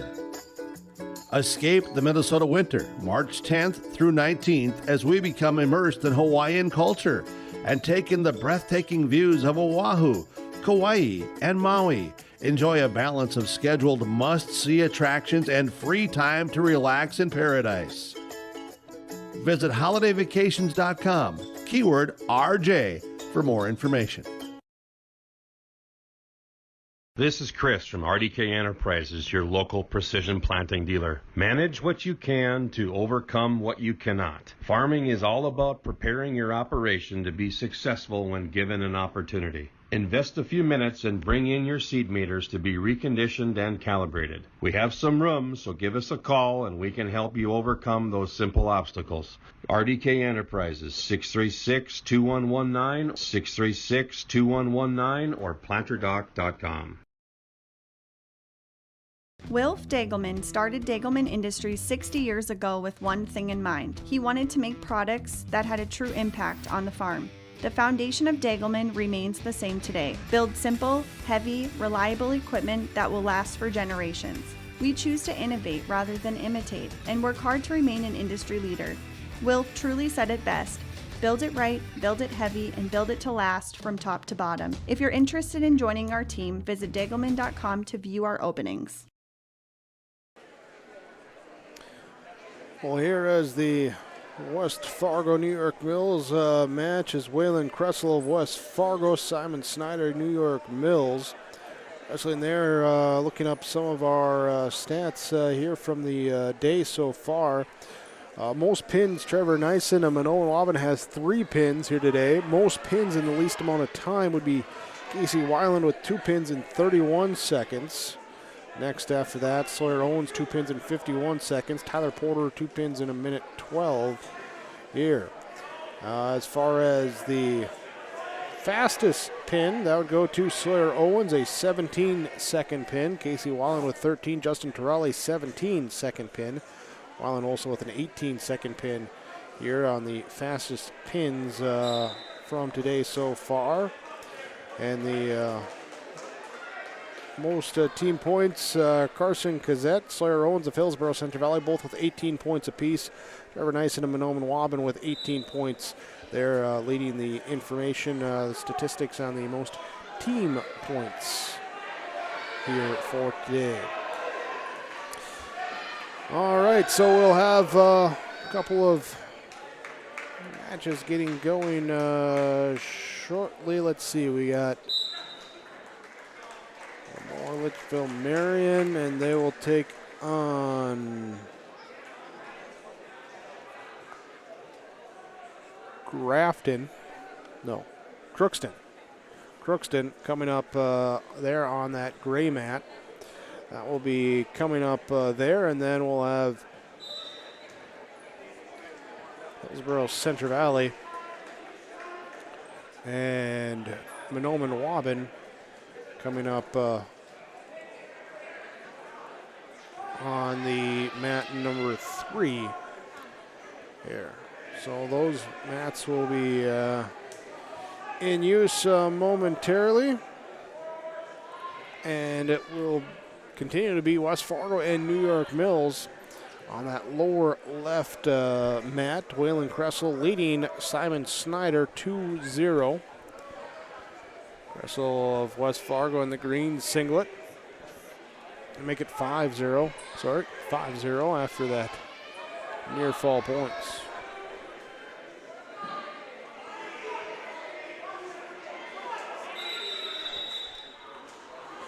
They're trying to. No escape there. Still 5-0.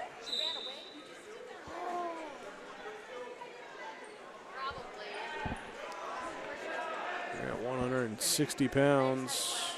Kressel looking to bluff inside on that shoot.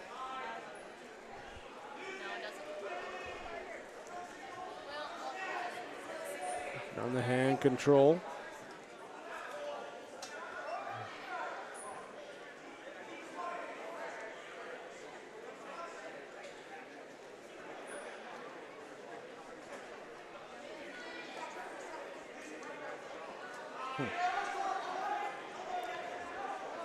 Kressel and Snyder going after each other this second period. Oh, and mostly a stalemate here. Now here's a quick shoot here by Kressel, trying to get here with 10 seconds left. Snyder sprawls, hold on to that back ankle as Kressel gets around to the side and takes the 2-point takedown with 2 seconds left. 7-0. The lead here after 2 going to the third period.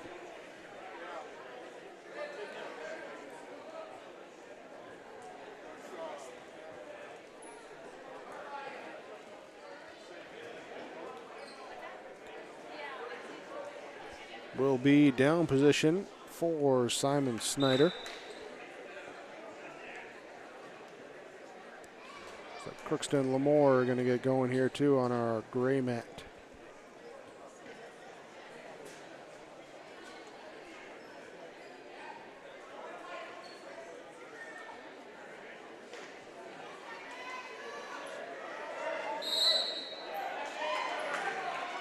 One-point escape here now for Simon Snyder.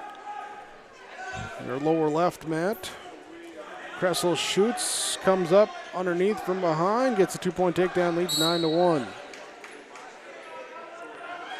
Evan Aluchny, Dustin Caroline on the mat for Crookston and Lemoore, Litchfield Merrimack respectively. There, that gray mat. Caroline trying to get out on the sit-out.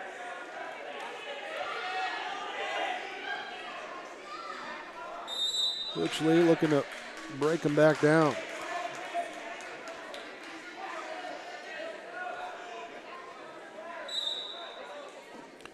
Minute 10 to go in the third period. 60-pound weight class back on mat number 2. Lower left is almost looked like an incidental headbutt there. So the guys kind of choke each other out. Here's Luchley looking for a takedown on the gray mat.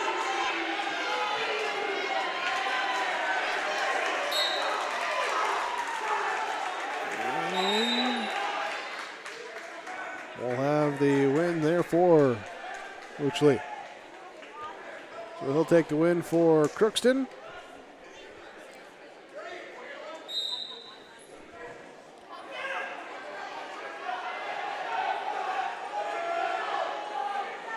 Snyder gets wrapped up now and thrown down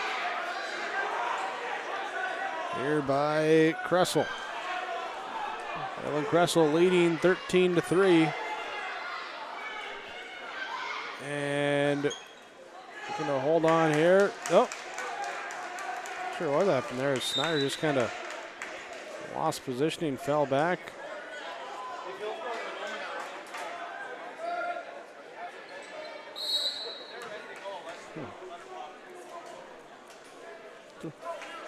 Thanks, Dave. Appreciate it. It's always nice when you get snacks delivered. 3, 2, 1. Final seconds tick off, and Kressel will take the 18-5 after some back points. Major decision for New York Mills. Or for West Fargo against New York Mills, sorry. And he brings up now gray mat, Ethan Bowman and Maddox Schockman. Bowman on top, control of Schockman.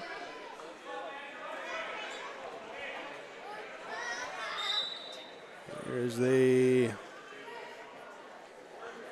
look here. Inside, trying to turn that shoulder. Shockman gets it arm free, rolls back over to his base. Lance Iverson, John Reinerson. It's your matchup on the lower left mat. West Fargo's Iverson in the green singlet. Reinerson of New York Mills in the red, white, blue.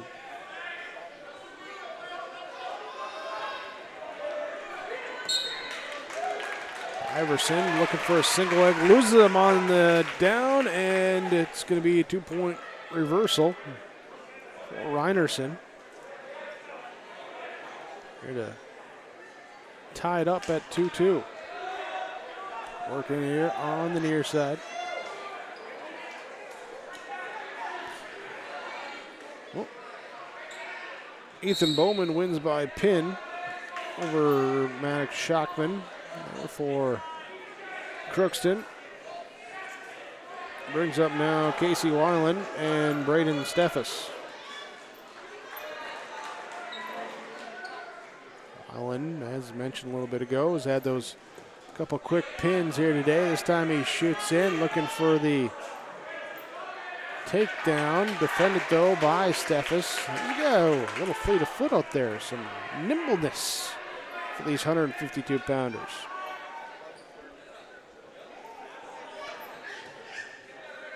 Final 20 seconds of the first period here between Iverson and Reinerson over on mat number 2. And looks like we're going to get started here with Hillsboro-Central and Mahnomen-Waubun. Double check here that that's not an exhibition match or what they're running with.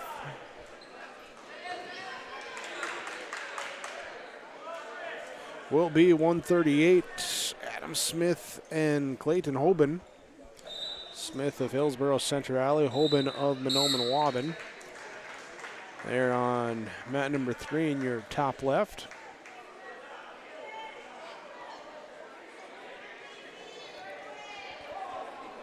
It looks like Smith locking in a chicken wing, trying to turn it.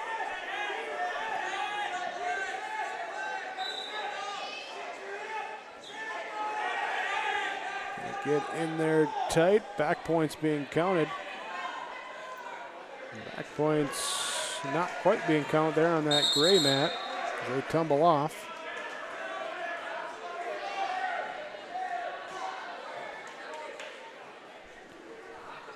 .26 seconds left in the first period on our gray mat. Here with Lemoore, Litchfield, Marion, and Crookston.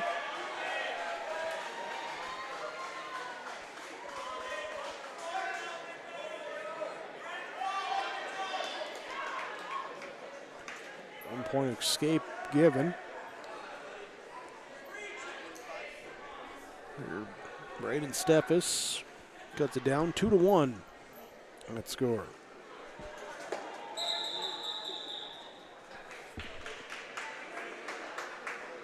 Got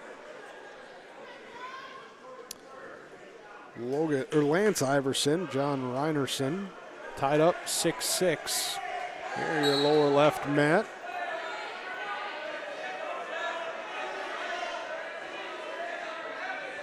Adam Smith wins by pin in your upper left mat, minute 16. So moves to 152. Here's a lot of, looks like some opens. There's Lance Iverson. No, it's going to be taken here, the takedown for John Reinerson. Iverson was going to have it, but Reinerson is out of it, gets in. 9 seconds left here in this second period.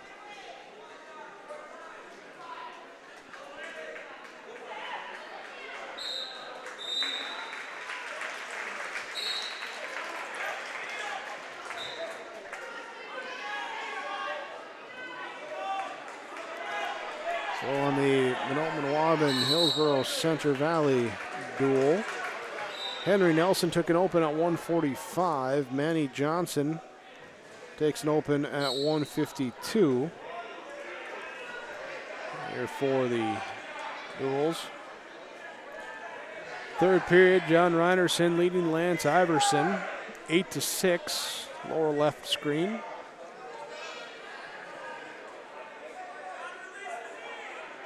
On the feet, Iverson shoots in, trying for a double, can't get in there. Your gray mat on the right side of your screen. Casey Weiland still leaves Braden Steffes 2-1. 40 seconds left, second period.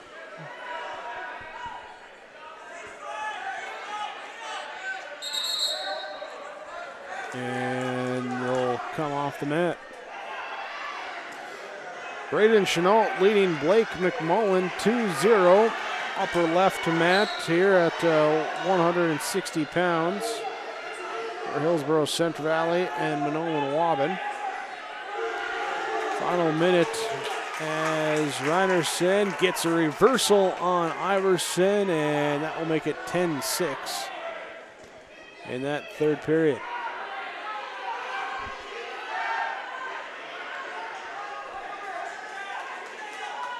As McMullen gets a reversal on Chenault, upper left screen, and he'll now lead 3-2. And that will be the end of the period as they stop. Make sure to tie the shoes up good and get going again. 1 point awarded here to Braden Steffes for Lemoore. Litchfield Marion ties it up 2-2 with Casey Weiland of Crookston.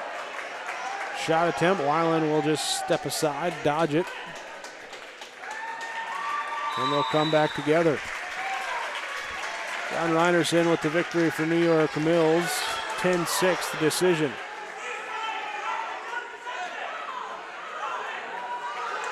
Weiland, Steffes tumbling down.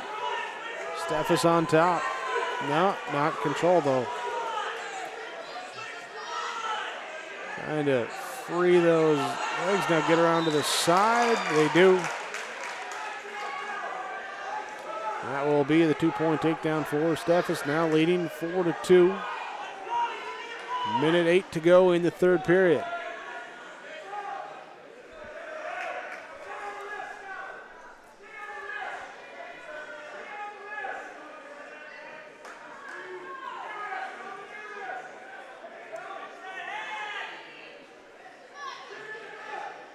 Checking on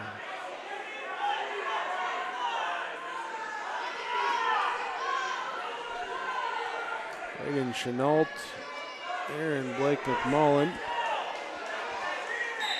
Yep, still going on that upper left. Screen there is 5-2. McMullen with the advantage.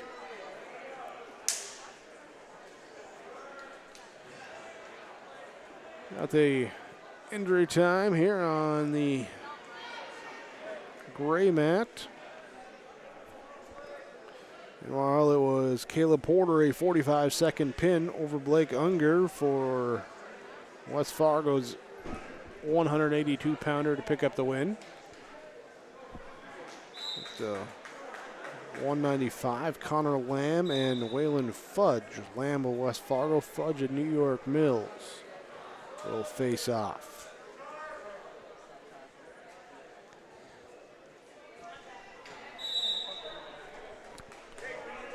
Still 5-2 as they start the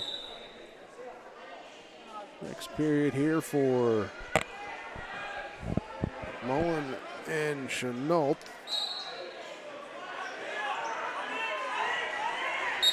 Your upper left.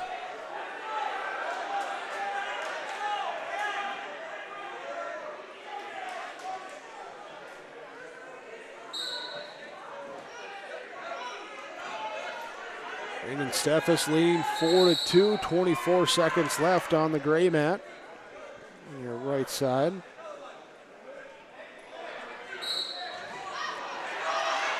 And, we're going to have a clasping.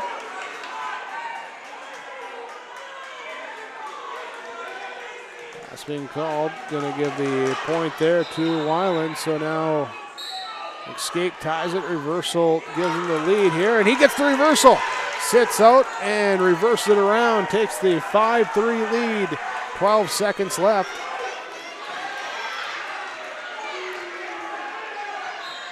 Island stays on top. 3-2-1. We'll take the 5-4 victory there. We got a pinning situation here as Connor Lamb pins Waylon Fudge. Therefore, a Packer victory. And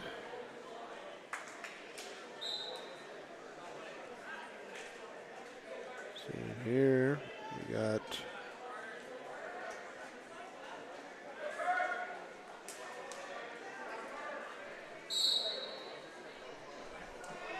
(7-3).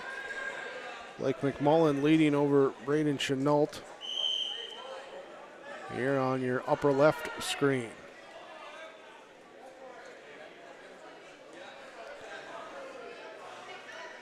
All right.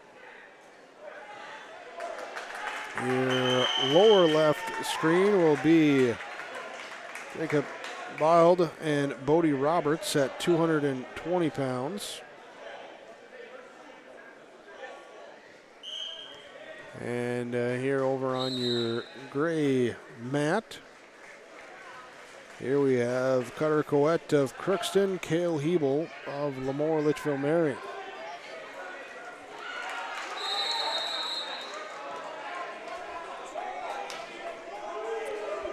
So the victory there for McMullen. Manoan Wadden, we'll see now going through some opens. We're going to have come up where and the next match going to be.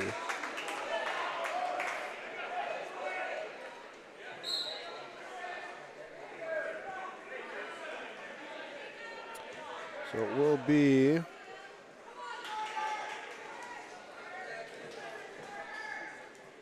November Nelson taking a open at 170. And then 182 will be Jack Matson and Tatum Bement.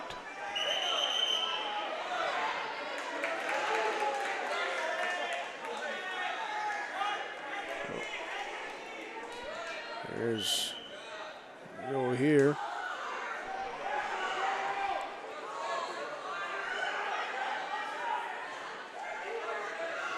And on top, the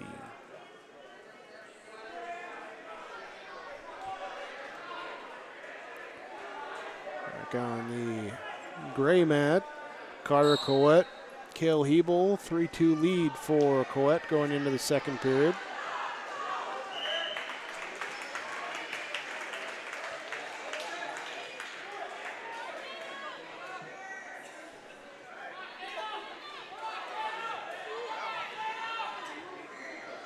Got a pinning situation here over on the upper left as like Bement got the pin for Matson.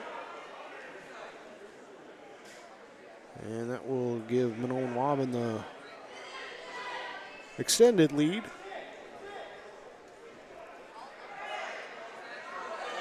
Yeah, pin in minute 28. Coette looking for a pin here. He does get the pin. On your gray mat over Cale Hebel. Coette with the victory.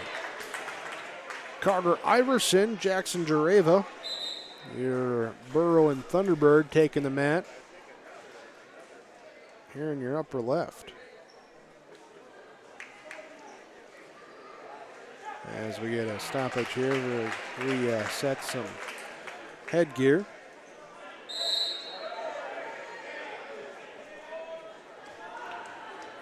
Iverson came out with a quick takedown and in top position here to resume. Garrett Hebel with the throw down on the gray mat. And rolls up. Here, Jose Riga and Garrett Hebel with the pin.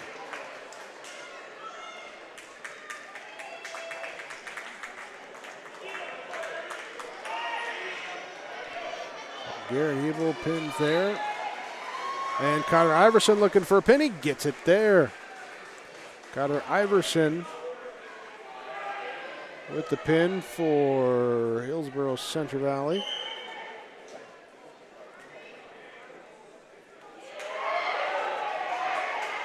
.31-second pin for Iverson.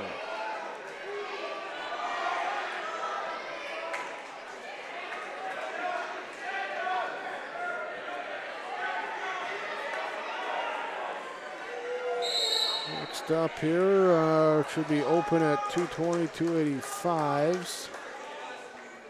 106 should see Justin Terrell.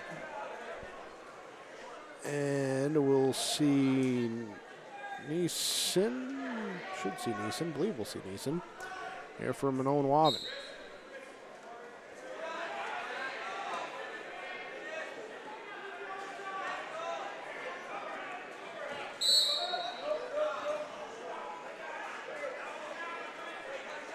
It'll be 195 pounds, Brady Lettenmeyer and Hunter Knutson. Lettenmeyer of Lemoore Litchfield Marion, Knutson of Crookston. Take the gray mat. And it is Justin Terrell and Trevor Nyson. It was a double forfeit at 285. 220, Coda St. Clair takes the open for Manon Wabin.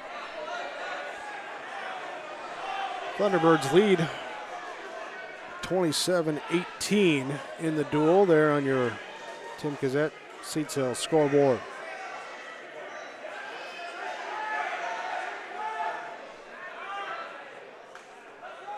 There's Neeson comes out with a takedown into the near fall right on the edge of the screen there, pulling back in.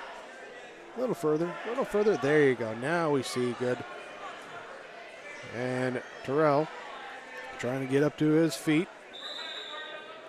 And, ooh, nearly going down again, but stopped there for potentially dangerous.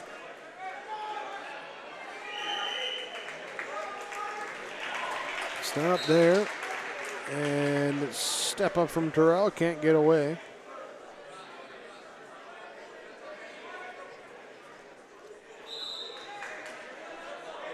Another stoppage for another potentially dangerous. Trevor Neeson leads 4-0.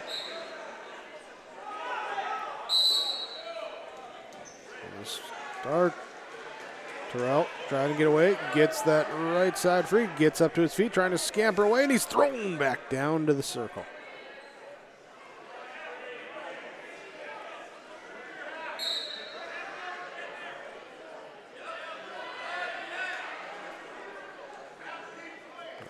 Up. Can't get away.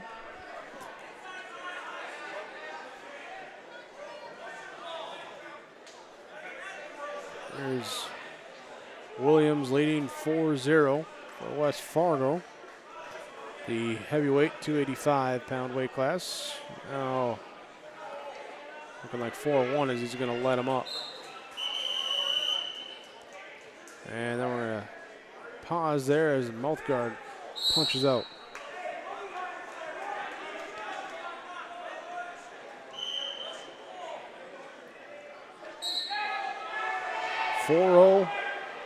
Neeson leads over Terrell. Going to the second period. Upper left screen. Right side screen. Hunter Knutson leads over Brady Lettenmeyer 1-0. Minute 5 left in the second period.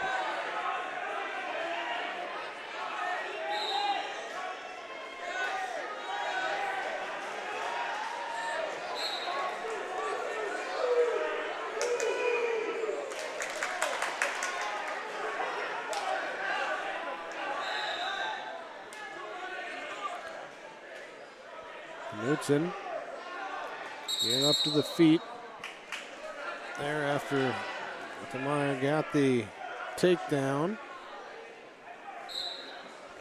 Trying to get the escape point like he did before. He'll step up. Can't quite break the hold, and then he does. 1 point escape given.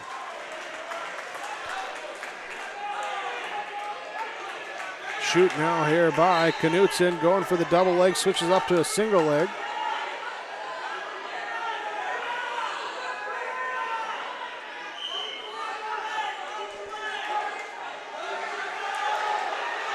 There's near 8 seconds left before the end of the period, looking for the takedown. And Knudsen, no, they say no, no control. Didn't have it. 4 seconds left.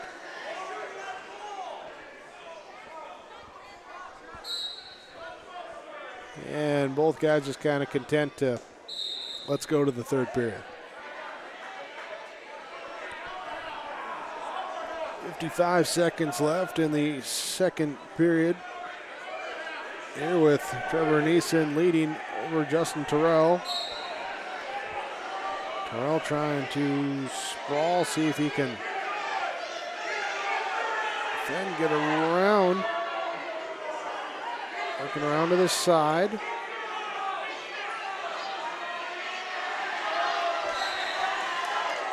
Williams looking for a pin for West Fargo. There's a minute left. There it is. He gets the pin at 285 for the Packers.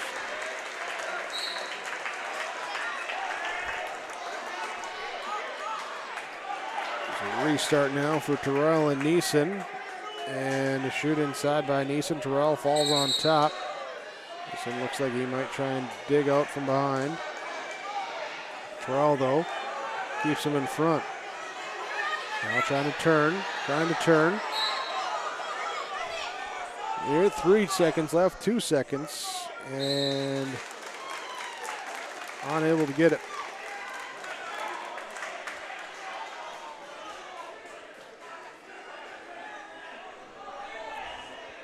Hunter Knudsen of Crookston, Brady Letmeyer of Lemoore Litchfield Marion still tied at 2. Final minute of the third period. They're on your gray mat.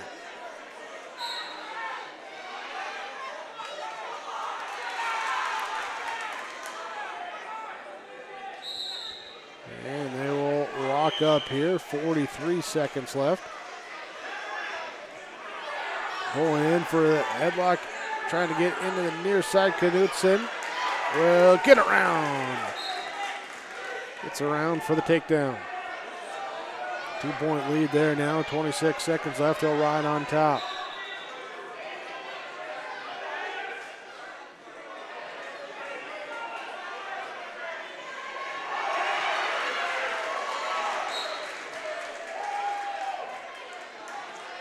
As Justin Terrell and Neeson now has a 6-0 lead. And upper left, or 6-1 as he lets him up, gives him the escape point.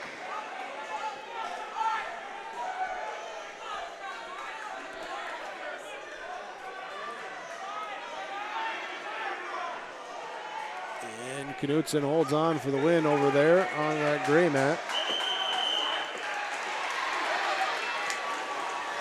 Now Terrell trying to shoot, get a takedown here. He's got 50 seconds left. Puts it down to 6-3.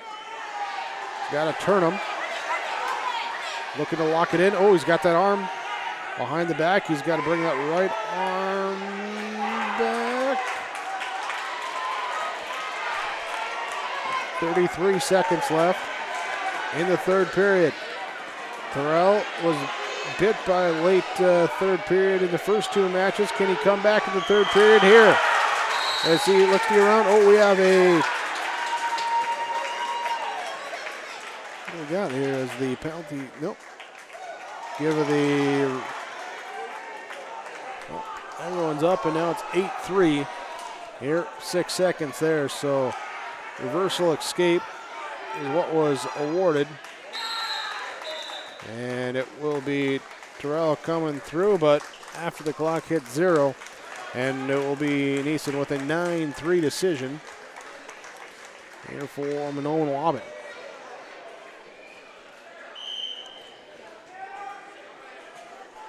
£285. It'll be Hunter Creasel for Crookston. Sage Goosis for Litchfield Marion on the mat right now.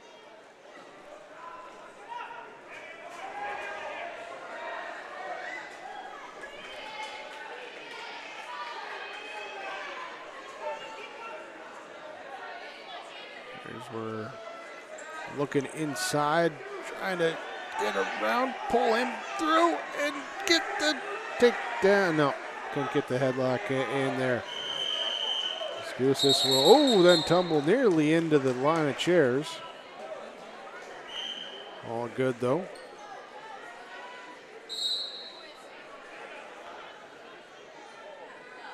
Brandon Miller takes an open victory at 113 for Minoan Waban. Brings us to 120 pounds. Ryland Sunby, Hillsboro-Central Valley. Akiza Fairbanks of Minoan Waban on your upper left mat. There's a shoot defended and sprawled as Fairbanks keeps Sunby in front of him. Now we got Kressel with the takedown for the pin. They're at 285. Battle of the heavyweights won there for Crookston.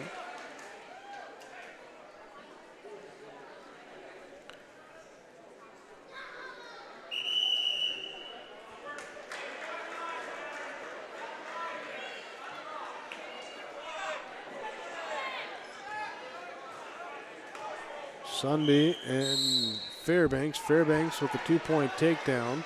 Now rolling, stretching that arm back. Here we got a minute left in the period. And there you go. Fairbanks with the pin.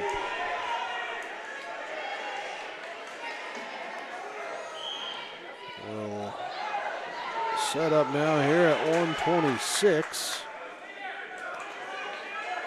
And we'll see if Kizet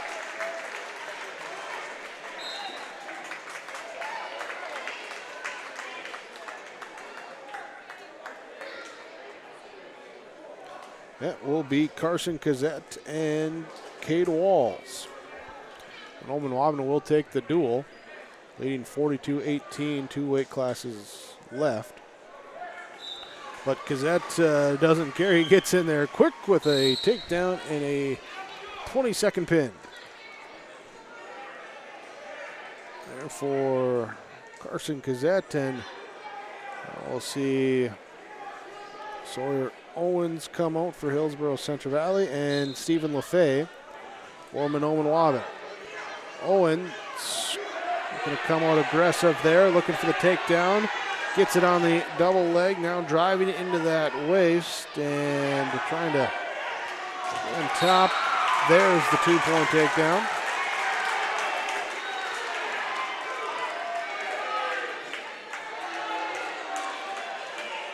Owens having the near fall points being counted, now leading 4-0, minute 30 to go in the first period.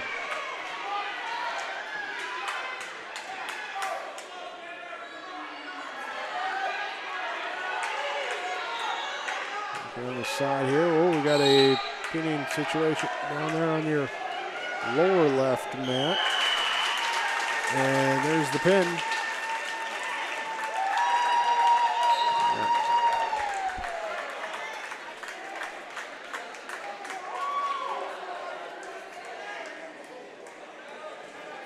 At 120. Guys are with the pin.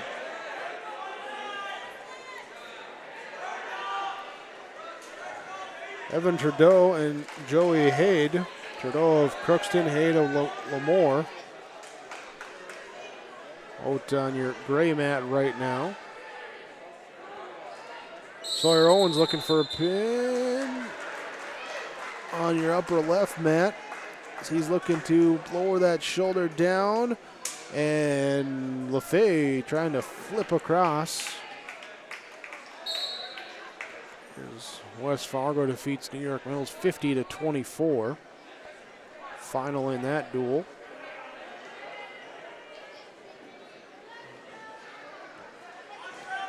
Owens here, the last Owens and LaFay, the last weight class for Hillsboro-Central Alley, Minot and Waubun. Owens again looking for that pin. He's got 8 seconds left. And he gets it with 5 seconds left. So Owens pins LaFay for the final there. And Trudeau just got the pin over Haid for Crookston. And we'll see what they do at 126. The other two mats become empty.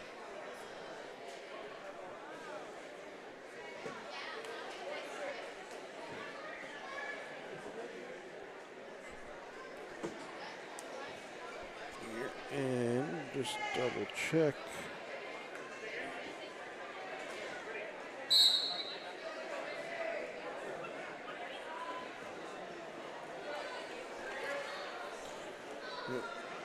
So now here at 126, Mason Arguelles and Jace Duffy.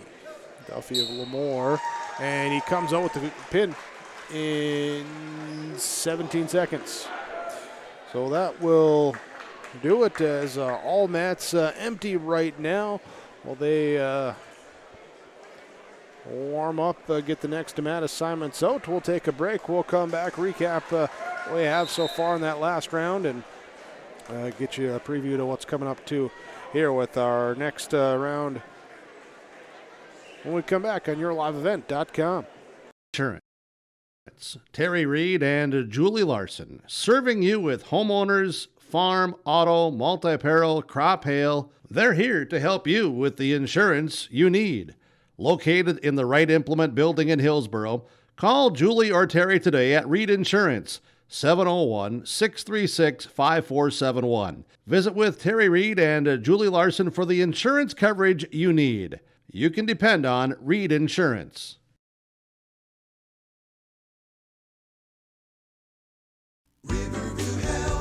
From shoulder to hand, hips to toes, and everything in between, the Riverview Health Orthopedic Team has you covered. With advanced training and joint replacements, upper and lower extremity, spine, foot, and ankle care, you know you'll be in good hands with Drs. Spinell, Schall, Sekundiak, Stanky, Kim, and Abasi. For appointments, call Riverview Clinic at 218-281-9595. Riverview Health, exceptional people, exceptional care. Riverview Health.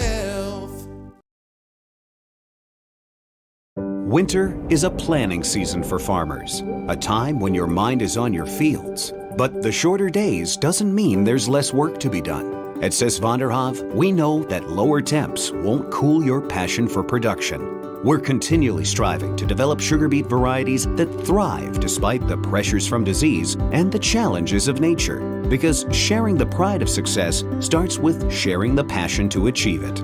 Sis van der Haaf, a passion that grows. Company, Highway 81 in Hillsboro, for when you need repair work done on your vehicle, need an oil change, need new tires, or need tire repair. Visit Sorum Oil Company in Hillsboro. They fill LP tanks, bulk delivery of your home heating or farm fuels, and carry batteries. Call your locally owned full-service gas station, Sorum Oil Company in Hillsboro, 701-636-5356. Brad, Jody, and Blake Sorum, thank you for your business, and they look forward to continuing to serve you at Sorum Oil Company. The Hillsboro-Central Valley Booster Club supports Hillsboro-Central Valley students in their school activities and encourages all students to be involved in the activities at your school. The Hillsboro-Central Valley Booster Club takes great pride in uniting the communities to support the boroughs. The Hillsboro-Central Valley Booster Club encourages everyone to promote school spirit, sportsmanship, and to support the Hillsboro-Central Valley students. Go Boroughs! New Golden Harvest Gold Series soybeans are here. In the Hillsboro area, contact Tim Cassette, 701-430-0877. These new Golden Harvest Gold Series soybeans feature exclusive genetics and high-demand trait platforms like Enlist E3 soybeans and XtendFlex soybeans. Golden Harvest Seeds. Talk with your area representative, Tim Cassette, 701-430-0877 for Golden Harvest Seed.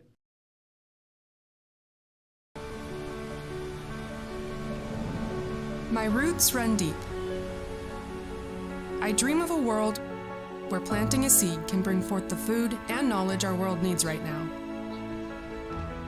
The field is my classroom, and I have the power to make a difference.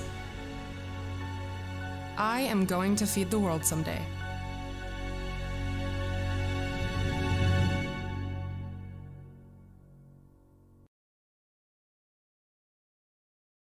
It's always growing season here at United Valley Bank. We're focused on growth for our customers and communities, success for farms and businesses, and improvement for ourselves. Partner with us, and you'll see firsthand just how much the right hometown banking team can change your perspective. Together, there's no limit to the heights we can reach.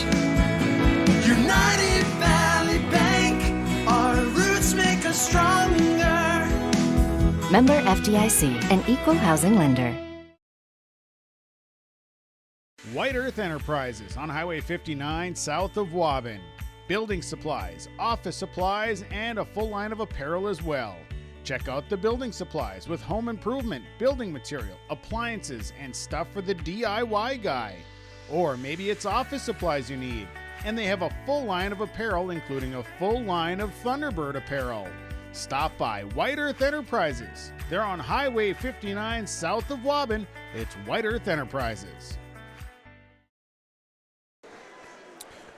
Well, as we have a exhibition match going on there on our one mat, the other two mats just teams getting warmed up, ready to go for our next round of duels. Here, the gray mat will have Grafton and Lemoore, and our blue mat will be Central Cass and New York Mills. And I'm not sure if they're going to put someone on the upper mat there where you see the exhibition matches going on right now. There is, we'd have just, finishing off round 6 with the two duels in front of us, and then round 7 and round 8 left to go today. As we look at so far on the day team-wise, here the dual wins, 3 wins apiece for both Crookston and West Fargo. 2 for Lemoore, Mahnomen-Waubun, and New York Mills. Central Cass and Pembina County North, each with a dual win apiece. And who's been the guys doing the pinning? Well, the most pins here today is Lemoore, Crookston, West Fargo, all with 13 pins on their team. Lemoore's done it the fastest, 13 pins in 14 minutes, 37 seconds. Central Cass in fourth with 12 pins, and Hillsboro-Central Valley tied with New York Mills for 11 pins. There on the team statistics in this one. And then if you add in the tech falls as well, 2 pins and tech falls, then West Fargo leads on their own with a 17 total falls. Lemoore, Crookston, and Central Cass next with 13 apiece for them. As that's the team statistics so far in this one. Let's look back at the results of the last few duels here with that Hillsboro-Central Valley and Mahnomen-Waubun duel. It was Mahnomen-Waubun winning 42-30. Here with wins for Manny Johnson, an open victory at 152. Blake McMullen, a 9-3 decision at 160. November Nelson, open victory at 170. Tatum Bement with a pin at 182. Coda St. Clair, an open at 220. Trevor Nyson with a 9-3 decision at 106. Brandon Miller would take an open at 113. Okia's Fairbanks would take a pin at 120 for Minolan Waban. For Hillsboro-Central Valley, Adam Smith with a pin at 138. Henry Nelson an open victory. It was Carter Iverson, a pin at 195. It was Carson Kazette, a pin at 126. Sawyer Owens, a pin at 132. Double forfeit at 285 as well for those two. And we look at the West Fargo New York Mills. It was West Fargo taking 40-24 with Nolan Mouse a pin at 132. Owen McNell a 7-1 decision at 138. Tyler Porter a pin at 152. Waylon Kressel a 20-5 tech fall at 160. Caleb Porter a pin at 182. Connor Lamb a pin at 195. Amari Williams a pin at 285. Open victory for Drew Hettenbaugh at 106, and it would be Parker Thorson an open at 126 for West Fargo. For New York Mills, Jay Minderman with a 2-1 decision at 145. 170, John Reinerson with a 10-6 decision. Bodie Roberts, 220, got a pin, and it was Aiden Meach with pin at 113. Creed Merso with a pin at 120. And then our last duel here, Crookston and Lemoore, goes the way of Crookston 48-30. It was Evan Haluchny with a pin at 132. Lucas Perala open at 138. And then Ethan Bowman pin at 145. Casey Weiland a 5-4 decision at 152. Carter Coette with a pin at 160. Hunter Knutson a 4-2 decision at 195. Open victory for Ethan Bowl at 220. Hunter Kressel with a pin at 285. And Evan Trudeau with a pin at 120. For Lemoore Litchfield Marion, it was Garrett Hebel with a pin at 170. Brock Wendell open at 182. Joseph Potts a pin at 106. Logan Potts a pin at 113. Jace Duffy a pin at 126. That was the results there from our last 3 duels. We'll be coming up with our next round. It will be Moore Litchfield Marion and Grafton, Central Cass, and New York Mills will be coming to the mat here next. You can enjoy the comfort and convenience of electric heat and save money too by installing off-peak heating in your new or existing home. Wild Rice Electric's off-peak program offers a lower electric heating rate that is 40 to 50% below the regular service rate, making electricity one of the most stable and cost-effective energy sources available. Learn more about saving money while staying warm this winter by contacting Wild Rice Electric, your member-owned cooperative. Right Implement in Hillsboro, 701-636-5692. For shop and field service, farm equipment sales, repair on all equipment, in the field, on the farm, and in the shop with Right Implement in Hillsboro, 701-636-5692. Check out Right Implement for farm equipment, repair and service of equipment and all trucks on Caledonia Avenue in Hillsboro. Right Implement, 701-636-5692. All right, we are underway with the Central Cass New York Mills duel. There in your lower left part of your screen. You got to give it a couple minutes here for the Lemoore Litchfield Marion and Grafton duel to hit the required time limits here, but it is Grady Link of Central Cass and Austin Geiser of New York Mills. All right, 15 minutes, and then we'll get Matt 3 involved too with Old Waban and Pembina County North. All right. So we, rolling schedule here today. Link working on the side here. Trying to pull that arm underneath here with 30 seconds left in the first period. And trying to get the turn on Geyser.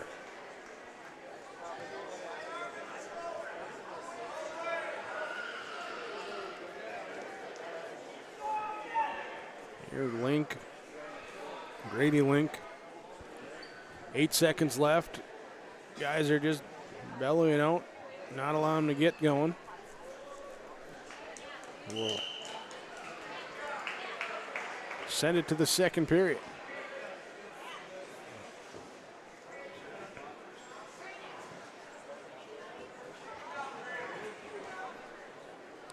Deferral here for Link, or deferral to Link. He'll take up in the neutral position.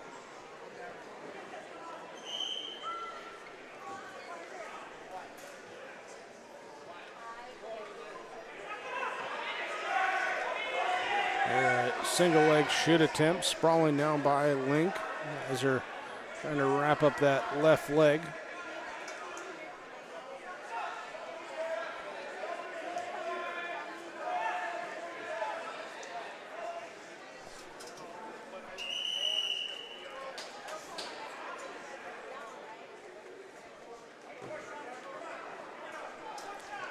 Here, and they'll head out, have to restart.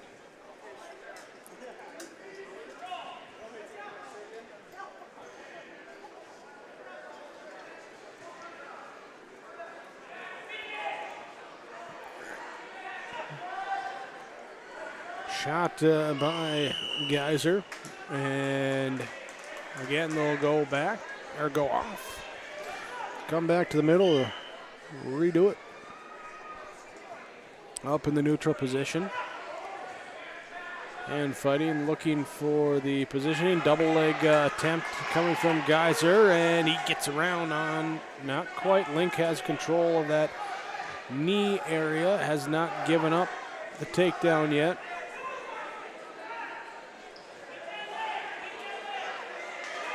And that time he does.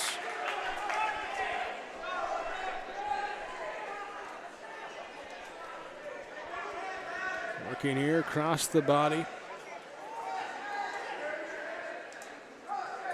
Geyser tying up at 2-2.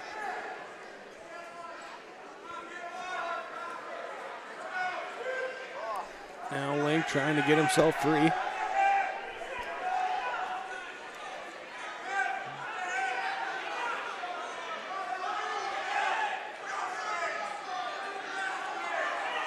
Grady Link of Central Cass in that red and black singlet, black and red singlet. Trying to free himself up here. 3 seconds left. 2, 1, no. Can't quite get free for that reversal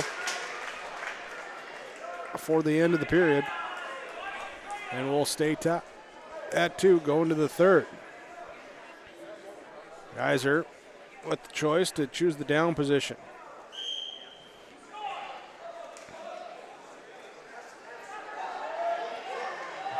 There's up to the feet and pushes it back down across the shoulders.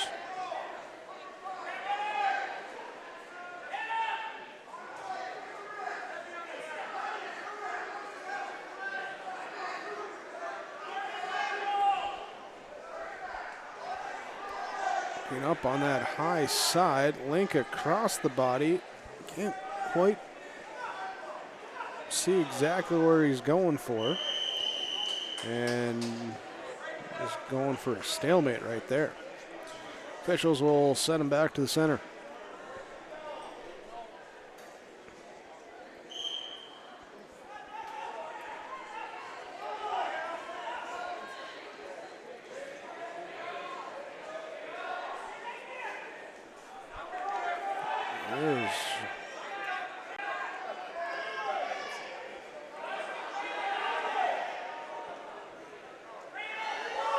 Well, the other two mats are just being used for warm side now. We'll switch that view there on the right side. Give you Grady Link of Central Cass, Austin Geisler of New York Mills, tied up at 2.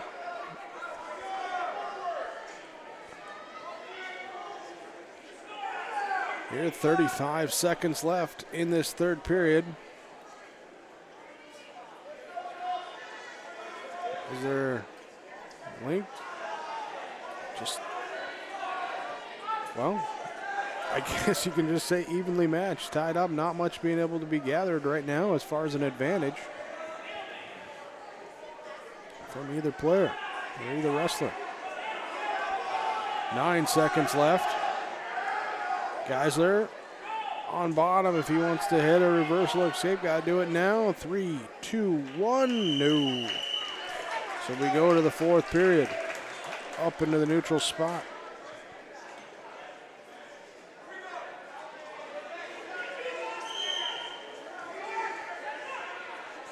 Going to come together.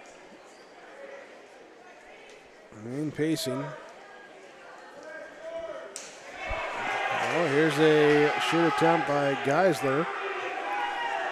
There, the one takedown was Link in that first period. He's sprawling to defend this time. 35 seconds.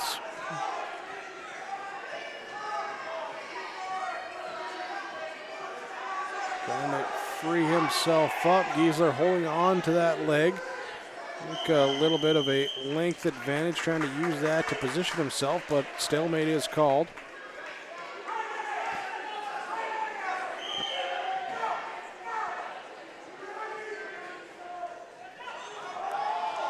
Here now another shoot by Geisler, being more aggressive in this fourth period. Link, though, trying to get around to the side. He'll switch up from going right to now going left. Geisler trying to get free between the legs, trying to come from underneath. 2 seconds left, 1 second left, and nothing there. So we will go to the fifth period. Choice will be to Grady Link. He will defer. And now Geisler will take the down position. It's the only match going on, so everyone's paying attention. Everyone's getting into it now. It's a good time to go extra periods when everyone's watching you. Those guys are trying to get up. And Link, though, instead brings him down to the back. Brings him down to the back, rolls him up, and they do give him 2 near fall points. Give him the 2 near fall. Here in this fifth period. Link Ryan out here, that burst there, and now save it up here. 1-0 left on the clock.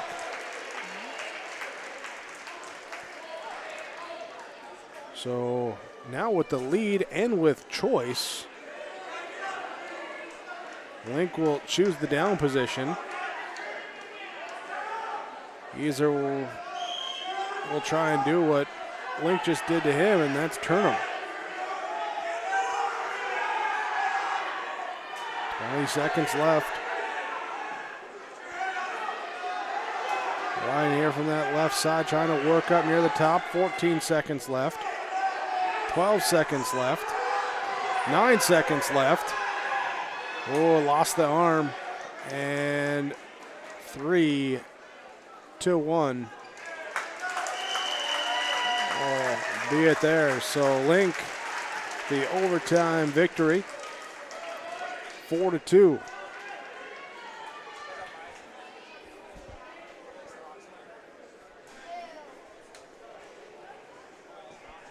So they're at 138, move to 145.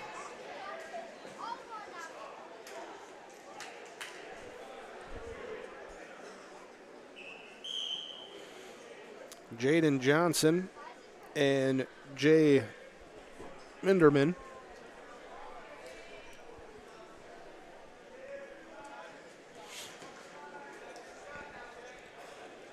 Johnson sprawls here. Minderman, though, brings him up and throws him down. Need to get around.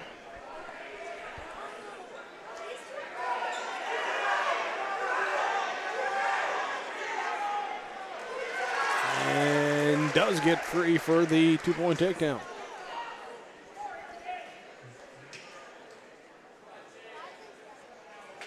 Looking up top. Gets a little high. Minderman tries to buck him off over the top. Johnson, though, stays with it there as they go off, and they'll reset. Well, we're going to get our second mat going now here with Grafton and Lemoore. The Lobos and Spoilers come out here at 138 pounds. I know a quick takedown right away for Chance Burns. Dustin Ketterling of Lemoore here tried to stave off an early pinning opportunity.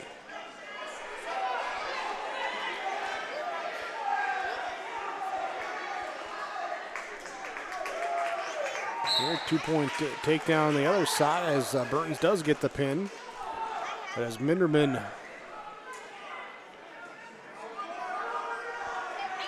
takes the reversal, actually, not the takedown, takes the reversal, makes it 2-2. After Burns' pin, that will bring up 145 now.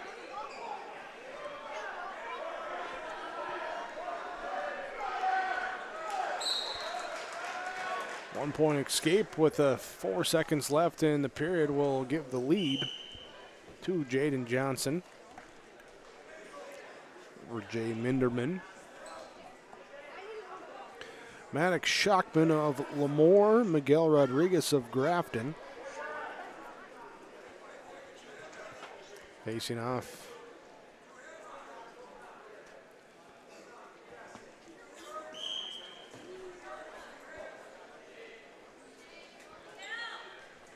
Both wrestlers up on the feet. Looking here on that gray mat.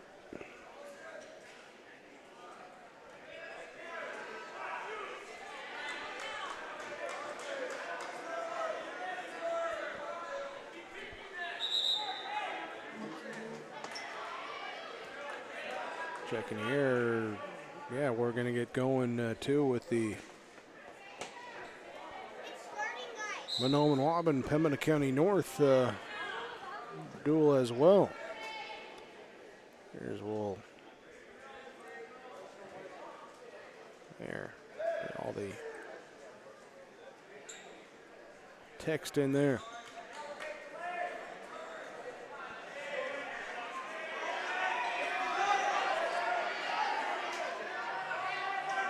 Here's up now, fighting off.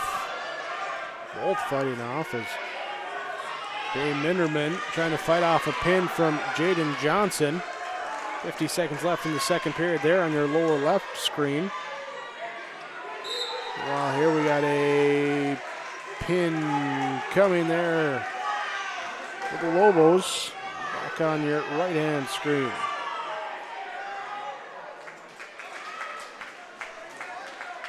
Carson Brown, open victory at 145. Ethan Stegman, open victory at 152 for Pembina County North. Move to 160 pounds then. Here as it will come out as, now Minderman with a chance for pin. Minderman looking to get the come from behind pin here in this second period. Trying to play it down, 2 seconds, and can't get Johnson down to the mat.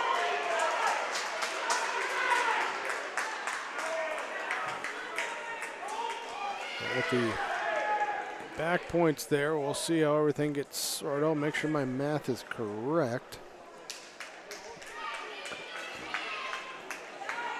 7-6.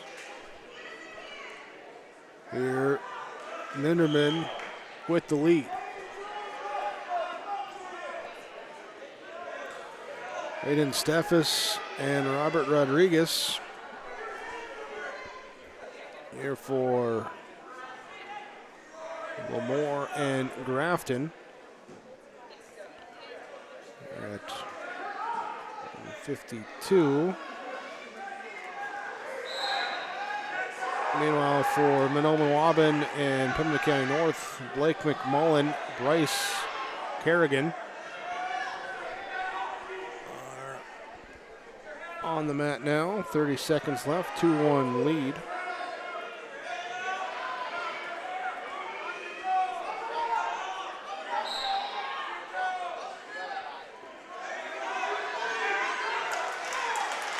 And now Minderman and Johnson will be tied up 7-7 with the 1-point escape. Both wrestlers on the feet. 55 seconds to go in the third period. Here's a takedown by Minderman. Minderman rolls into the headlock takedown. Brings Johnson down to the mat. Near fall points coming. 40 seconds left, looking for a pin. Meanwhile, Steffes gets the pin for Lamore, and there's Minderman with the pin for New York Mills.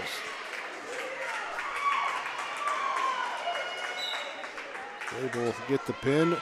Blake McMullen leading Bryce Kerrigan 4-1.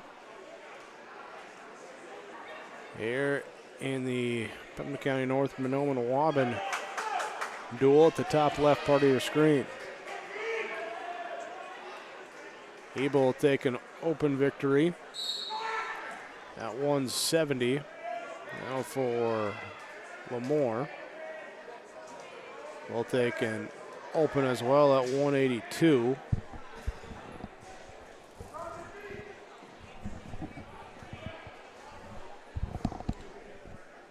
Double check who's coming out now.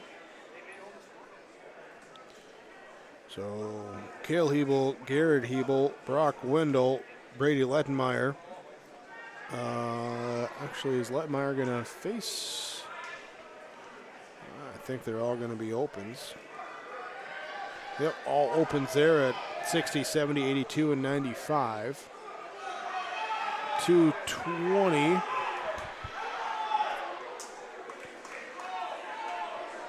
Here we have a double forfeit.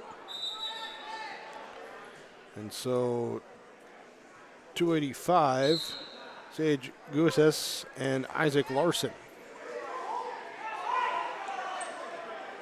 Gusses there for Lamore, Larson for Grafton. Gusses goes in with the single leg, trying to get in on Larson, and he brings him down to the ground.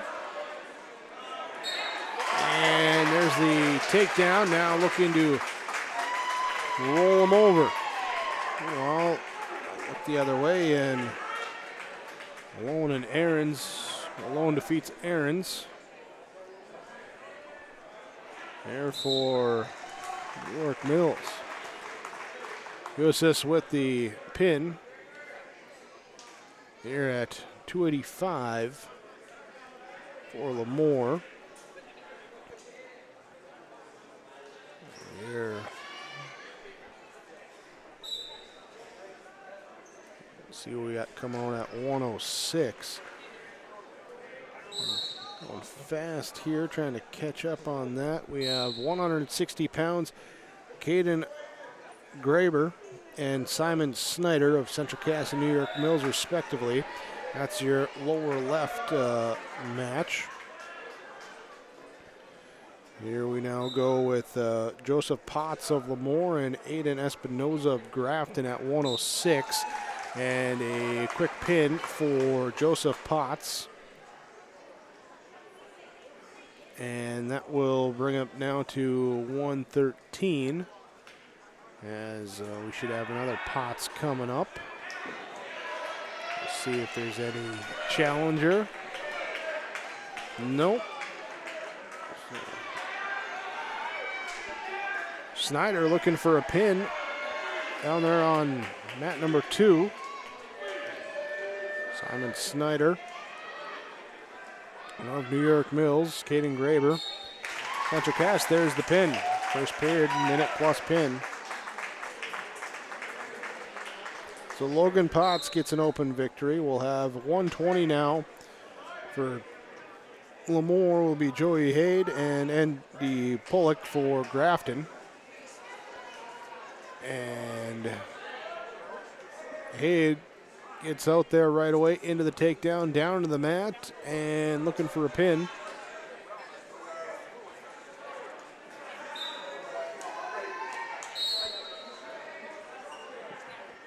Trying to get there, he gets it.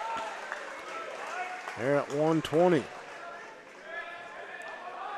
There, so final 2 weight classes coming up there.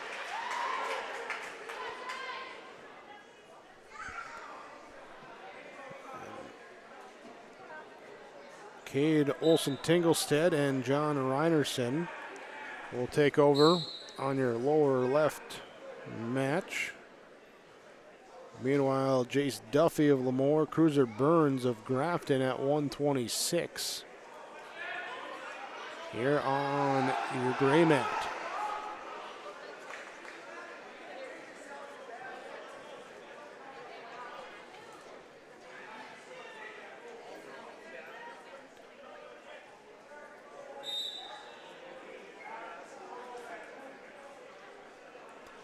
The Monoma-Waban and Pembina County North here at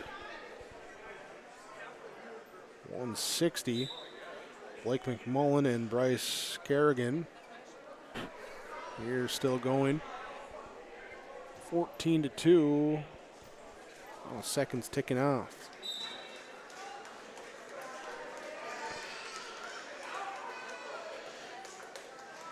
So the win for McMullen at 160. Here. Duffy and Burns, 126 on the gray mat.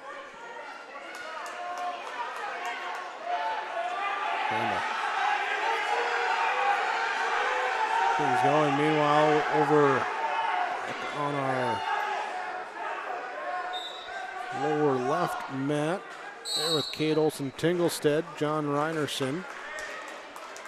Here it's 3-2. Olsen-Tinglestead with the lead going into the second period.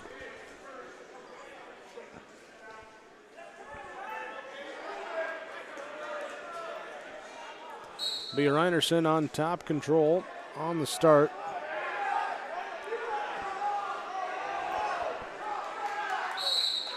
And trying to work here to that far side, on that left side.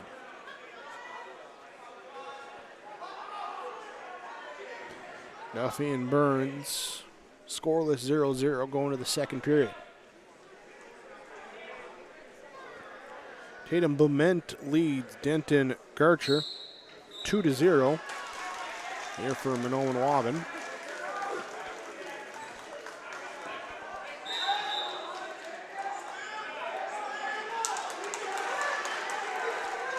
Olsen-Tinglestead pulls a reversal. Now here with a minute 10 to go in the second period, leading 5-2.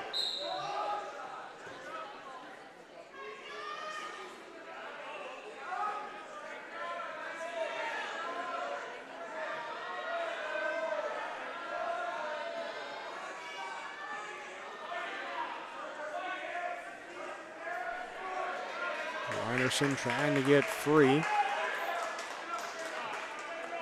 There is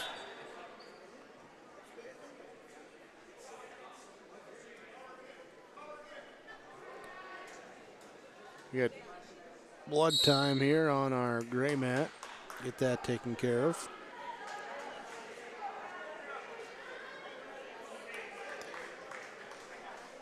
Tatum Bement picked up the pin over Denton Karcher. We'll bring up Caden Ross of Pembina County North, and looks like he's going to get open. And so at 195, Jackson Jareva of Monoma-Waban, Dustin Miller of Pembina County North here to face each other.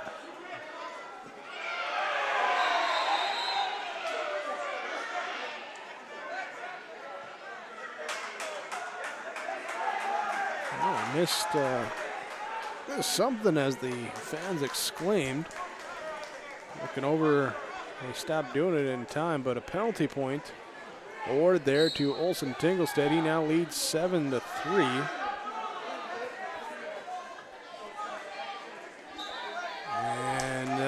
ride out the second period. Duffy and Burns resumes on mat number 1.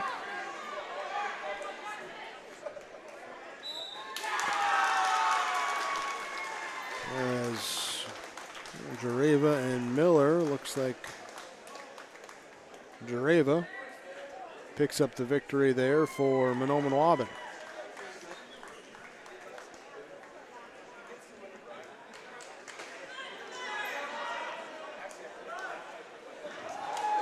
Ooh, throw, but off the mat there as Duffy tries to bring down Burns. Off they go.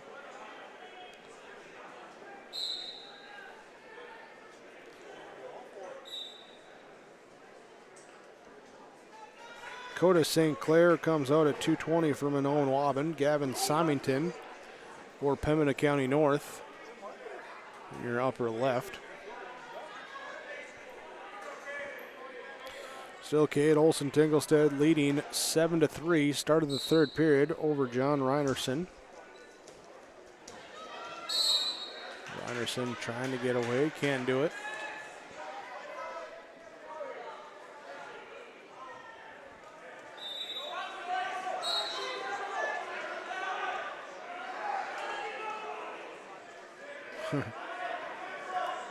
Guys backpedaling.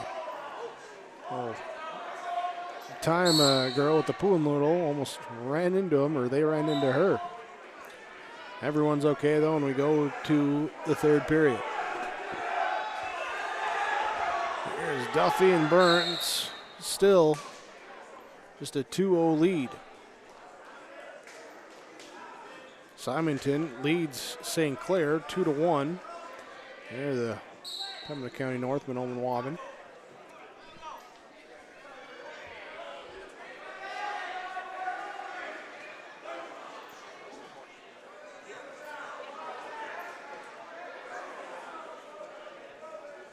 Both wrestlers up in that neutral position here in that third period. Trying to find a opening.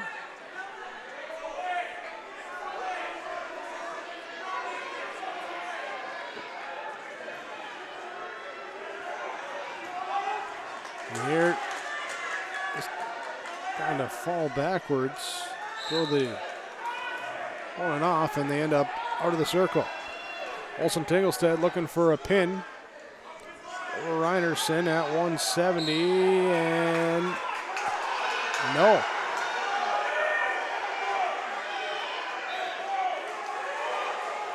Here we get the 2-point reversal now as I think Tinglestead might have heard a whistle from somewhere else. Looked like he paused for a moment, and Reinerson on top now with a chance to get a pin.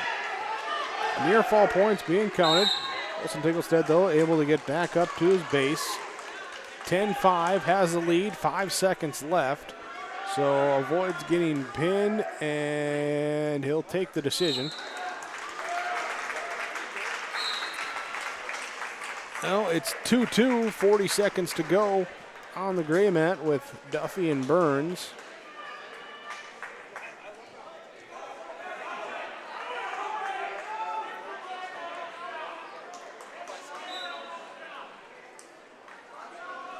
There's Cruiser Burns, Jace Duffy.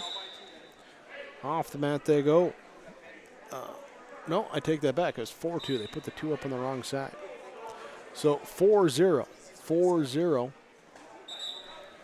Here with the lead is Cruiser Burns. Here, and 10 seconds left in the period. Duffy going to try and get inside. That will be 5 seconds left now. Here to hold off the rest of the period. So the decision for Burns, Cruiser Burns, takes it 4-0. And brings up now 132.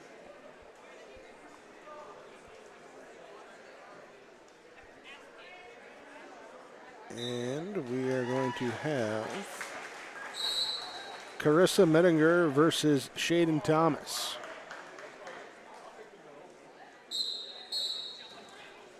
So Mettinger and Thomas here at 132.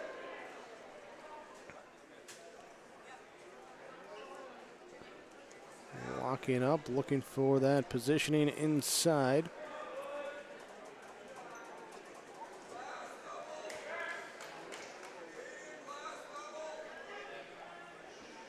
You're just trying to find that inside leverage.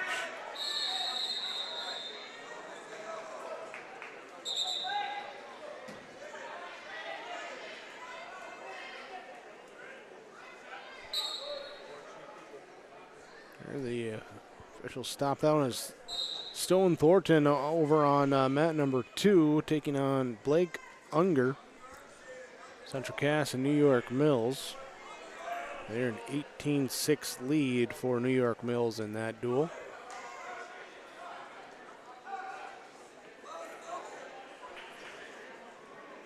Brandon Miller from Mahnomen-Waban, Keith Moore for Pembina County North on the mat. Pinning situation for Moore. Looking to get the pin here at 113, and looks like he does. So Moore will take the pin.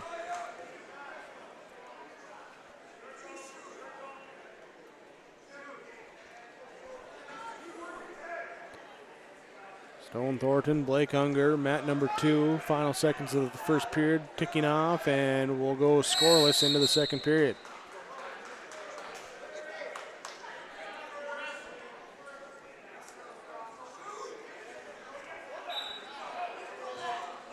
We're now a 1-0 lead here for Mettinger. Now a 3-0 lead as she gets the takedown. And stop here for the potentially dangerous. Gonna pause it here with 9 seconds left before the end of the period.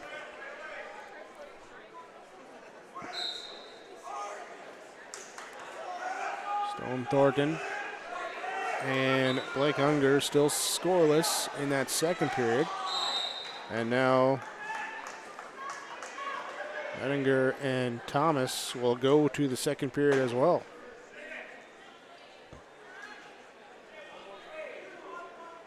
It's going to be Shaden Thomas choosing the down position.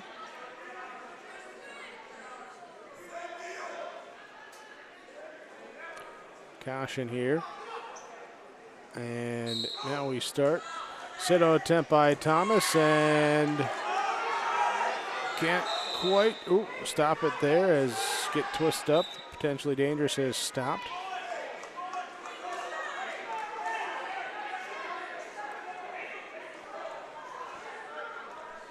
So Thomas once again, see if he tries that sit-out again. This time up to the feet. And Mettinger able to bring him down.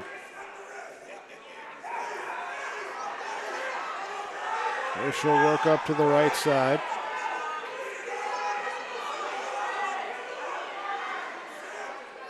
And trying to work across the body, sit-out attempt coming here from Thomas.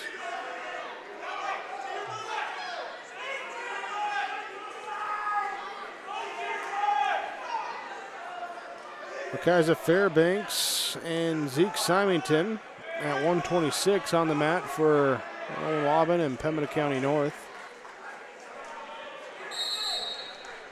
Here is Thornton and Unger, Stone and Blake will go third period, still scoreless.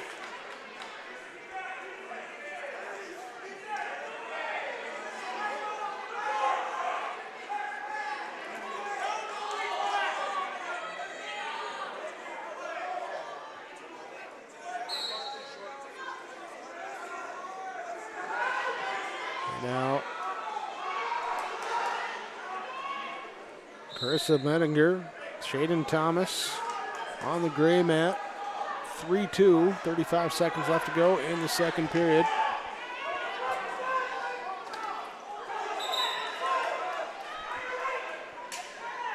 There's Fairbanks and Simonton go off. They'll come back, restart. Fairbanks leading 5-0. 14 seconds left in the first period.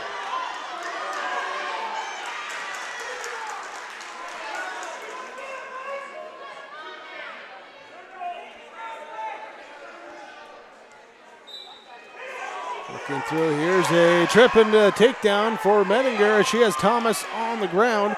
He's trying to kick out, and she's locking it in for the pin.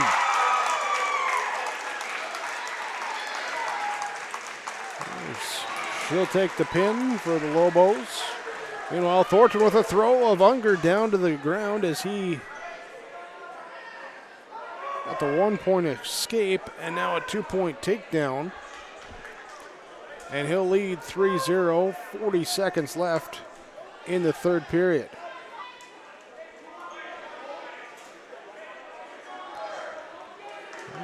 Grafton and Lamore wrapping up there. The Lobos will win that one, 66-9.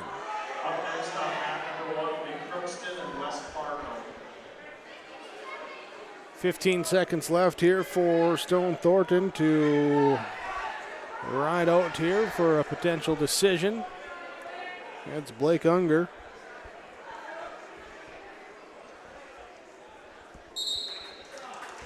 And that will be the decision. 3-0 win. Fairbanks and Simonton now tied up.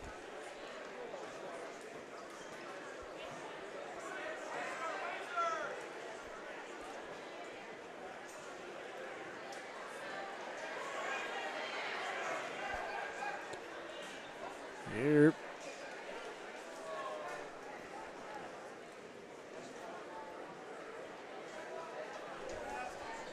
.29 seconds left. 5-2 after Simonton got the escape earlier.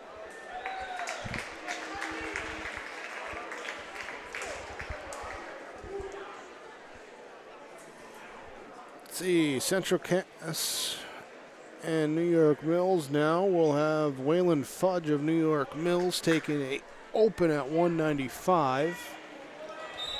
And Haugen at 220. Will he get... Yeah, it looks like Garrett Haugen will get an opponent at 220. It will be Bodie Roberts.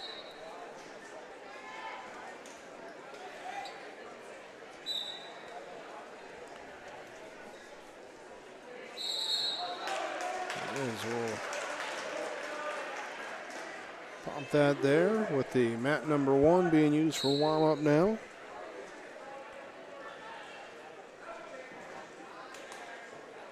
And Haugen and Roberts.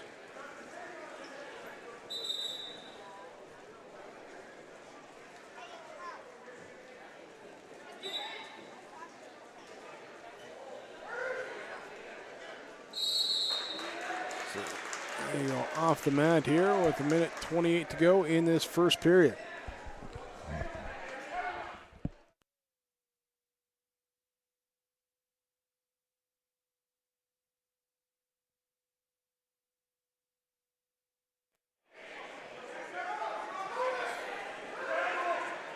Buckeyes at Fairbanks leading 5-2 in the second period. 1 minute, 6 seconds left in that period.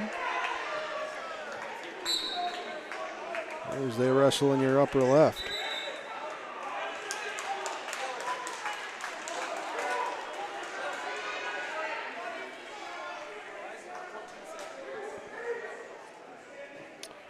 Crookston and West Fargo warming up on mat number 1.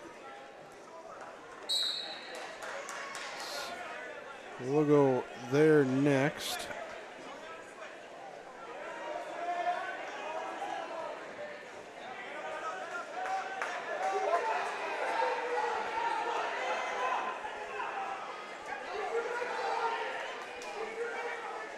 And trying to get in here with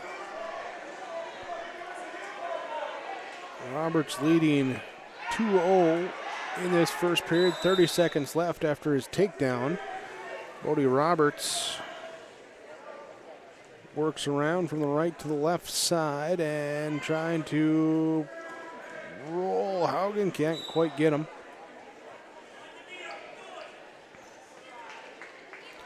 13 seconds left.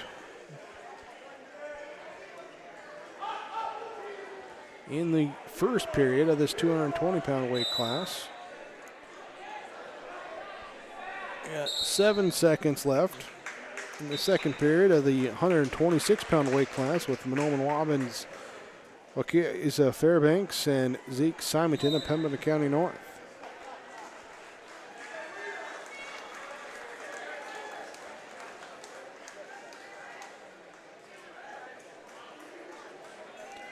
All right, to the second period here with Eric Mills and Central Cass. And Garrett Haugen trying to roll through it, nearly gets thrown off.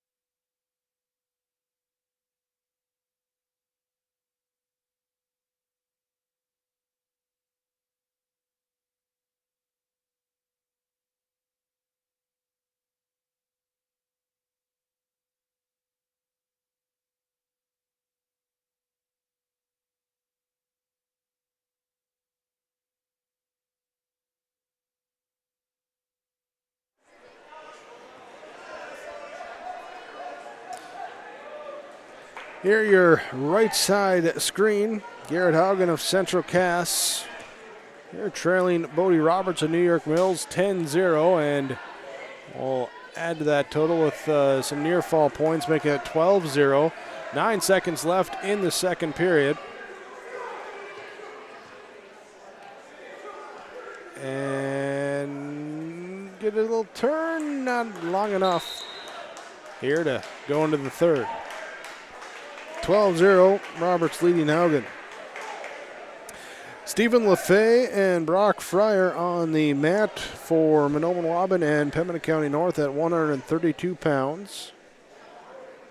They are your upper left corner screen.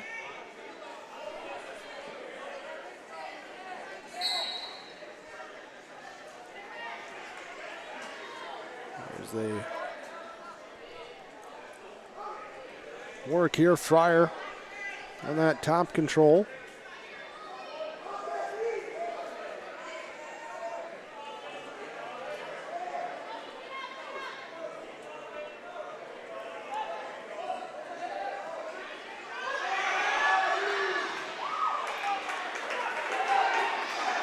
And Fryer trying to get the turn on LaFay. At the end of the period. Roberts takes two more. He leads 14-0. Now riding on top. Yeah, see if he can get the tech fall. And instead, he'll let him up. Go for the takedown for the tech. There's a shoot there by Haugen, and he catches Roberts. Catches him with the double leg. 2-point takedown. 50 seconds left now. Haugen in that top control. Works around to the right side, trying to steer Roberts back into the circle.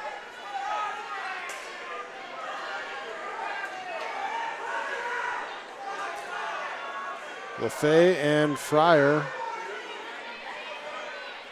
here for Nolan Wallman, Pembroke County North. Fryer leading 7-0 now, 109, now 7-2. 7-2 as we get a late reversal there before going out of bounds. And we're going to have injury time called there on mat number 3. So mat number 2. Now with live wrestling for another 22 seconds here in this third period. Garrett Haugen trailing 14-3, trying to pull a move, turn, and pin Brody Roberts. He's got 10 seconds left to do it. 4, 3, 2, 1. It will be Brody Roberts taking the victory. There, 14-3. So that will bring up our heavyweight class at 285. Dylan Sell goes over to the table. And we should see Roberts as well for New York Mills. That's Grady Roberts. Grady Roberts. As they come out.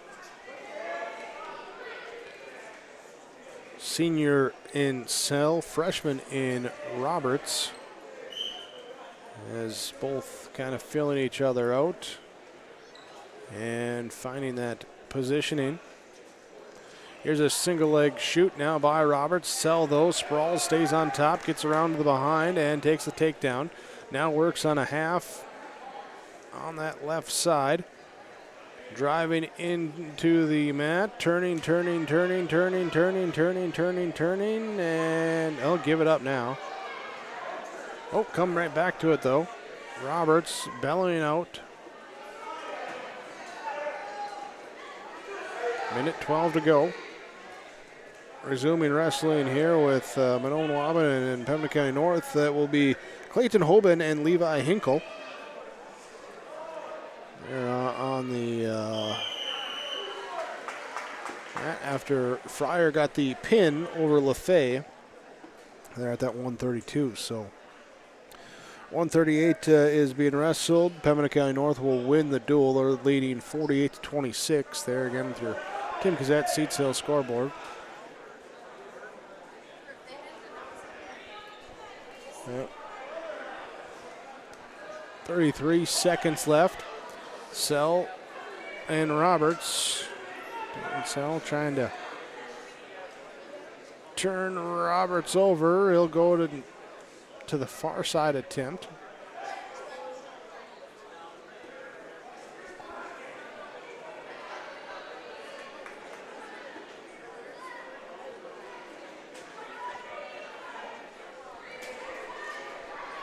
Sell then pulls him over. We're seeing here that Hinkle with the pin over Hoban there, so 54-26 the final for Pembina County North over Manobin Wabin. Pembina County North will still wrestle West Fargo. Manobin Wabin done for the day. We got Crookston at West Fargo warming up on mat 1. And we got Hillsboro-Central, Lemoore, Crookston, New York Mills. Mills still wrestling right now. Sal looking to back up and put the turn into Roberts. The minute 40 to go in this second period. And Dylan Sell picks up the pin. And the pin for Sell. They're at 285.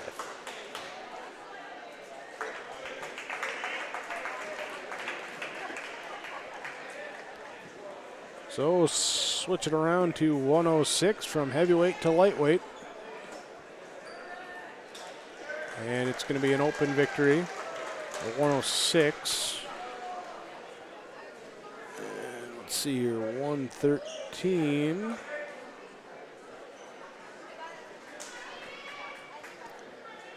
So Derek Jorgensen will take the open at 106 for Central Cass.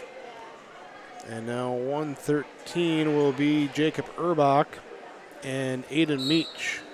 So Erbach of Central Cass, Meach of New York Mills.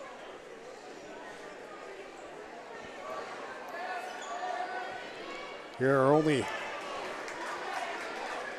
well, I was about to say our only live matches, and then I see that West Fargo and Crookston gonna start on up.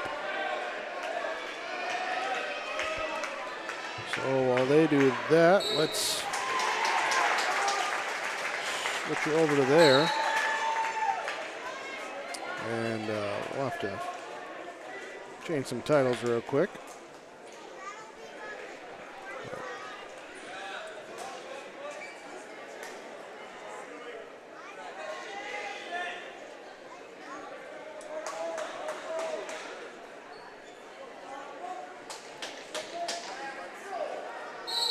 Go, and we got West Fargo versus Crookston.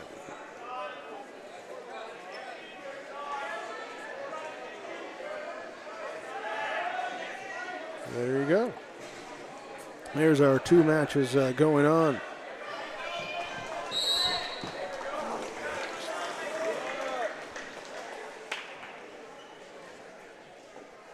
There's Josiah Crandall at 120 pounds for Central Cass. Creed Mersu for New York Mills.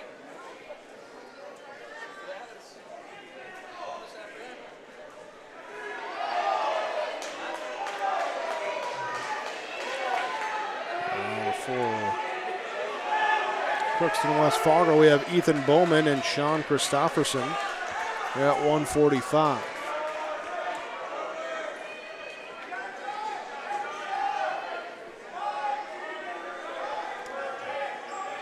There's Bowman and Christofferson facing off.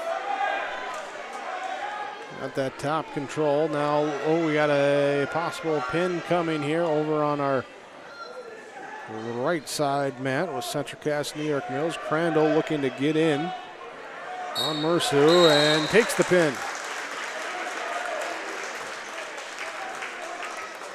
Pin victory there for New York, or for Josiah Crandall.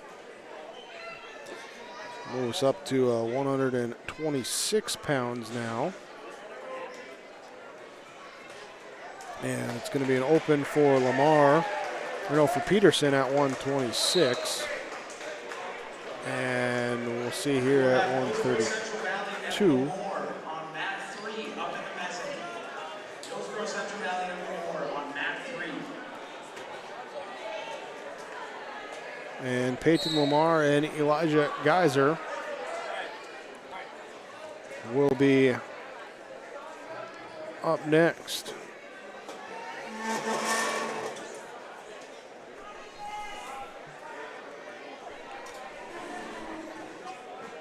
All right, so we're going to move Hillsboro-Central Valley.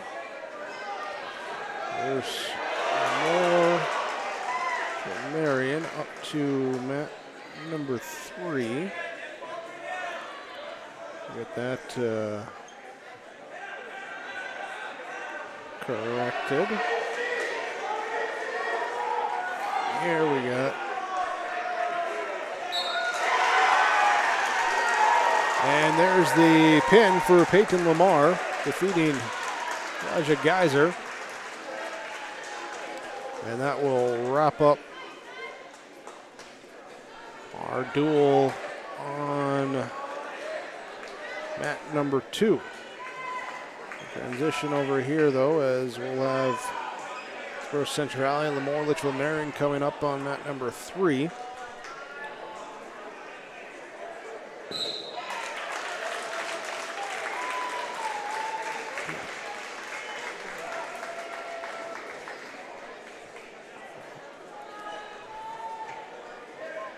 So the victory for New York Mills 39-30, or for Central Cass 39-34. So they take the last three to win 39-34 in that one with the Peyton Lamar pin to seal it. All right, our Crookston West Fargo duel. That's the live one right now. Has Ethan Bowman and Sean Christofferson. Was a Bowman pin for Crookston. Brings up Casey Weiland and Tyler Porter. As we near our final round of duels, a reminder to coaches to please come up to the score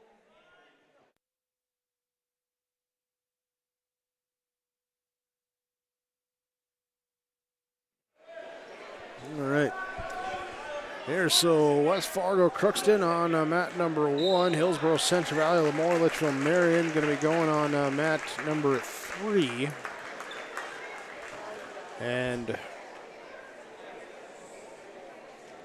the final couple duels that they were going to do involve teams currently wrestling, so we'll see how those play out at the end as far as how quickly we get to them with the time limits. Tyler Porter picks up a win by pin, 28 seconds. They're at 152 pounds, so at 160. Here as we got Carter Coette of Crookston, Kenneth Johnson of West Fargo. Here, and we'll check with both wearing the similar singlets. I believe Johnson, the one with the pink shoes there. There on your... Yes, that is correct. Johnson there for West Fargo with the pink shoes and Coette with the black shoes there. Got the same similar colored singlet. So facing off here with the hand fighting. Looking to get inside.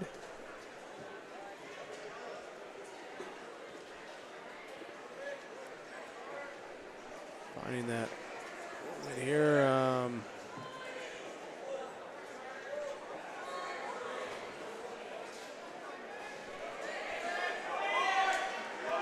There's a shoot attempt blocked that time by Coette.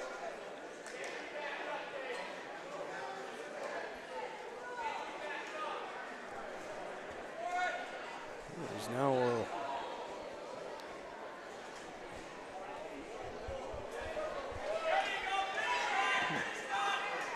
spun around this time, 2-point takedown.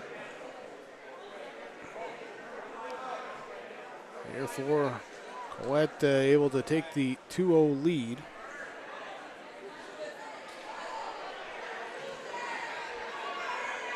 Looking here, trying to get Johnson turned over.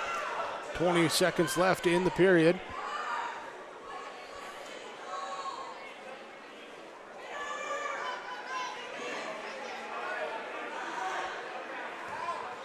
And off the mat they go. Did they award the back points? They do. Got him the back points, so the lead here at 4-0 for Carter Coette.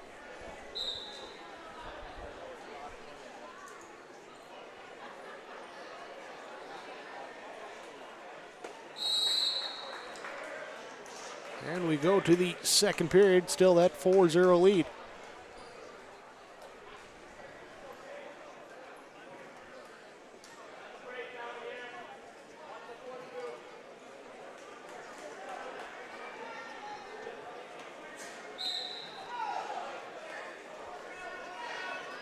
Johnson on top control, trying to stick with him.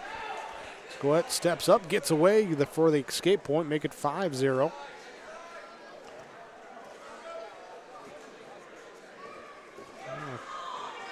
Coette will get the 2-point takedown on a shoot and then a sprawl and defend. Coette lets him slip by and rolls him up into a near side for the pin.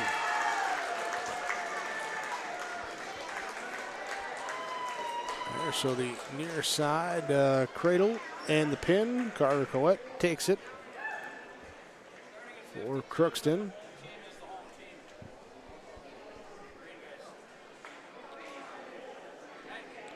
So now to 170. And we have Hosea Riga for Crookston and Waylon Kressel for West Fargo. Kressel in the green singlet.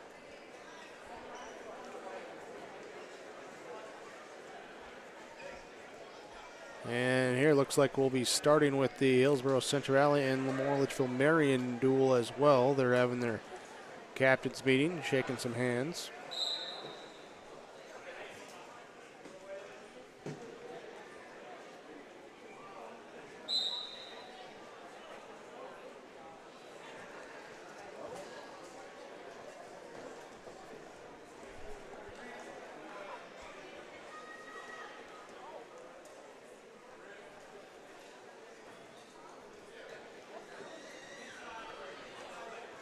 Kressel will shoot in. Double leg takedown.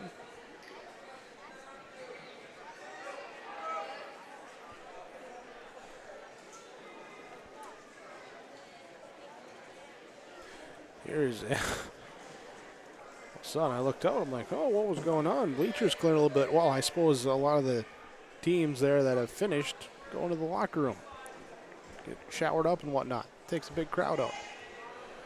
Here, Kressel still working on top near that edge of the circle. They'll get the pin.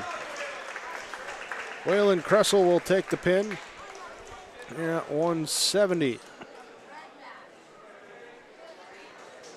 All right, so now for the 182-pound weight class.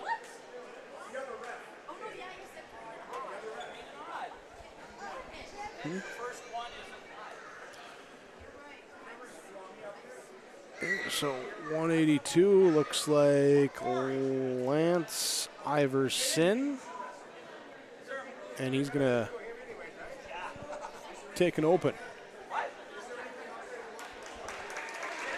So Iverson an open at 182.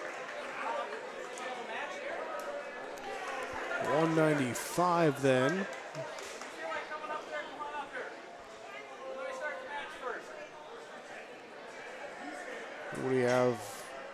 We will have a match at 195. Hunter Knutson and Caleb Porter will come out. And we're going to start here at 152 for Hillsboro-Central Valley and Lamar-Litchfield-Marion.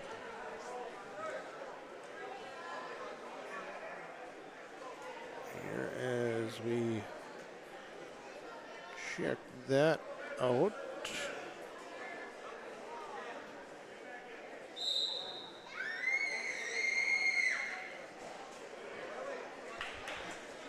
Looks like Henry Nelson will get an open.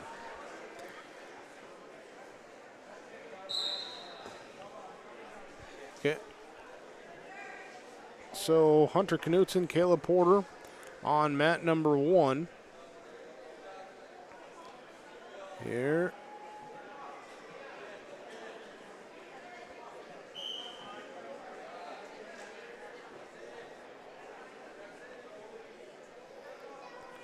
And now we'll have Braden Chenault and Kit Hebel. Hebel comes out with the takedown.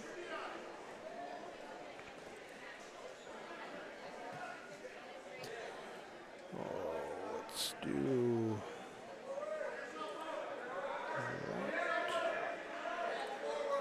that. There's the switching here to the two mats.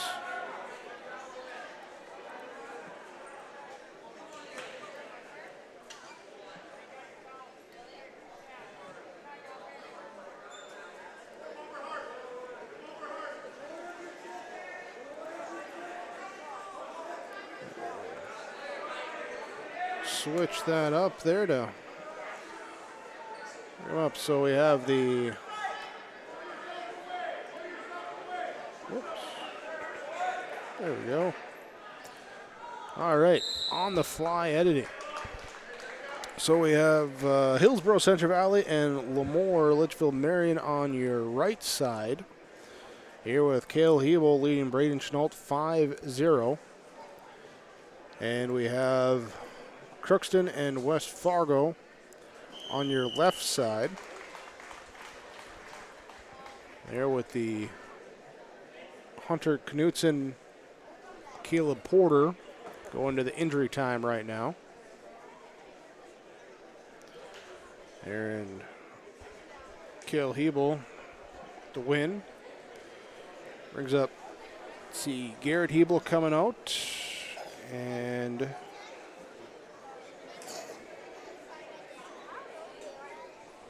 looks like it will be an open victory for Garrett Hebel. There he gets the hand raised. So the 182 will go. Blood time done with on mat number 1 there on the left side of your screen. As we resume. Hunter Knutson, Caitlin Porter, and both wearing the similar colored singlets. But right now, here it is, Porter on that top control. With the white colored shoes. Knutson has the dark colored shoes, if that helps you.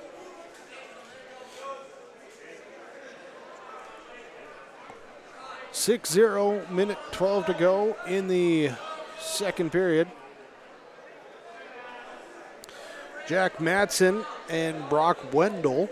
Brock Wendell leading Matson 2-0, and there's a pin in the first period. There's a Wendell will pick up the pin.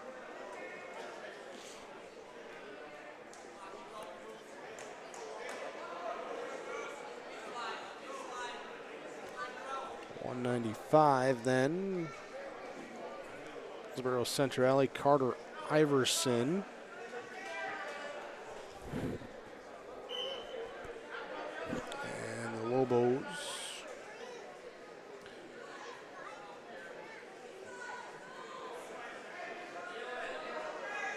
Brady Ledenmeyer. Ledenmeyer here defends the shoot attempt from Iverson.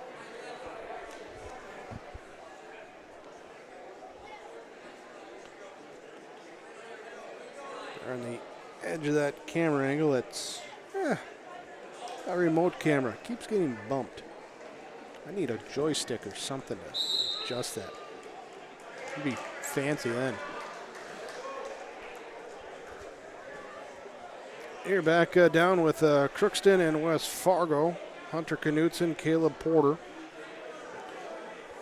Porter with an 8-1 lead. As he goes for the reversal, make it 10-1. And working in that top control now. Back on the other side, Iverson tries the sit out. And Ledenmeyer sticks with him.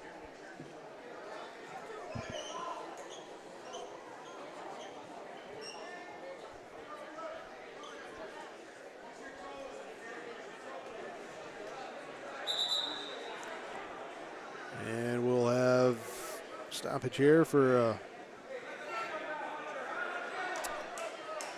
a penalty point here. I was looking back at the other mat and didn't see what the referee signaled. Here's Ledenmeyer riding in on Iverson, looking for a pin.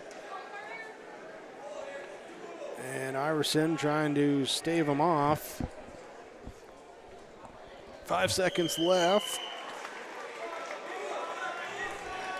And he got the pin. Ledenmeyer with the pin.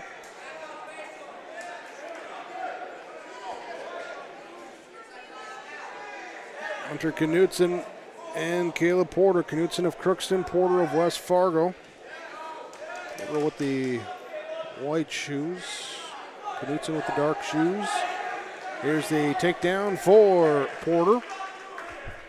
Now at 14-2.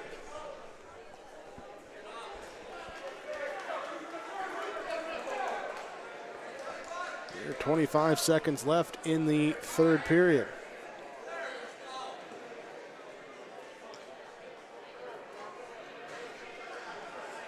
Let's see here for Hillsboro-Central open at 220. Open at 285.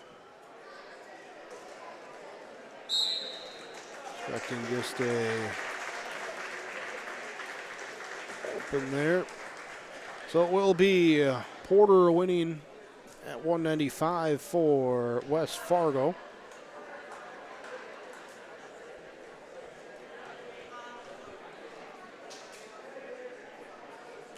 Taking the 12-2 major. 220 coming up now.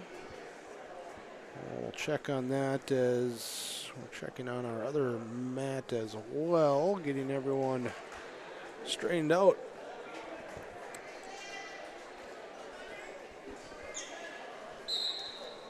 Okay, so we have Ethan Bowl of Crookston, Connor Lamb of West Fargo. Bowl will wear the white shoes. Lamb will wear the dark shoes here on that gray mat. And in our Hillsboro-Central Valley at Lemoore, we have a 106, Justin Terrell and Joseph Potts. As they go off the screen a little bit, Potts, hands around, now they'll go off the circle. Come back.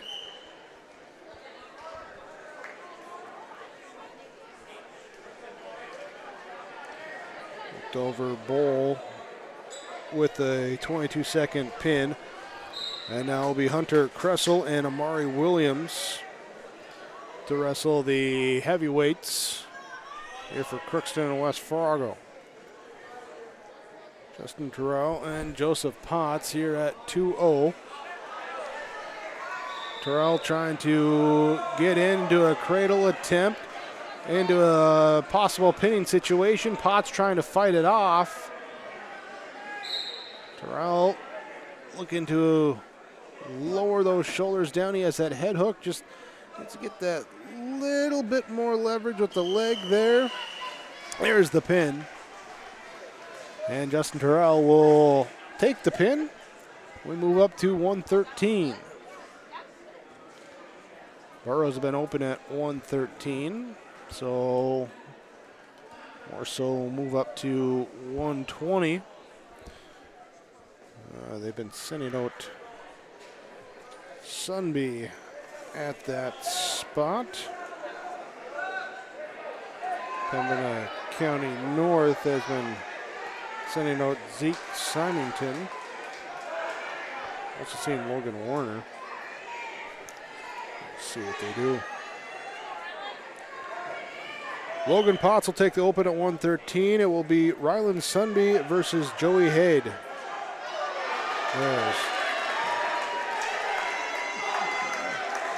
And meanwhile, we have a pin situation here as Hunter Kressel and Amari Williams. Amari Williams will get the pin.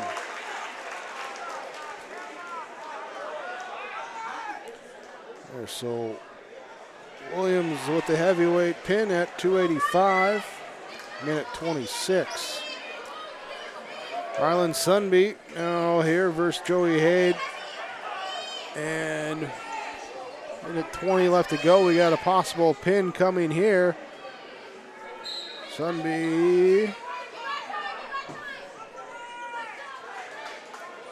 trying to apply that there, has that head tilted and looking for the pin. Meanwhile, we got a pin out on mat number 1. Pins coming fast and furious right now as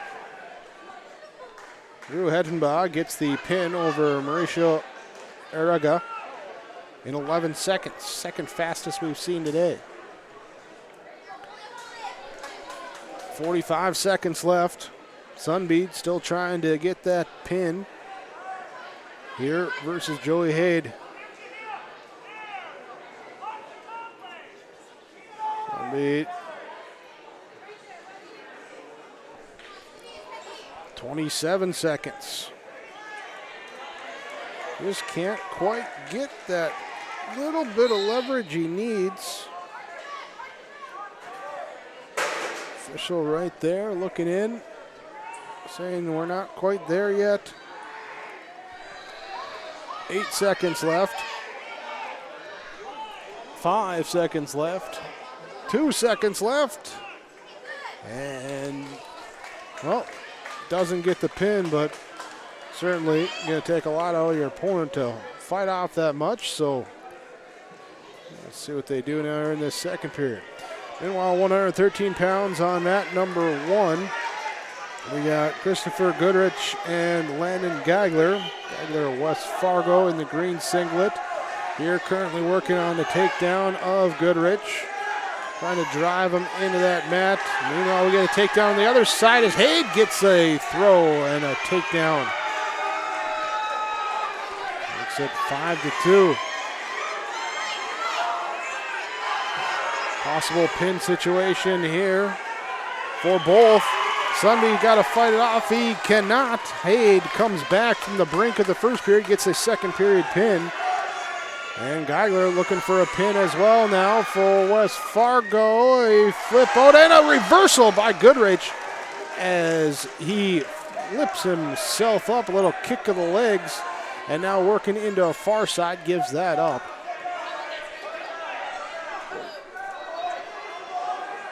All right, we're good.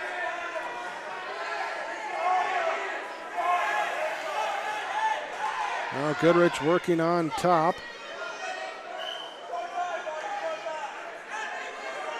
Well, Carson Cazzette and Jace Duffy face off on mat number 3, the right side of your screen.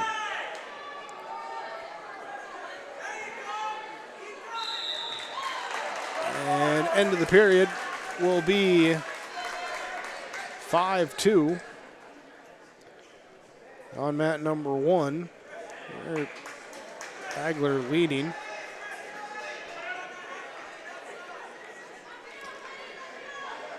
Carson Cazzette, Jace Duffy.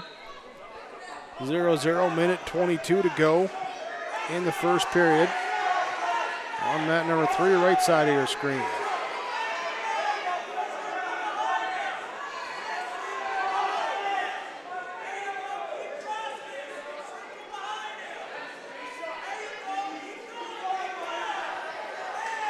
Goodrich working on top control. They're on mat number 1, the gray mat.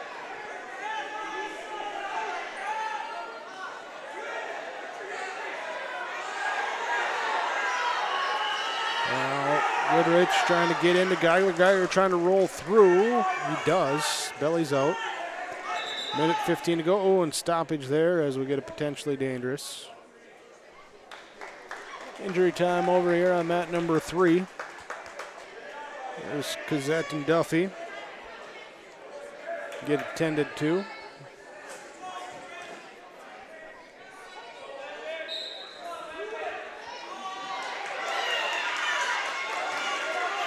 Mat number 1.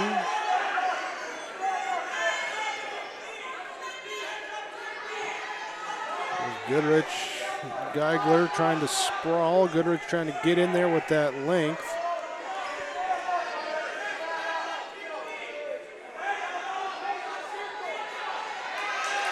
And there is the reversal for Geigler. Looks up now here on that right side. Cazzette and Duffy back in action too on mat number 3. Cazzette shoots, Duffy defends, and they go off the mat.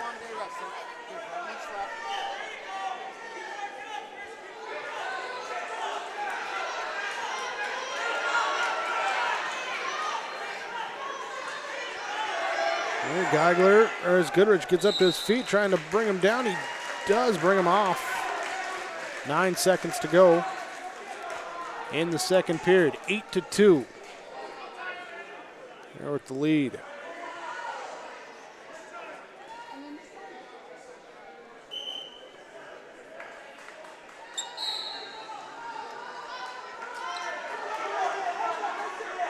There Geigler breaks down Goodrich on the start. New period here for Carson Cazzette of Hillsboro-Central Valley. Jace Duffy of Lemoore, Litchfield Marion.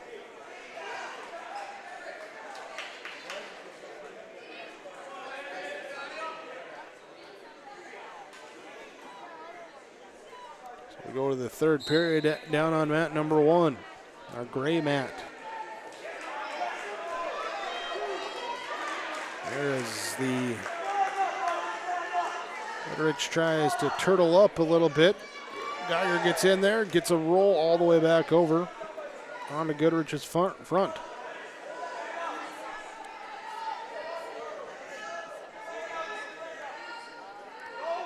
Carson Cazzette here up on the neutral with Jace Duffy.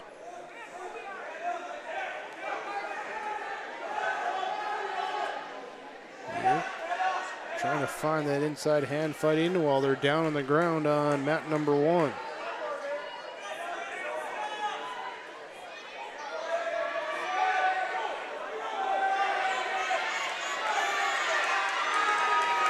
There's a pin coming now. Yes, Geigler gets the pin of Goodrich. West Fargo adds to their point total. And their pin total as well.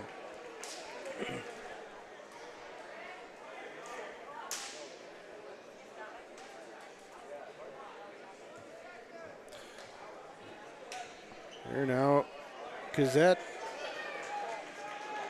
and Duffy trying to find the inside position. Still 0-0, 6 seconds left in the period. So we're going to go to the third. Scoreless. Cazzette says, I wanted that on position. No doubt about that. Knew we wanted it. Evan Trudeau of Crookston, Tanner Thorson of West Fargo. And here is who's going to come on top. Thorson with the white shoes, Trudeau with the dark shoes out there on mat number 1. There with the similar singlet colors. One just a little darker shade, lighter shade. Crookston is the darker shade of the singlet color. That gray instead of silver or whatever you want to call it. I'm not a color palette expert. Here's a 2-point takedown for Tanner Thorson.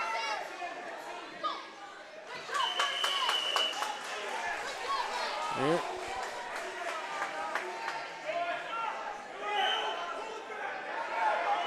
There's a quick shoot here by Carson Cazzette, leading 1-0 after taking an escape. Now around the midsection. Oh, we have a clasping call coming. We do. There's a clasp, and so a point. Now makes it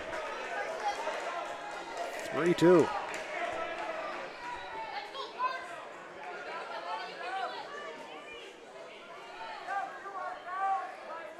Both wrestlers up on their feet here with 45 seconds left.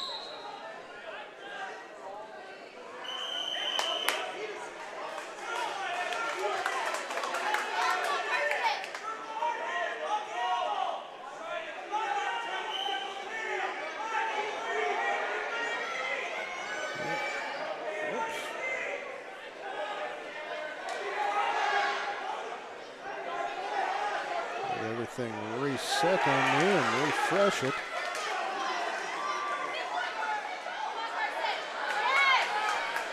Here's a shoot attempt by Cazzette. Now in top control. Well, you got Thorson in control here down on mat number 1.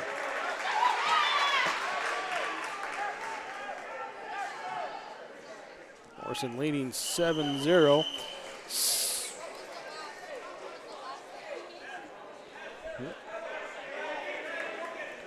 Double check the score here. We got a 6-6 or a...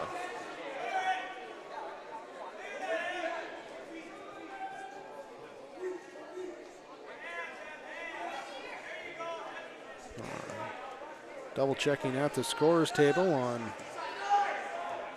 what the points were. Meanwhile, mat number 1, Tanner Thorson leading 7-0 over Evan Trudeau.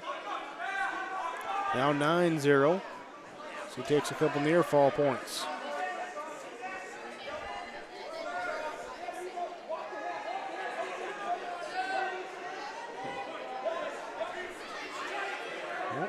Still conferring with the score there on mat number 3. As we approach 1 minute, well, we hit 1 minute to go in the second period on mat number 1.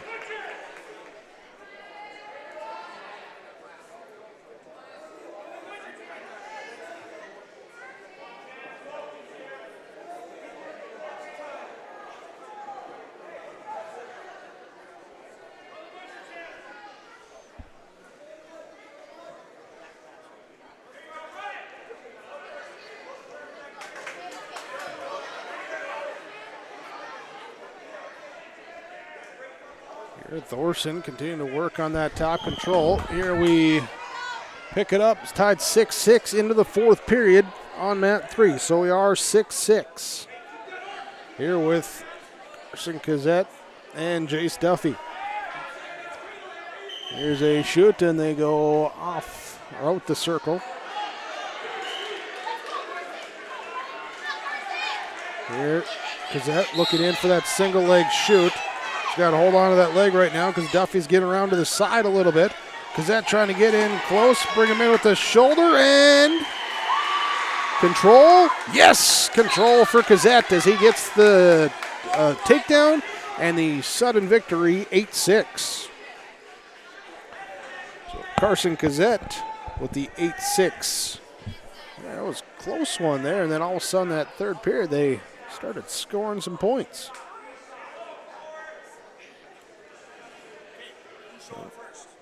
Tanner Thorson here leading Evan Trudeau. Final 90 seconds of their third period.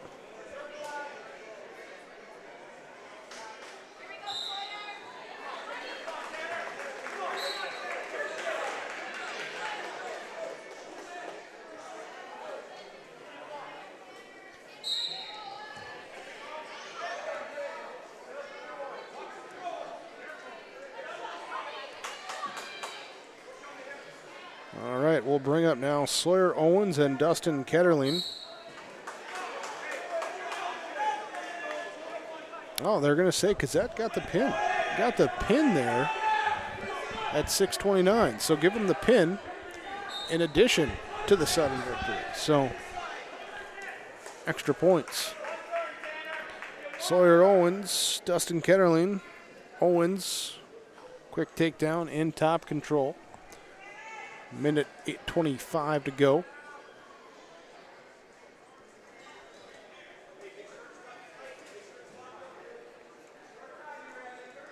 Working now right in the middle of the circle. Owens back towards us. Here to the right side.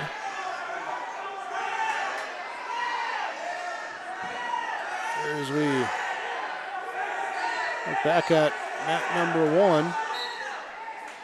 And here's a reversal with 9 seconds left, but not going to be enough to change the outcome as we'll get a 13-4 major. This major decision that is there for Tanner Thorson, West Fargo. Move that duel to the 126-pound weight class.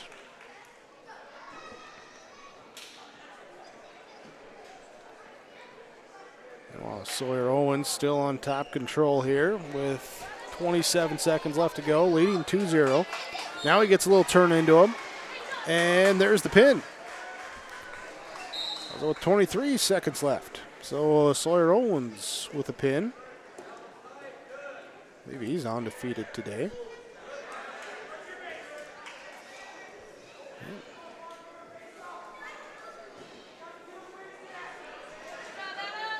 So 138, 145 upcoming.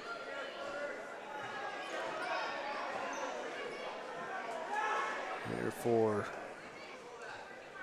Hillsboro-Central Valley and more Marion. Looking open at 138. Adam Smith takes an open at 138. And at 145, Maddox Schockman takes an open. So Lemoore Litchfield Marion will take it 42-30. Final in that one.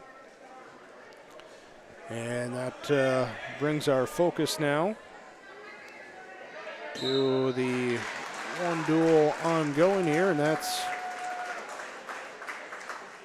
Crookston and West Fargo. Here in, let's see, at 126, Evan Lukney just picked up a pin over Parker Thorson. So Crookston pin victory there brings us to 132.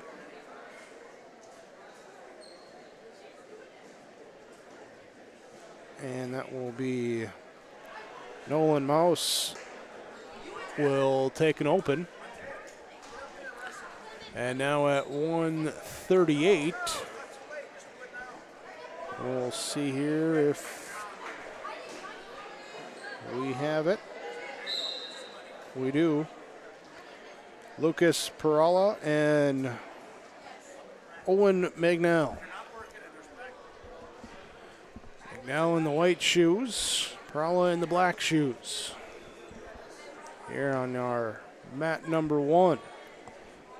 And we'll have Pembina County North and West Fargo on mat 2. Crookston New York Mills on mat, I'm guessing mat number 1, since it's open, to finish out the day. So we'll have a little bit of time in between those.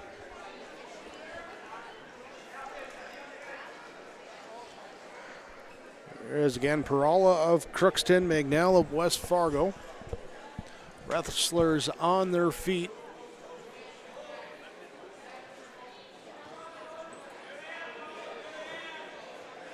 Here for that hand fighting on the inside part of the circle.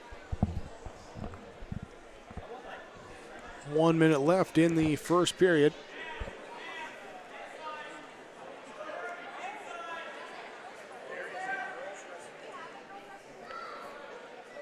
Perala and Magnell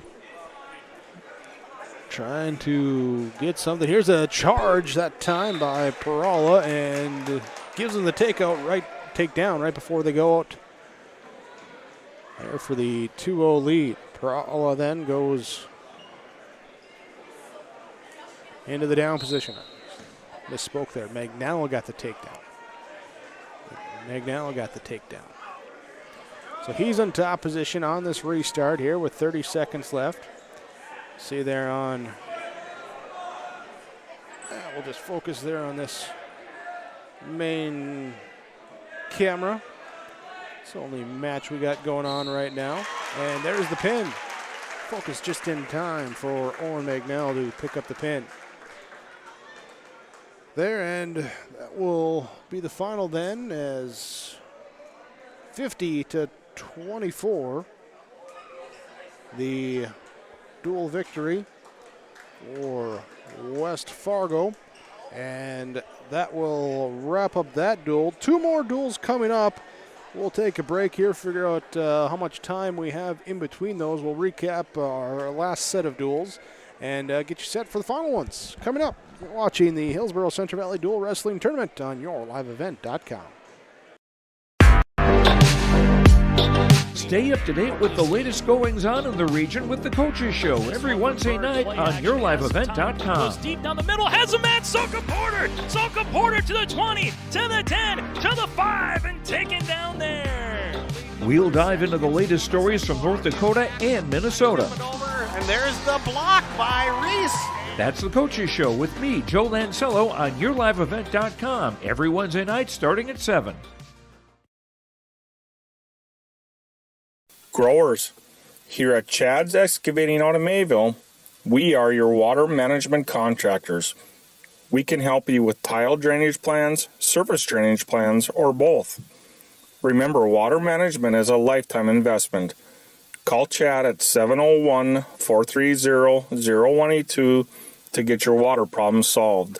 That's Chad's Excavating out of Mayville. 701-430-0182, helping farmers grow. Ziegler Ag Equipment, Highway 9, North Ada. New updates, new trades. Massey Ferguson draper headers, 35-foot and 40-foot draper headers, one of each. They're on the lot. Call Chuck or Neil for pricing. 2020 Amity model 3700 topper, one owner machine, local trade, has row finder. Call for pricing. 620 versatile wheel tractor is on order from Ziegler Ag Equipment. It's at last year's pricing. Call Chuck or Neil for details on this. Ziegler Ag Equipment, Highway 9, North Ada. Don't let the flu get you down. Fight the flu with a shot of prevention. Stop at Hillsboro Drug and get your flu shot today. No appointment is necessary. Shingle shots are also available. And don't forget your other pharmacy and healthcare needs at Hillsboro Drug. Over-the-counter medications, vitamins, health and beauty items as well. For your convenience, Hillsboro Drug offers mail-out service and delivery of your prescriptions. Check out the gift items for all occasions, too. Hillsboro Drug is a locally owned pharmacy and proud to serve the area. They thank you for trusting them with your business at Hillsboro Drug. Lee Brothers Sales, Highway 9 in Ada, invites you to order your new Buick and Chevrolet vehicles. From the Silverado, Trailblazers, Traverse, and Enclave, Lee Brothers is your authorized Chevrolet and Buick dealer, providing sales and a service to the area since 1975. For ordering your vehicles, talk with Mitch, Smurf, or Jay. Trust the experts who know your vehicles best and take advantage of great Chevy certified service offers today. Lee Brothers Sales, Highway 9, Ada, 218-784-2000. Bank with the area's lending leader, Community Development Bank in Ogama. Open at 8:30 a.m. Monday through Friday. They offer more to serve you, their valued customers. See Robin for all of your financial needs. Boat loans, car loans, four-wheelers, business, home improvement, and vacation home loans. They do it all. Call 218-983-3241 or log on to comdevbank.com. Community Development Bank in Ogama. Member FDIC. Olson Hardware in Hillsboro welcomes you to stop in. You can find all of your hardware needs for all seasons. They do have everything you need to get your home and yard ready for the winter ahead. If you're preparing for your remodeling or other do-it-yourself indoor projects this winter, stop by Olson Hardware, pick up your paint, stains, and all of the other accessories too. If you're in need of a mattress upgrade, stop in and check out the amazing Rest Mattress at Olson Hardware. Olson Hardware can repair your major appliances, refrigerators, freezers, stoves, ovens, washers, dryers, and more. Your full-service hardware store, Olson Hardware, Hillsboro. Welcome back. Here is our final two duels of the day will be coming up. We'll have New York Mills on mat number 2 taking on Crookston. And we'll have West Fargo and Pembina County North on mat number 1. So a couple of good duels right here as we round out the day. Eventful day it's been. Looking at our last round of duels, we had Crookston and West Fargo faced off. It was West Fargo getting a 50-24 victory. For the Packers, it was Tyler Porter with a pin at 152. Carter Coette a pin at 160.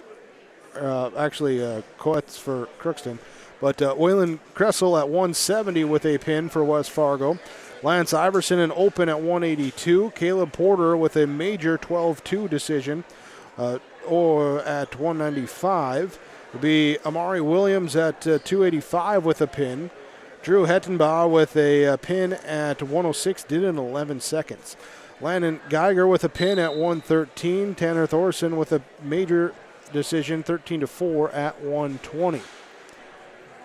Here as, they're going to start up right away here with West Fargo and Pembina County North. Nolan Mouse with a forfeit victory at 132 for West Fargo. There, that last duel for them with Crookston. So West Fargo and Pembina County North on the mat right now. Mat number 1 on your right side as they begin. And we look in. Here starting at 152. They're waiting for everything to update just to make sure that no surprise changes, but I believe it's Ethan Stegman and Tyler Porter. Yeah, that looks correct. So Stegman and Porter. Ethan Stegman, the senior for Pembina County North. And Tyler Porter, senior for West Fargo.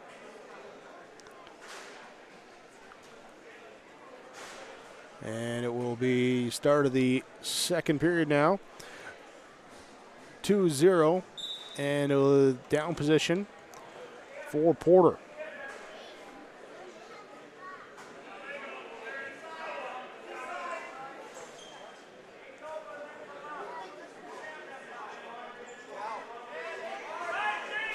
They're now trying to get up to the feet. Porter here and Stegman, they roll, and Porter rolls right into a pin for Stegman. So Stegman rolls Porter into a pin. Got that backwards as getting everything else backed up here. So there's the pin at 152. 160 now. Here and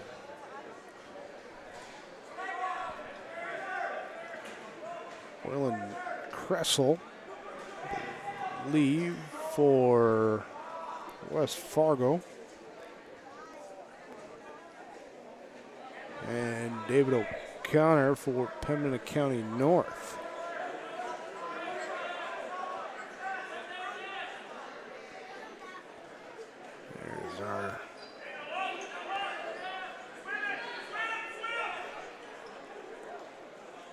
So right now, West Fargo's Kressel working here.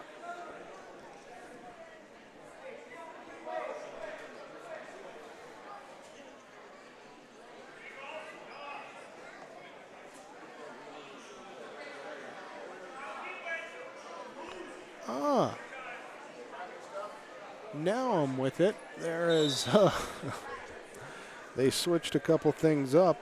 I was trying to figure out why I didn't have the announcement there of it, but looks like they went with a couple of exhibition matches there, and I was just going by the weight classes of who should be up. But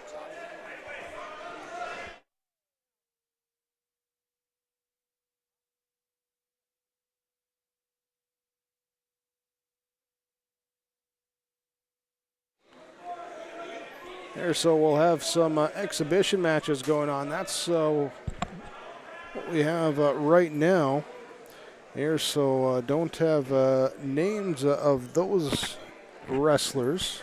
Let's see if we can grab some of that and some other information here coming up. 1 second.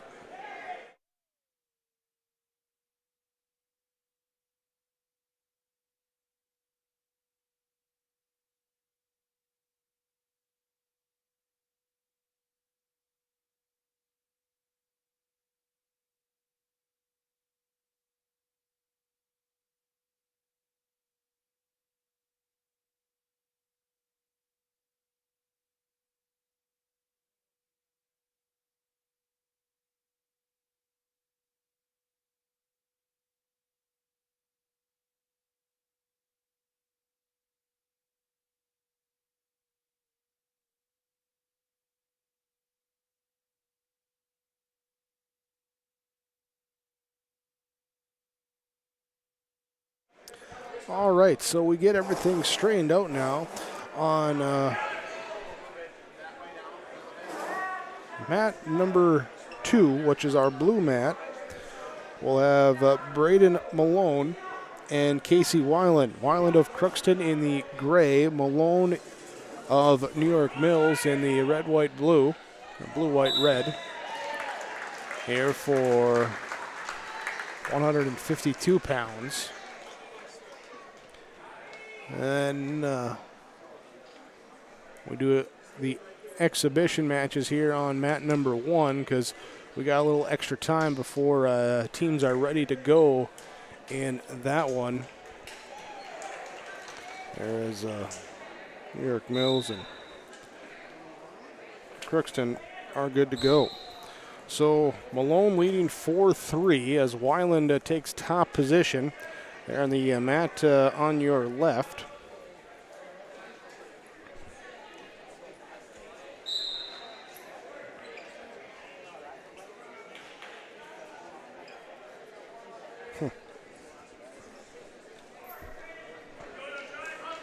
Working here, Malone in the down position now as Weiland takes on top and wrestles him into the mat.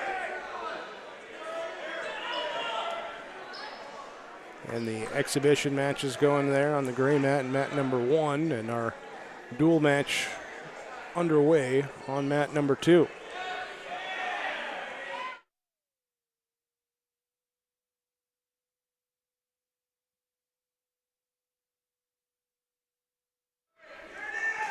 Off near the edge of the circle, a pinning situation here for Weiland, and doesn't get it, but get the 3 near fall. As they go out, we'll come back, restart. 6-4, Weiland leading here in this first period. Trying to break them down as Malone sits out on the restart.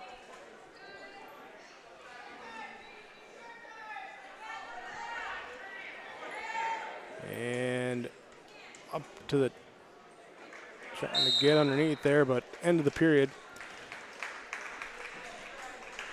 That will be it there for our first period. Here at 152 pounds, Casey Weiland of Crookston leading Braden Malone of New York Mills. Malone will be in top position for this second period as he gets a throw down to the mat and clasping being called. 1 point awarded there to Weiland, now leading 7-4.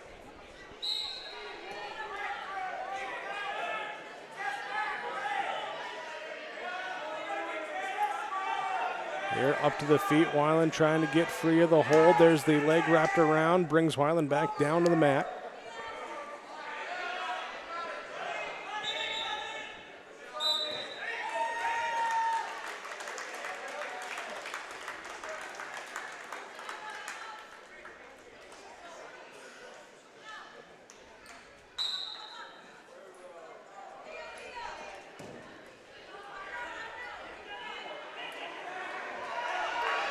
Malone brings Weiland down and has him caught here. Back points being counted. That will at least tie the duel or the match.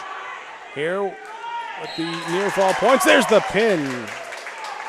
Braden Malone picks up the pin.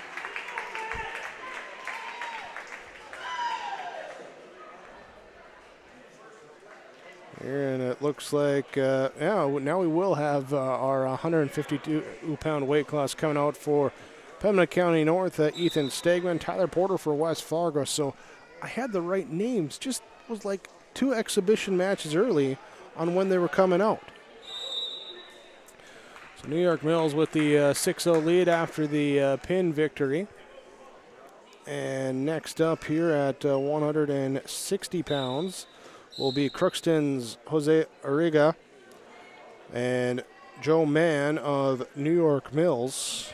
Here, 160-pound weight class on the blue mat. 152-pound weight class with Ethan Stegman and Tyler Porter. Porter in the white-gray singlet here as he is in a pinning position here with a Stegman on the mat, and there is the pin. Porter will pick up the victory. So both duels starting with pins at 152. They're now at 160 while Riga and Mann go on our blue mat. Will be our gray mat being Bryce Kerrigan at Pembina County North, Waylon Kressel of West Fargo. Here Kressel right away, there that ankle pick into the cradle and into the pinning situation there with an 11-second pin. Kressel working quickly, doing what he wants to do, and getting the pin. And we got a pin on the other side too, as Joe Mann gets the pin for New York Mills. So pins at 152, pins at 160. Up next for West Fargo and Pembina County North. Here at 170 pounds, West Fargo will be Lance Iverson. Pembina County North will be Denton Karcher. For New York Mills and Crookston, they will send out Carter Coette of Crookston, Simon Snyder of New York Mills. New York Mills in the blue singlet on the blue mat. And Crookston in the gray ones. West Fargo in the green on the gray mat. And the black one goes to Pembina County North. Iverson breaks down Karcher on the restart, leading 2-0. Works up to the side, now switches around, rides from the back.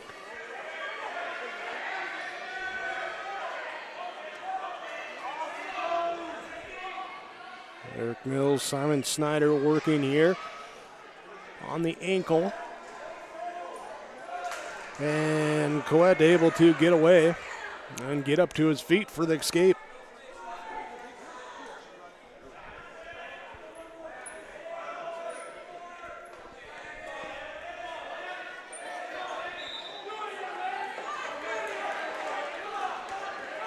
They're off the mat they go, still scoreless between Coette and Snyder.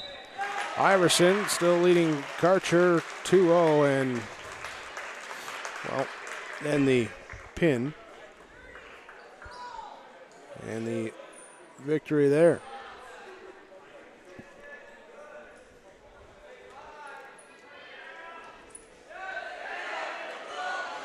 So there is Lance Iverson gets the pin in a minute 23. Caden Rose, Pembina County North, and Caleb Porter of West Fargo. The match on your right side there.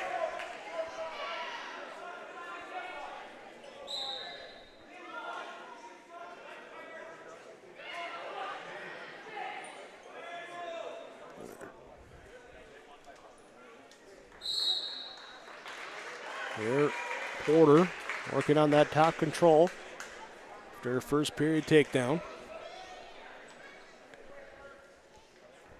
Wow. Snyder and Coette still at zeros as they start period number 2.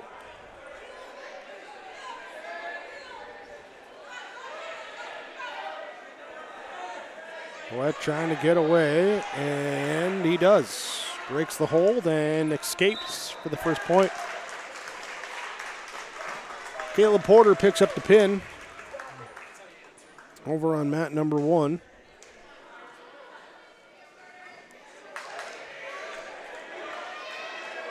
And now trying to get away with, there's a trip brought back down to the mat, and Simon Snyder in control with the 2-point takedown.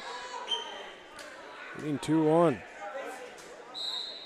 Off the mat they go, and they will reset from the center. West Fargo has Connor Lamb. Pembina County North has Dustin Miller now at 195. There's the face-off on the gray mat.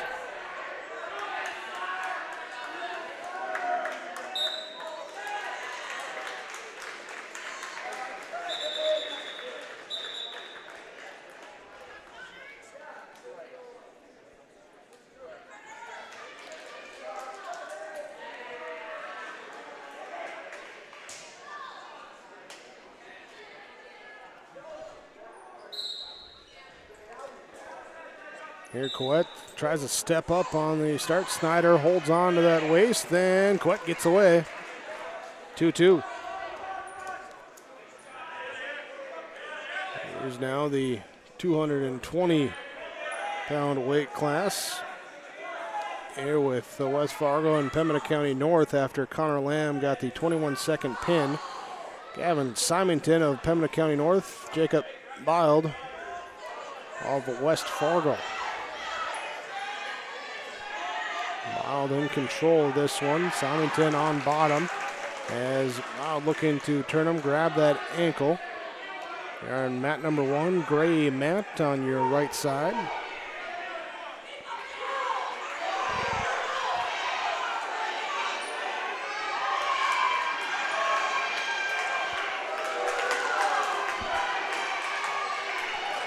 Mat number 2, we got Coet and Snyder, and it will be at the end of the second period. And it will be near fall points, make it 6-4. 6-4, reversal and near fall. There Snyder takes the lead. Simon Snyder, that is.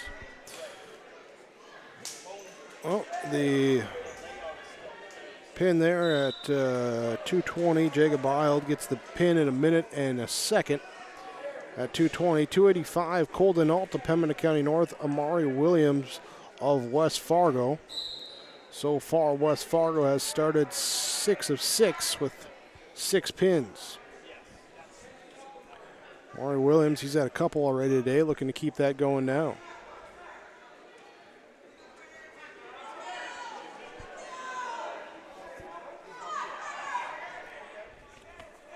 On mat number 2.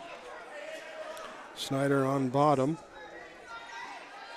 They're trying to get, oh, they'll stop it.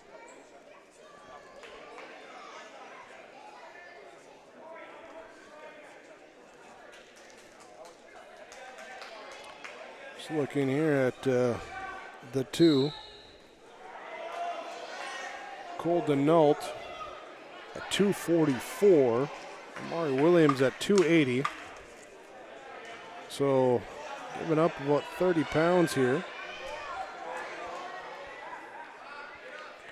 There, Williams certainly using that to advantage as he's pulling Denault around, trying to bring him down to the mat. Break him down.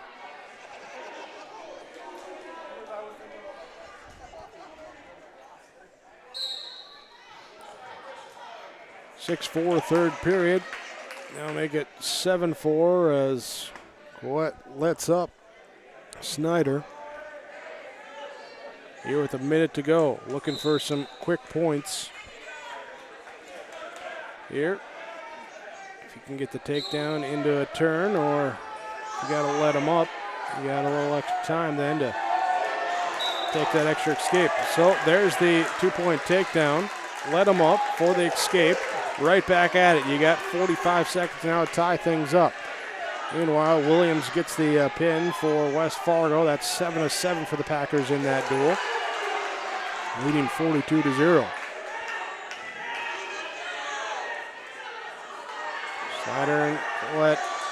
Snyder in the blue singlet for New York Mills, leading 8-6. Now here's an attempt, and they'll go off the circle. Is the set, the Coet, rather. Needing to make something happen here with 14 seconds left. A shoot by Carter Coet. No, nothing there. Simon Snyder to block it. Coet then trying to reverse around to the other side. Snyder gets on top, rides it out. We'll see if they give him anything at the end. No, nothing. No control. And it's an 8-6 decision for Carter Coet. So we'll take it for Crookston. Meanwhile, for West Fargo and Pembina County North, Oakley Brown of Pembina County North, Drew Hedenbaugh of West Fargo. And here we have Hedenbaugh getting into a pinning situation, trying to pin Brown. And working on it, almost there. Tuck the head, there you go. 8 for 8, 8 straight pins for West Fargo. Here, now they move to 113. Some precise wrestling out there. And remember, you can be precise with the guys at RDK Enterprises, Hillsboro and Drayton. When you're thinking about upgrading your planter, visit with the guys there in the shop in Hillsboro. Visit them in Drayton. Go on to planterdoc.com. That's planterdoc.com. And you can be precise too with RDK Enterprises, Hillsboro and Drayton. 113-pound weight class. Pembina County North has Keith Moore. Landon Geiger comes out for West Fargo. Here, Moore into the quick takedown and gets the half in, turns him. And Moore looking for a pin now.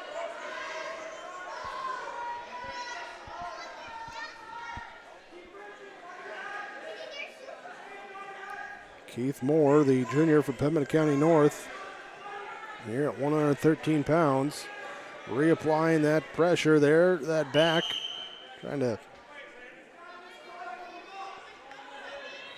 get those shoulders down. Let's see if you can get that knee up there, maybe flip the hips a little bit.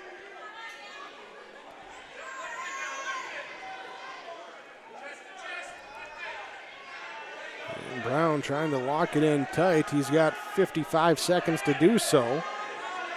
Here after a quick takedown started this match. Blake Unger of New York Mills and Hunter Knutson of Crookston. That's your matchup on the blue mat, number 2. There is the pin for Moore, so that stops the run of the West Fargo wins, but not the pins. So every weight class is gone over there. I'm at number 1 this duel.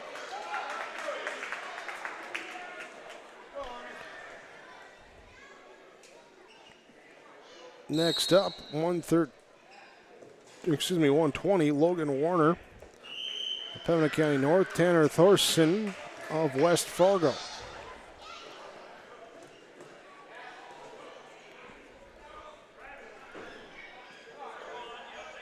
Working here, inside shoot, single leg. Here for Warner. Warner puts him up, puts him down into the takedown for 2. Start of the second period over on mat number 2. We got a clasping call coming that will break the 0-0 score between Hunter Knutson and Blake Unger.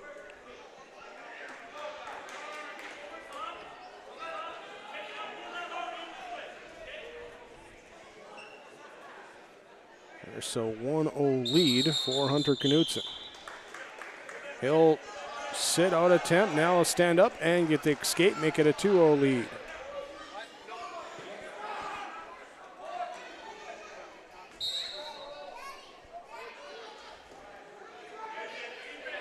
Low score here for Unger as they break apart and just kind of fly by each other. Over on mat number 1, Logan Warner with the 2-0 lead. 53 seconds to go in the first period, and now he puts into a pin situation here. Tanner Thorson on his back trying to stay off. Warner looking to apply the pin. And he does. There, so Warner with a pin at 120 for Pembina County North. Hunter Knutson gets the throw, a little hip throw, and brings down Unger to his back. 58 seconds in this second period for him. And we got a stoppage there as the potentially dangerous 3 back points being awarded. Looks like we might have a little injury time too with some blood time. All right, Pembina County North and West Fargo. Parker Thorson for West Fargo and Brock Fryer for Pembina County North. Fryer on top, control after his quick takedown.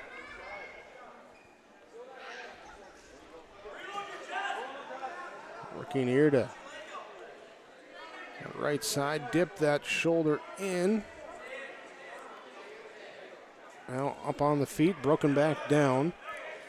Fryer stays in that top control, now tries to put the turn.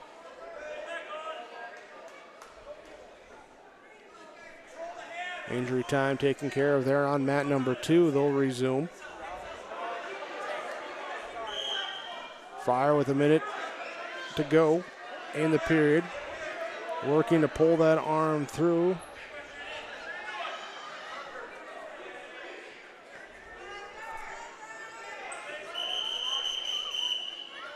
And injury time once again here on mat number 2. Hunter Knutson leading 7-0 over Blake Unger. And they will pause. Thorson working up to his feet. Freer across the body, hooks the leg. 25 seconds to go in this first period.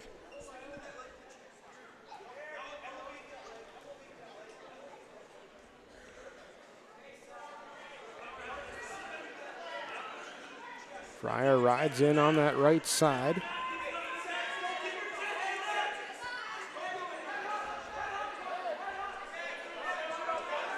And now Thorson, end of the period. End of the period. Here with Fryer leading 2-0.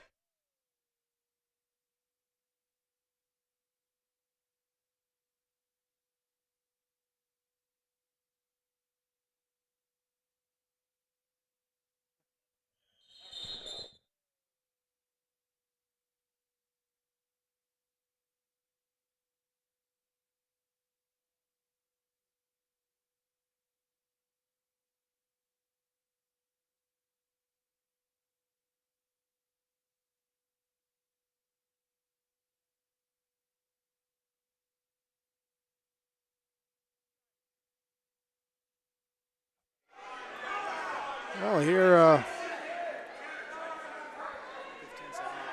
Yeah. That's total views? Yeah. Total views? Yep. Brock Fryer here in the down position now as Parker Thorson tries to stay on top. Thorson looking to get a turn and try and get some back points, come back from a small 2-0 deficit. So again, we have injury time over there on mat number 2. And instead, it's going to be the reversal here. So we get the 3 back points for Thorson, then the 2 reversal points for Fryer. And Brock Fryer of Pembina County North leads Parker Thorson 4-3. As now he's looking for back points. 43 seconds left in this second period. He puts the turn into Thorson. And Thorson trying to get back onto his base. Here trying to belly out. And Fryer will work around to the other side. Pull that arm across. Get the leverage. Roll through or twist through by Thorson. Aaron will be the victory there for Brock Fryer. Hunter Knutson, Blake Unger continuing on here on the start of the third period. Caution on the start. They're in the 195-pound weight class. Up to the feet, trying to scamper away, and brought back down and outside the circle. Knutson stays in top control. 7-0 lead here in this third period. Nolan Mouse for West Fargo will take an open victory at 132. And so at 138, Pembina County North will have Levi Hinkle, and West Fargo will send out Owen Magnell.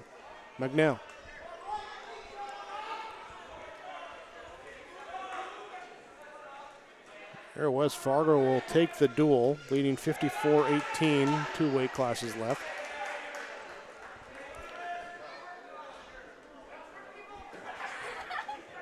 Hinkle there with the green shoes on there. See a lot of the same singlet there with the, well, Hinkle has the black on the bottom part there, but when you throw in the knee brace there of Magnell, like it looks kind of similar in certain spots. So the green shoes are the identifier there of Levi Hinkle for Pembina County North down there on mat number 1, our gray mat.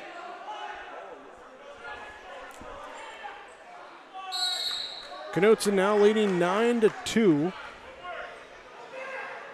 Here after a takedown and escape.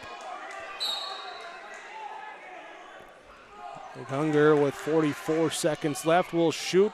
Knutson will shoot. Zonger gets in.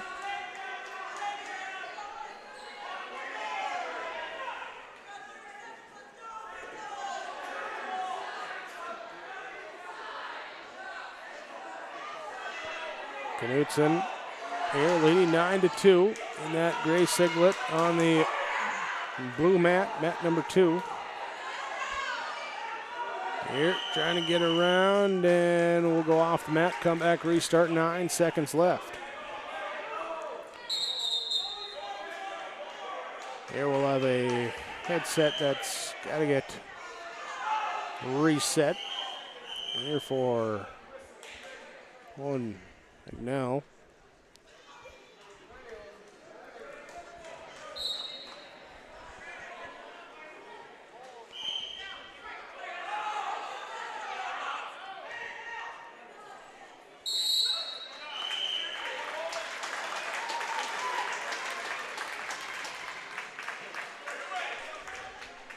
There, so will be Knutson taking the 9-2 decision. Over on mat number 2. Mat number 1, Hinkle and Magnell.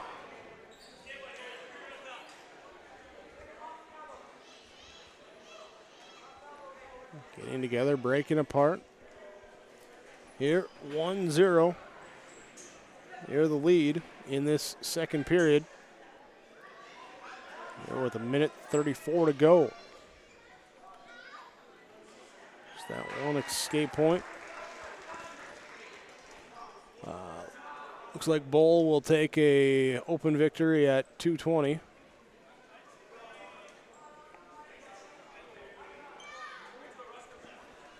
And we'll see here at 285.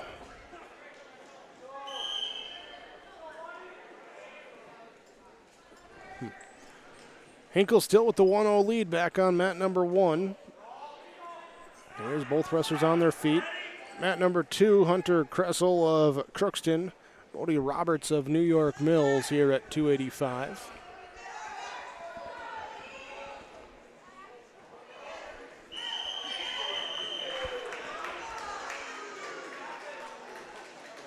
Here, Hinkle and Magnell. 38 seconds left in this second period. The 138-pound weight class. Bluff of a shoot by Hinkle.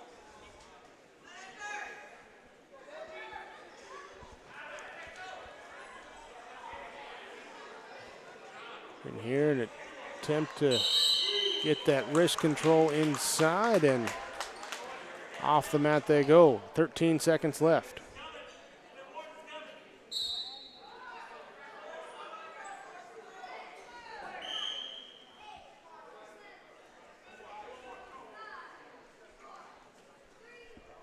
That's just how we'll go to the end of the period then. Still 1-0. Hinkle's escape. Do have the one stalling warning was given to McNell. He'll have to be cautious of that. Not make his road any more difficult.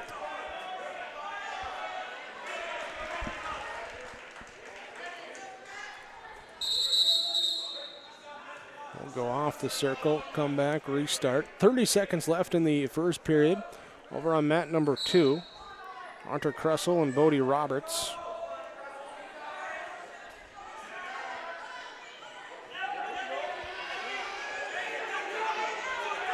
Here, trying to get in here at 2-1. And did not get the takedown before they went out. Back up to the neutral. Third period, minute 20 to go on mat number 1.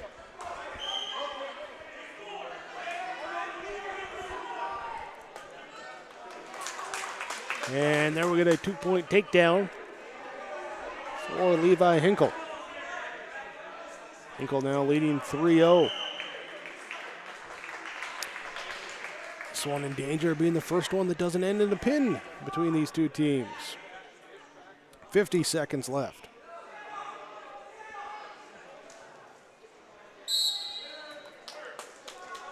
We'll come off the circle. Here, restart.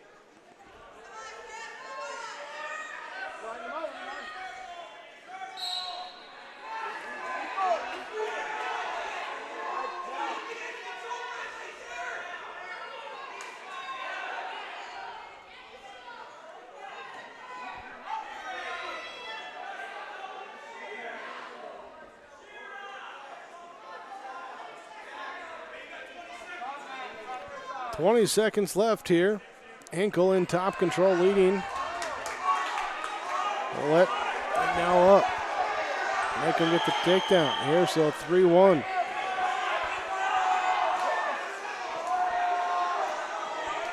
Here, stalling warning given to Hinkle. Here's a dive by McNell, going for the single leg. That will be the end of the period. So it'll be a 3-1 decision for Levi Hinkle. Mat number 2, Bodie Roberts leads Hunter Kressel 4-1.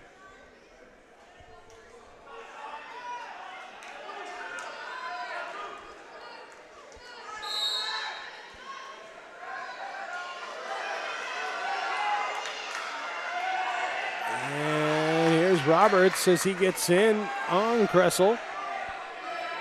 Looking for a pin. There's the pin. So Bodie Roberts with a pin at 285. Heavyweight victory. Carson Brown of Pembina County North will take on Sean Christofferson of West Fargo. 145-pound weight class. This will be the final match there. Meanwhile, the New York Mills and Crookston here has an open at 106. And will be Mauricio Arega to take the open victory at 113 pounds. There will be Evan Trudeau of Crookston, Aiden Meach of New York Mills.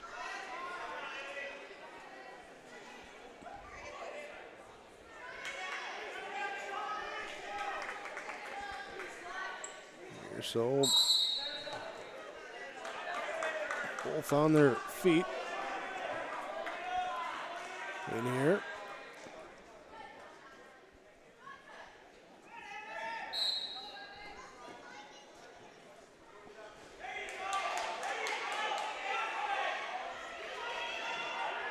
To the feet, looking for the takedown. Meach will get in on Trudeau with a single leg. Can't do it as they fall off.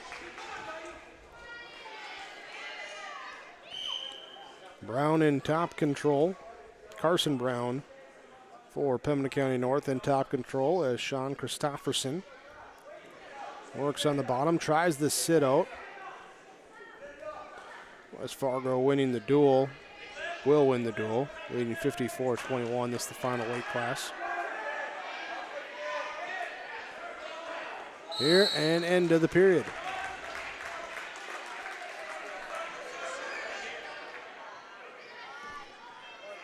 While Trudeau and Meach tumbling around. Here's a 2-point Trudeau takedown.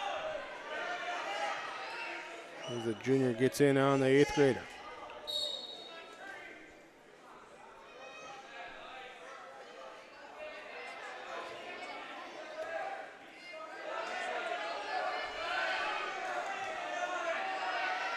Here to get the pin.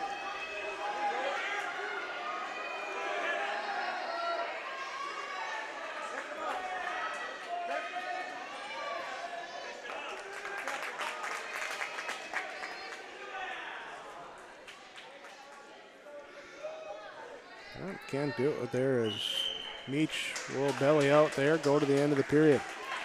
Minute 22 left in the period, second period for Carson Brown leading Sean Christofferson.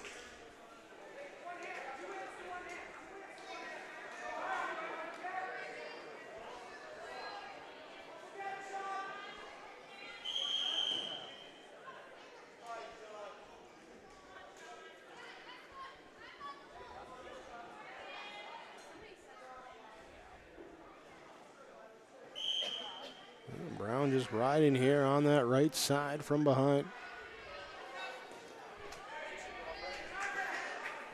Carson Brown leading 4-0 for Pembina County North.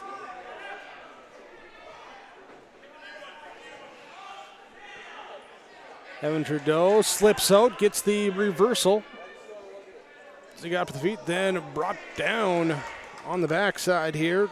Meach is his back towards the mat. Trudeau looking for that pin. He'll stretch out chest to chest, and there's the pin. 2 minutes, 41 seconds. There, final 14 seconds of the second period. Here with Carson Brown leading Sean Christofferson on mat number 1.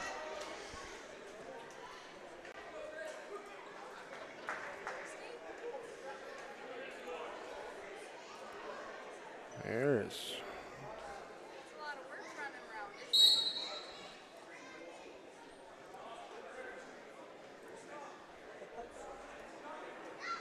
number 1. And Christofferson going to that third period. Meanwhile, it will be 120 pounds. Ooh, we're waiting for an announcement.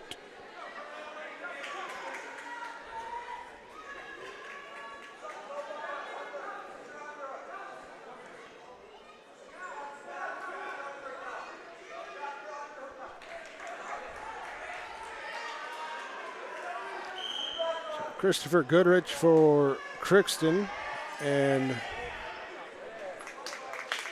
Arlie Turnberg for Tumberg for New York Mills.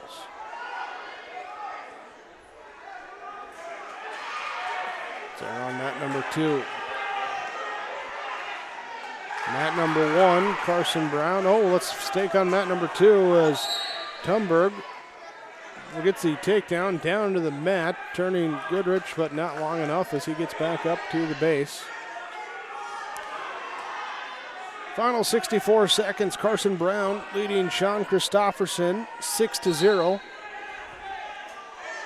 Over on mat number 1.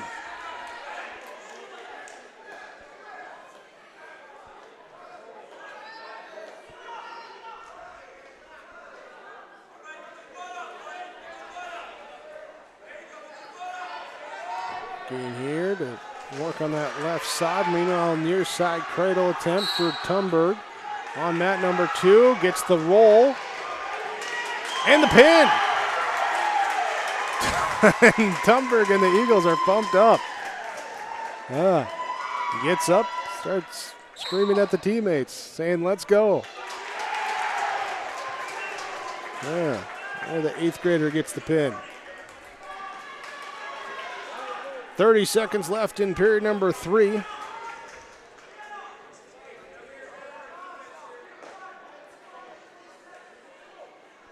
Carson Brown riding on top, looking to ride out the final 15 seconds of the period.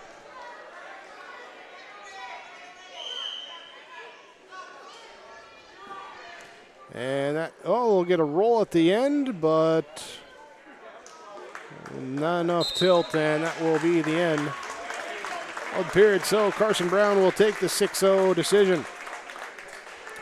So mat number 2, our only mat, Evan Luchny and Creed Mersu going on right now.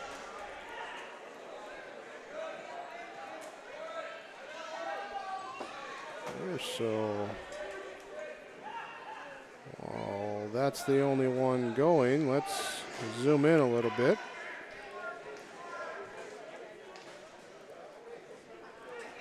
There for mat number 2, 126 pounds. Evan Haluchny in the silver singlet. Creed Mersu in the blue, white, red. There's a takedown for Luchny.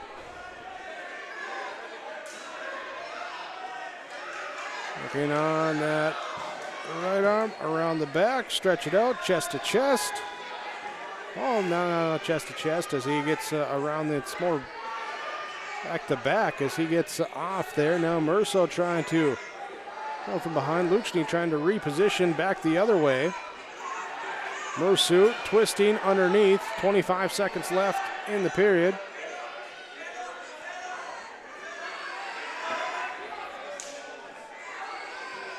Looking to get the pin, he does. Luchny will take the pin. We're at 126.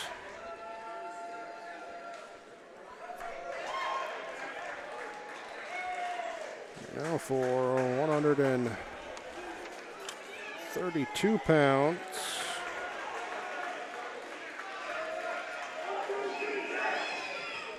Typically it's been Luchny there. We'll see. I think we might have an open for Crookston there at 132. We will. So an open victory at 132. Elijah Geyser takes it. Crookston then here.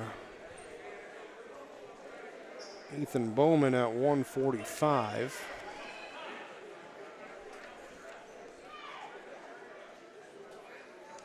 And New York Mills.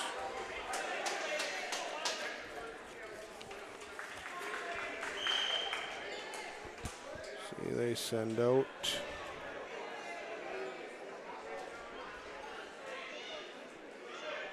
nope, they're going to go. Crookston sends out Lucas Perala. New York Mills sends out Slade Dahl.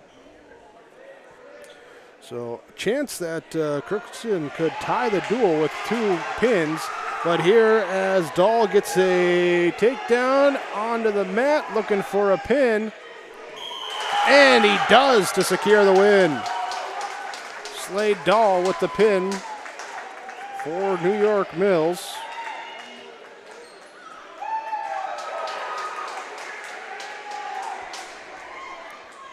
Here, and we'll bring up now 145. Jay Minderman for New York Mills. This should be Ethan Bowman for Crookston. There we go, our final match of the day. Ethan Bowman, Jay Minderman. Bowman in the silver singlet.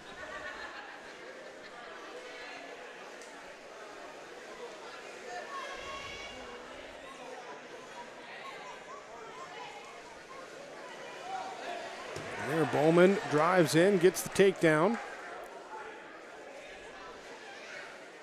Come down to the mat. And now working across the body, hooking the arm, hooking the leg.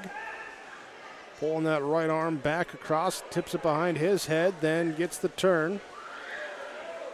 And trying to hook Minderman's head. Try and lift that up. Don't let him use it to brace.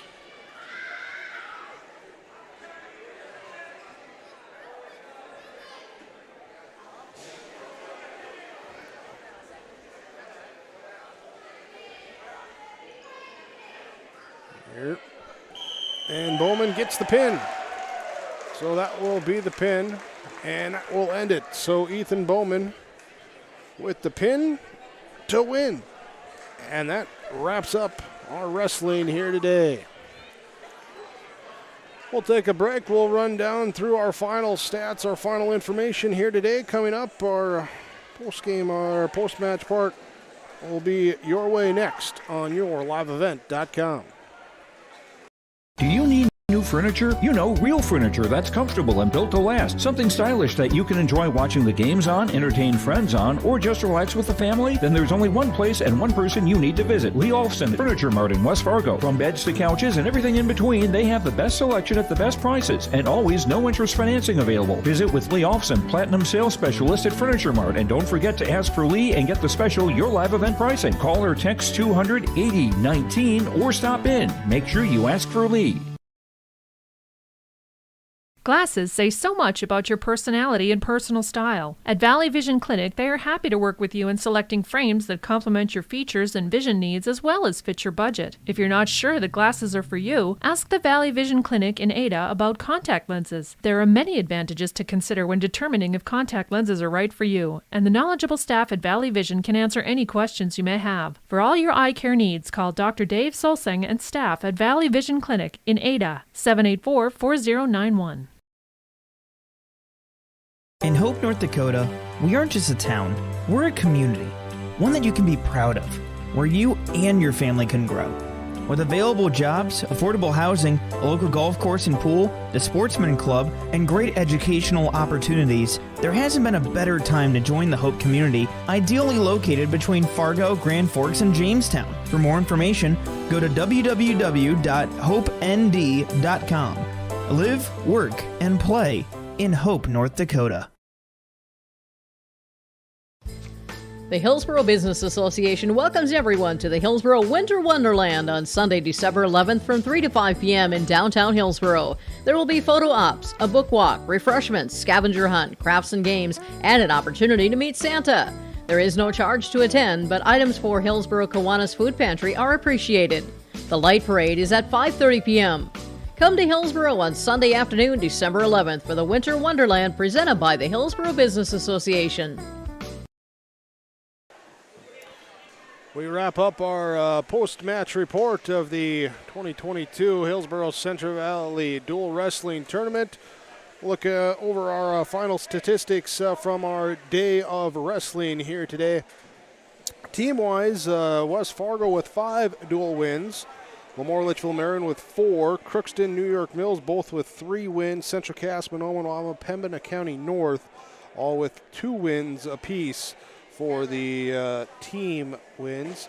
Most pins as a team, West Fargo with 27. Lemoore behind them at 23. Crookston, New York Mills tied for 3rd with 20. And then most team points scored, West Fargo with 274, Lemoore with 236 in second place. New York Mills with 208 is the third place finisher. And individually, looking out at, most pins here. Ethan Bowman had 5 pins in 7 minutes 47 seconds. Tyler Porter had 4 pins in 2 minutes 12 seconds. Caleb Porter with 4 pins in 4 minutes 4 seconds. In fact, Sawyer Owens, Logan Warner, Trevor Nielsen, Amari Williams, Carson Kazette, all with 4 pins as well for the individual here today. Fastest fall goes to Sawyer Owens, a 7-second pin. Waylon Kressel and Drew Hattenbaugh of West Fargo behind them with 11 seconds each. There, so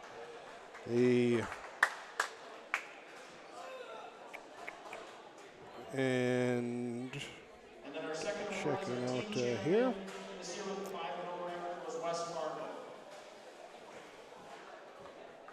Yep, and the most team points here,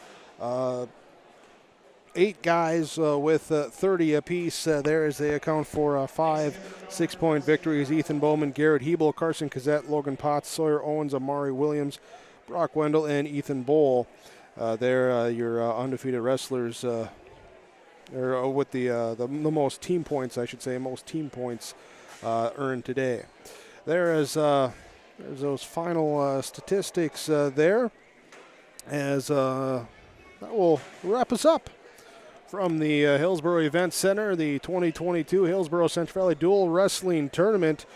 Thank you for joining us here for our day full of wrestling. Appreciate you joining us on our Saturday. Also appreciate all the sponsors you've seen throughout our coverage. We ask whenever possible, please patronize those businesses. Without them, it wouldn't be possible for us to be here to do what we do. Certainly appreciate that. Thanks as well to Dave Nelson, Athletic Director at Hillsboro-Central Valley. Also Rob Owens helping out too with some technical aspects of where we can place some stuff so that we're not in the way, so that we can bring you some the coverage we did. Thanks for your guys' assistance, as well as to you, the viewer, joining us here today on yourliveevent.com. Here, appreciate you tuning in once again. Here as we wrap up from the Hillsboro-Central Valley Dual Wrestling Tournament. Remember, you can subscribe to yourliveevent.com for our upcoming broadcast schedule, and go online to view it there and view back with your broadcast archive with yourliveevent.com. Thanks as well to executive producer Mark Forsett, technical producer Brandon Mickelson, myself, Jake Berkmeyer, here with the call here today. Thanks again, once again, for joining us as we wrap up the 2022 Hillsboro-Central Valley Dual Wrestling Tournament.